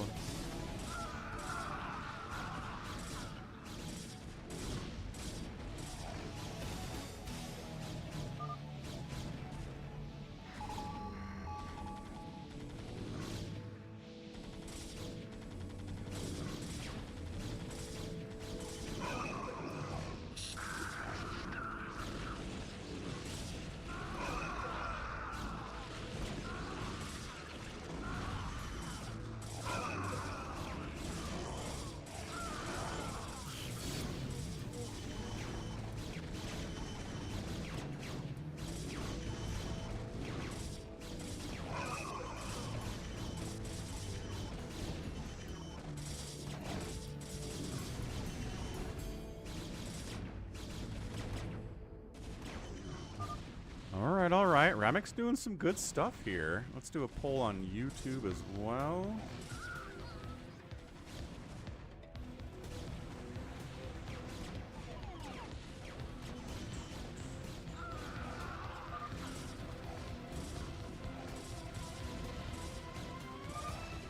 Oh, he's asking for help from his teammate, Striker.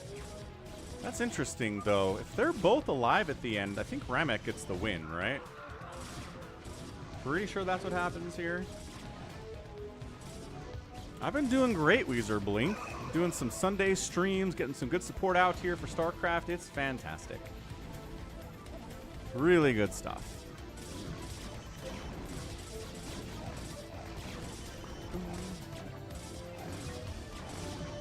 All right, so we've got a prediction available out on the Twitch. If you want to bet who's going to win this thing, you can bet channel points. Earn channel points if you win, lose channel points if you lose. YouTube doesn't have anything like that.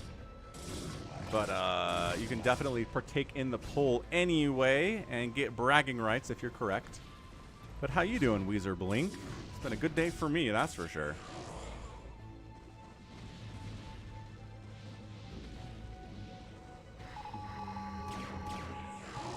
Yeah, this battle cruiser high ground stuff for rAmEc is pretty good.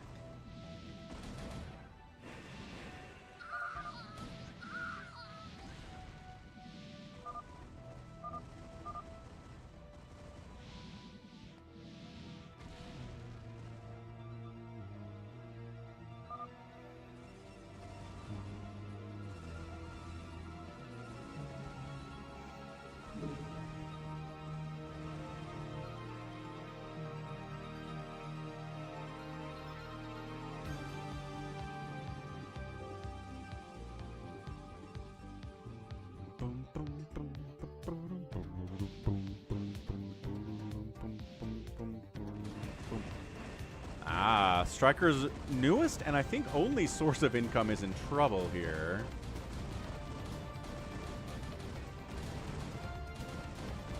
He's trying to repair through it with his 10,000 mineral bank. Like, Striker's capabilities of remaxing are through the roof right now, and I don't know. You need to get out of here. I appreciate your draining money. Oh, he hears ghosts. He starts microing a little bit here, sniping individual SCVs. The battlecruiser army is here too, with their 3-3 upgrades. It is 3-3-3 for RJB, because of course it is by this stage of the game at 44 minutes. 45 minutes on the nose. He's got to fall back, but he's being chased by this battlecruiser group, which is not quick, but will get some work done anyway. Especially if the carriers stop running, which it seems that they did, but they juked them. Now Striker wants this base. Again, every bit of minerals he gets means someone else he's playing against doesn't get them.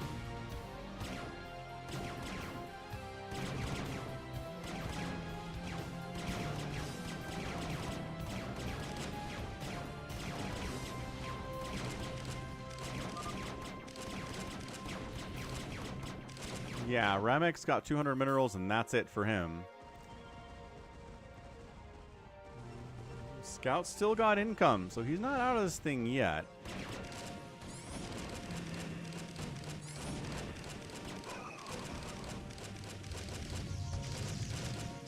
Yamato chasing a carrier, injuring it immensely. 16 kills on that carrier, but only 47 hit points. Can get knocked over pretty easily. And it's a move out from rAmEc. Is he looking for more money? Maybe, yes. The fact that oh my gosh, RJB has this. Can this be spotted? Okay, hold on. Yeah, he sees it. But then RJB defends it, and he's all sorts of cloaked, and rAmEc's in a lot of trouble here.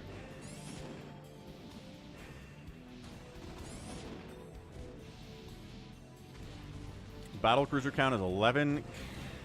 Or sorry, carrier count is 11. Battlecruiser count is like 6. And again, no armor upgrades for these dudes at all. It's really problematic. 144, 150 is the stream-like goal here on YouTube every week. We haven't hit it. We have not hit it for, like 6 or 7 weeks now. So hitting it today would be pretty rad.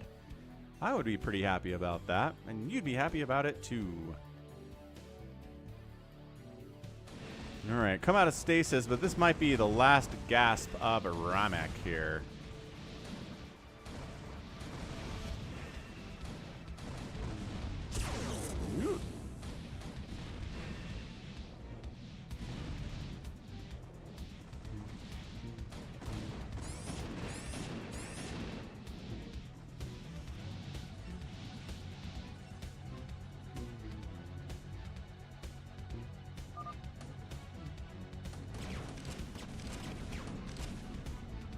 Yeah, RJB's, this is where his, it's not where his fleet beacon is, but I don't think he needs much of anything here.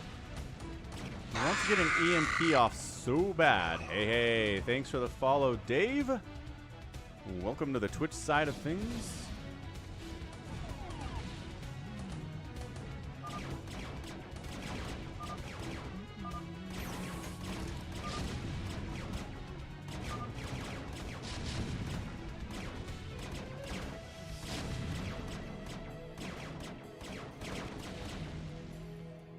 Omar, I'm not watching House of the Dragon, no. I assume you are. What are your thoughts about it? So now RJB is in trouble. 163 supply. We've got to deal with another battlecruiser army here from Striker. Stasis is a big deal. Carrier micro is a big deal here too. Hey, what's up? Who is the greatest? You're back from Africa. Where in Africa did you go? I know you didn't go to all of Africa because Africa's ginormous. Spent some months in Cape Town and Johannesburg back in 2002. It's been a long time, but it was a beautiful place for sure. Omar says House of the Dragon is underwhelming mostly this season. Bummer. Yeah, I don't know. I don't trust the franchise after how Game of Thrones ended, so I just didn't give it a shot. Never even tried with it. But I don't know. I heard people liked season 1, and then I just didn't care. Didn't watch season 1, and now season 2 people are like, meh. Got some complaints about it. So I don't know. Starts out strong, struggles, right? Falchion says, season 2 of House of the Dragon is not underwhelming, he says. All right. We've got a difference of opinion here in chat. And that's fair, Dave. He's never going to finish Winds of Winter, dude. Mostly in Somalia. Oh, that is definitely a poorer country in Africa for sure. But what were you doing out there? Buzzard thinks Season 2 is better than Season 1. Well, hey howdy hey.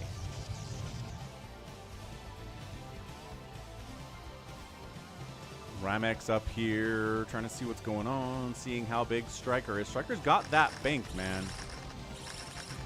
Scout going against Striker, who is the biggest enemy right now. Seems like a tough move, but I don't think he's ever going to write wins, Dave. Like, the last thing I saw about George R.R. Martin was a couple days ago. He's involved in producing and editing a stage adaptation of Game of Thrones. So, like, cool, man. You'll do anything but write Winds of Winter, huh? He's just involved in so many projects. He's helped write for Elden Ring. He's just doing anything but write that book. He's the worst.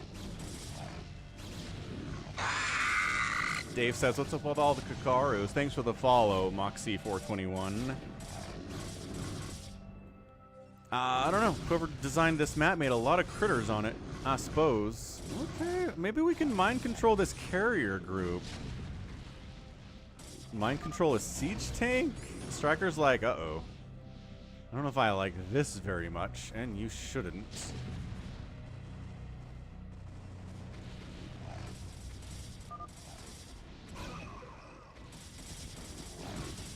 rAmEc is calling a loss for Team rAmEc Striker. Dave, thanks for the Prime sub. Appreciate it, sir. Yeah, yeah. And again, if you have an Amazon Prime account, you can sub to one channel every month for free. Just taking Uncle Jeff's money, not yours. Uncle Jeff's. Thanks for the follow, the happy. Yeah, StarCraft forever, Dave. Yeah, just like Dave did. Free sub. Support StarCraft on Twitch. Take money from a billionaire. These are good reasons to Prime sub. Feedback on the battle cruiser, but it's not dead yet. Why are you attacking that machine shop? Attack the battle cruisers. Oh, God. Okay, so the feedback battle cruiser died at least. That's good. That's good for Scout. Flinkerch has followed. What's up, Flinkerch? Feedbacks, Yamatos. It's still a ton of battle cruisers and siege tank here. Scout's last stand, possibly. Man, a mind control on a cruiser would be pretty good too, but I'm not sure if he did that, but if he did, it was probably over quick. As Striker is supply blocked, but does have a ton of cash to rebuild battle cruisers, and you're in trouble, man. What's up, Miguel? Greetings to Mexico.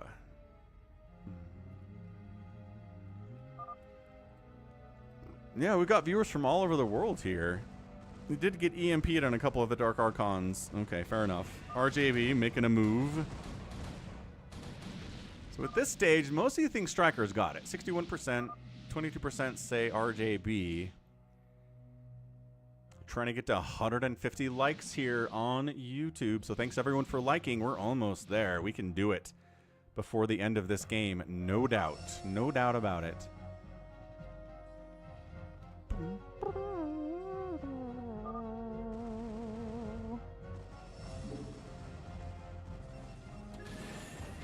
Yeah, rAmEc's getting wiped out. He says, Striker, save me. Do it. Striker says, I'ma come help you. Let's go.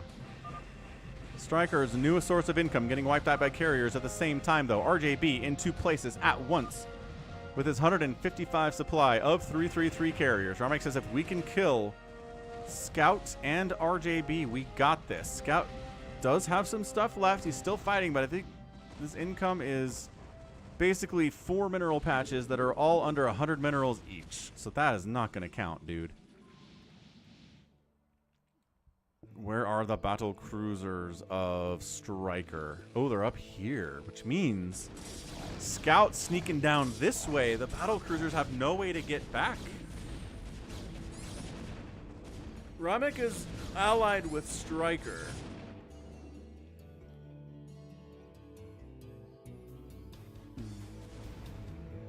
Yeah, lockdown is great against the carriers for sure. But then RJB is deciding that Scout needs to die while Scout is killing Striker. Hold on a second. Did we do it? Did we get 150? Mine says 149, but it always sometimes lags a bit.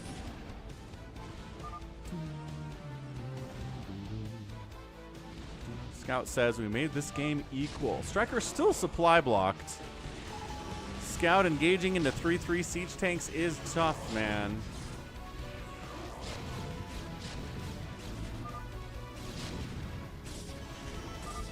Gallons is going, hey, we did it. There we go. The lag caught up. 150 likes. Let's go. ToyCop with 150 likes dance. Let's move. Thanks, everyone, for hitting that like button, tapping that like button, clicking that like button, whatever you did. I really appreciate it. 150 likes today. Excellent. It's been so long. I forgot what it felt like, so I appreciate each and every one of you for keeping StarCraft alive out here on YouTube. And if you're on Twitch,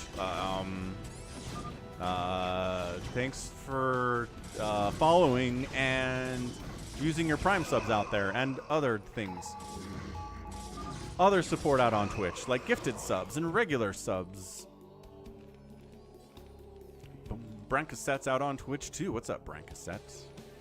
Yeah, Nibbler was in here earlier today and said that Prime is doing this deal with Apple TV Plus. Oh, Scout taps out. He gone. And basically, if you gift a sub or get a regular sub to a new channel that you've never subbed to before, then you can get 3 months of Apple TV Plus for free, which is like a $15 a month value. So like for $5, you can get like 45 bucks in value. Not bad at all. Brancassette Prime subbed out on the Twitch. Thank you, Brancassette. I will forgive all those socks that you have to eat. We'll let those go.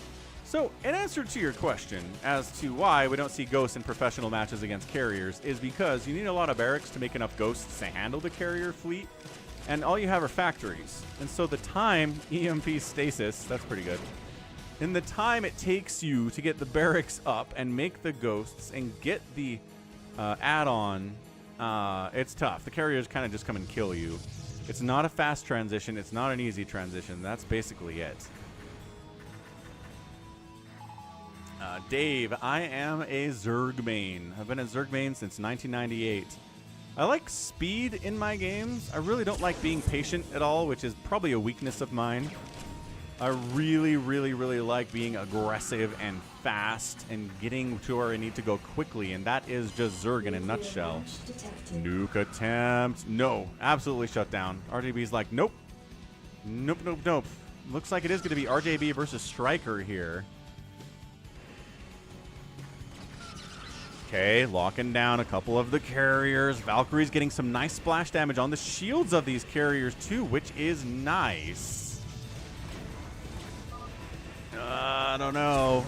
Is there enough here from RJB to do this? It's got to click on the carrier group and see how fast it's dying.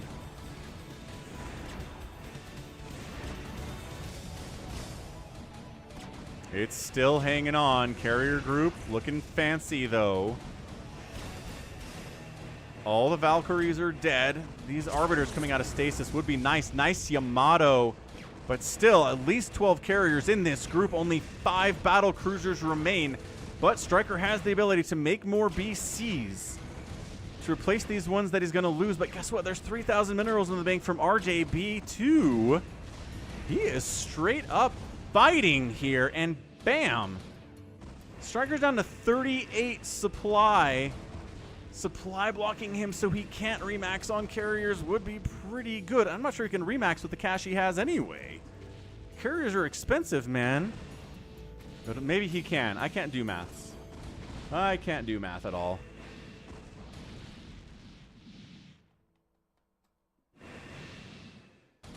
And yeah, lockdown on Arbiters. Yeah, I guess so. I mean, if you've already got a barracks, you've got a science facility, all you'd have to do is get a covert ops, make a couple ghosts, research lockdown, and you could lock down Arbiters with it. Yeah, you wouldn't have to commit to a ton of ghosts at all, would you? Ah, there's only 1 star. Oh, Striker only has 1 star port. Nice spot. Brutal. brutal. Absolutely brutal for Striker. Oh, man. He even had an alliance with rAmEc in this game. And I don't think he can do it. This is crazy. This is crazy.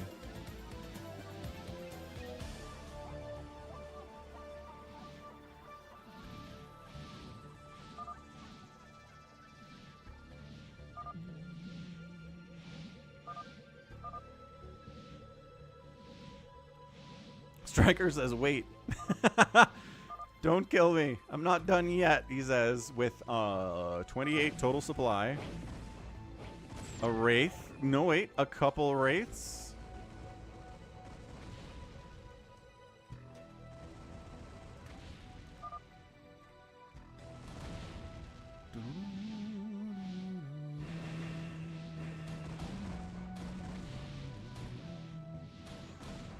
Yeah, Artosis is not wrong about that. Just don't let it happen. Don't let them transition into carriers. Scout it out. Kill them during the transition. And you don't have to deal with giant carrier balls, yeah?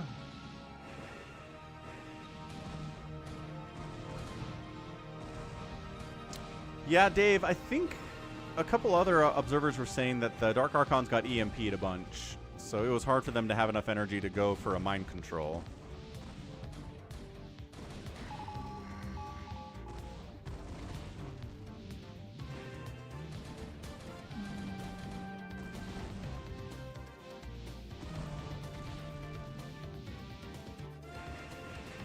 You know, one of my favorite Game of Thrones Song of Ice and Fire facts is that Jon Snow is still dead in the books.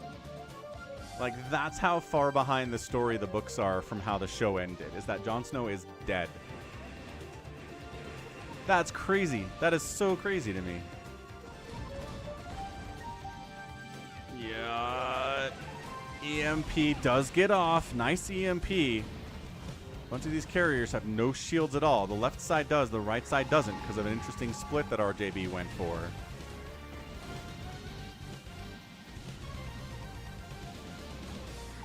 Once again, supply blocking Striker into the ground. Striker is going to make... Okay, hold on. He's up to a decent...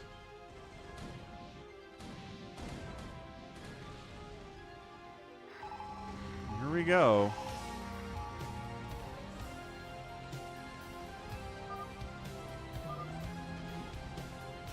Why always anyone attacks me and give RJB the chance to win?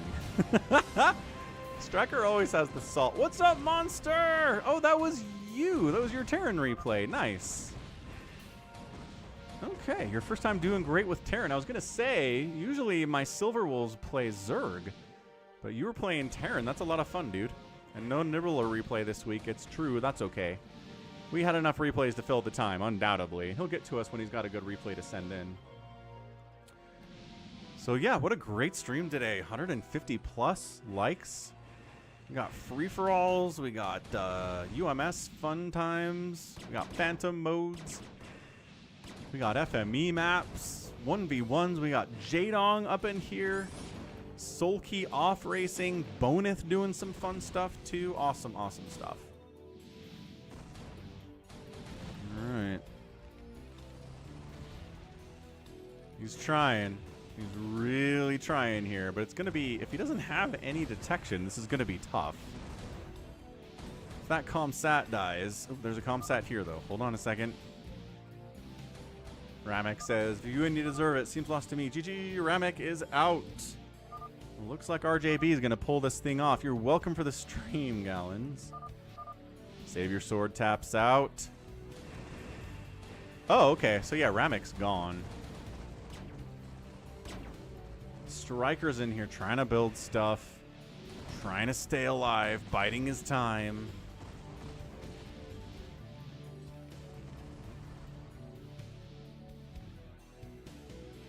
That is a glorious loss, Dave. Farewell. I'm glad you enjoyed the stream. What's up, Odith? Happy Sunday. We're just looking for Striker to make one incredible move here to win. Gallons leaves the game, says, nope, I know how this is going to end. 24 to 128 supply is not ideal. I'll give you that.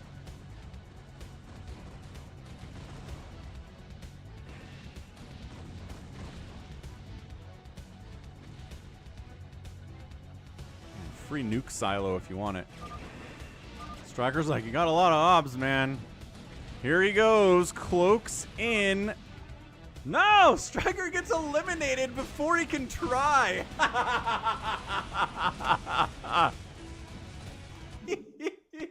He was gonna try. Oh my gosh. And then he got eliminated before he could even try to snipe down the obs. That's amazing. If only add-ons counted as buildings for that purpose. That's really funny. What an end. So RJB, 324,000 points. So RJB kills Detroit Bulk to start the game. Bazump wipes out his main and forces RJB to go to the corners. And he wins from there. It's a very Can I Play Please style win, with the cockroaching turning out to be the winner. And the carriers winning again. RJB proving his point that carriers are pretty good on this map. Yeah, produced everyone. Striker killed the most stuff. But RJB was in second place. Most buildings raised. RJB and Scout did the most work that way. And then, yeah, RJB outspent everybody. Striker was right there. Scout was right there. rAmEc was right there. Phew! So GG. That was fun. That was a free-for-all, Craig. Great stream today, everyone. Thanks for hanging out. Thanks for all the support. Thank you for the Prime subs and the super chats. Brancassat subbing with Prime. Dave subbing with Prime. Stoner Boner with the 100 bits. We had Dr. Pastrami with the $10 super chat. We had Nibbler gifting a sub out on Twitch to Dogfob Mall. We had a €20 super chat from Bjorn to start us off, which is very cool. And all's well. So again, thanks everyone for the support. Love you all. We're going to find someone to raid here real quick, because all the 30 people watching out on Twitch probably want to watch some more Brood War. They're not done for the day, I can tell you that much. Thanks ToyCop for holding it down. Good game, RJB getting the win. And Craig loves the Stoner Boner name. You're welcome, Dave. Extraordinarily welcome. Okay, let's go ahead and raid. Yeah, okay. Ultimate Ladder Zerg. Blackman PL. He's Polish, but he also speaks English. So let's check him out. All right, thanks again, everyone. Love you all. We'll catch you next week, same time. Time-stamped VOD will be on the channel here in about 10 minutes. So thanks again. We'll catch you next time. Until then, stay safe and stay healthy. Goodbye.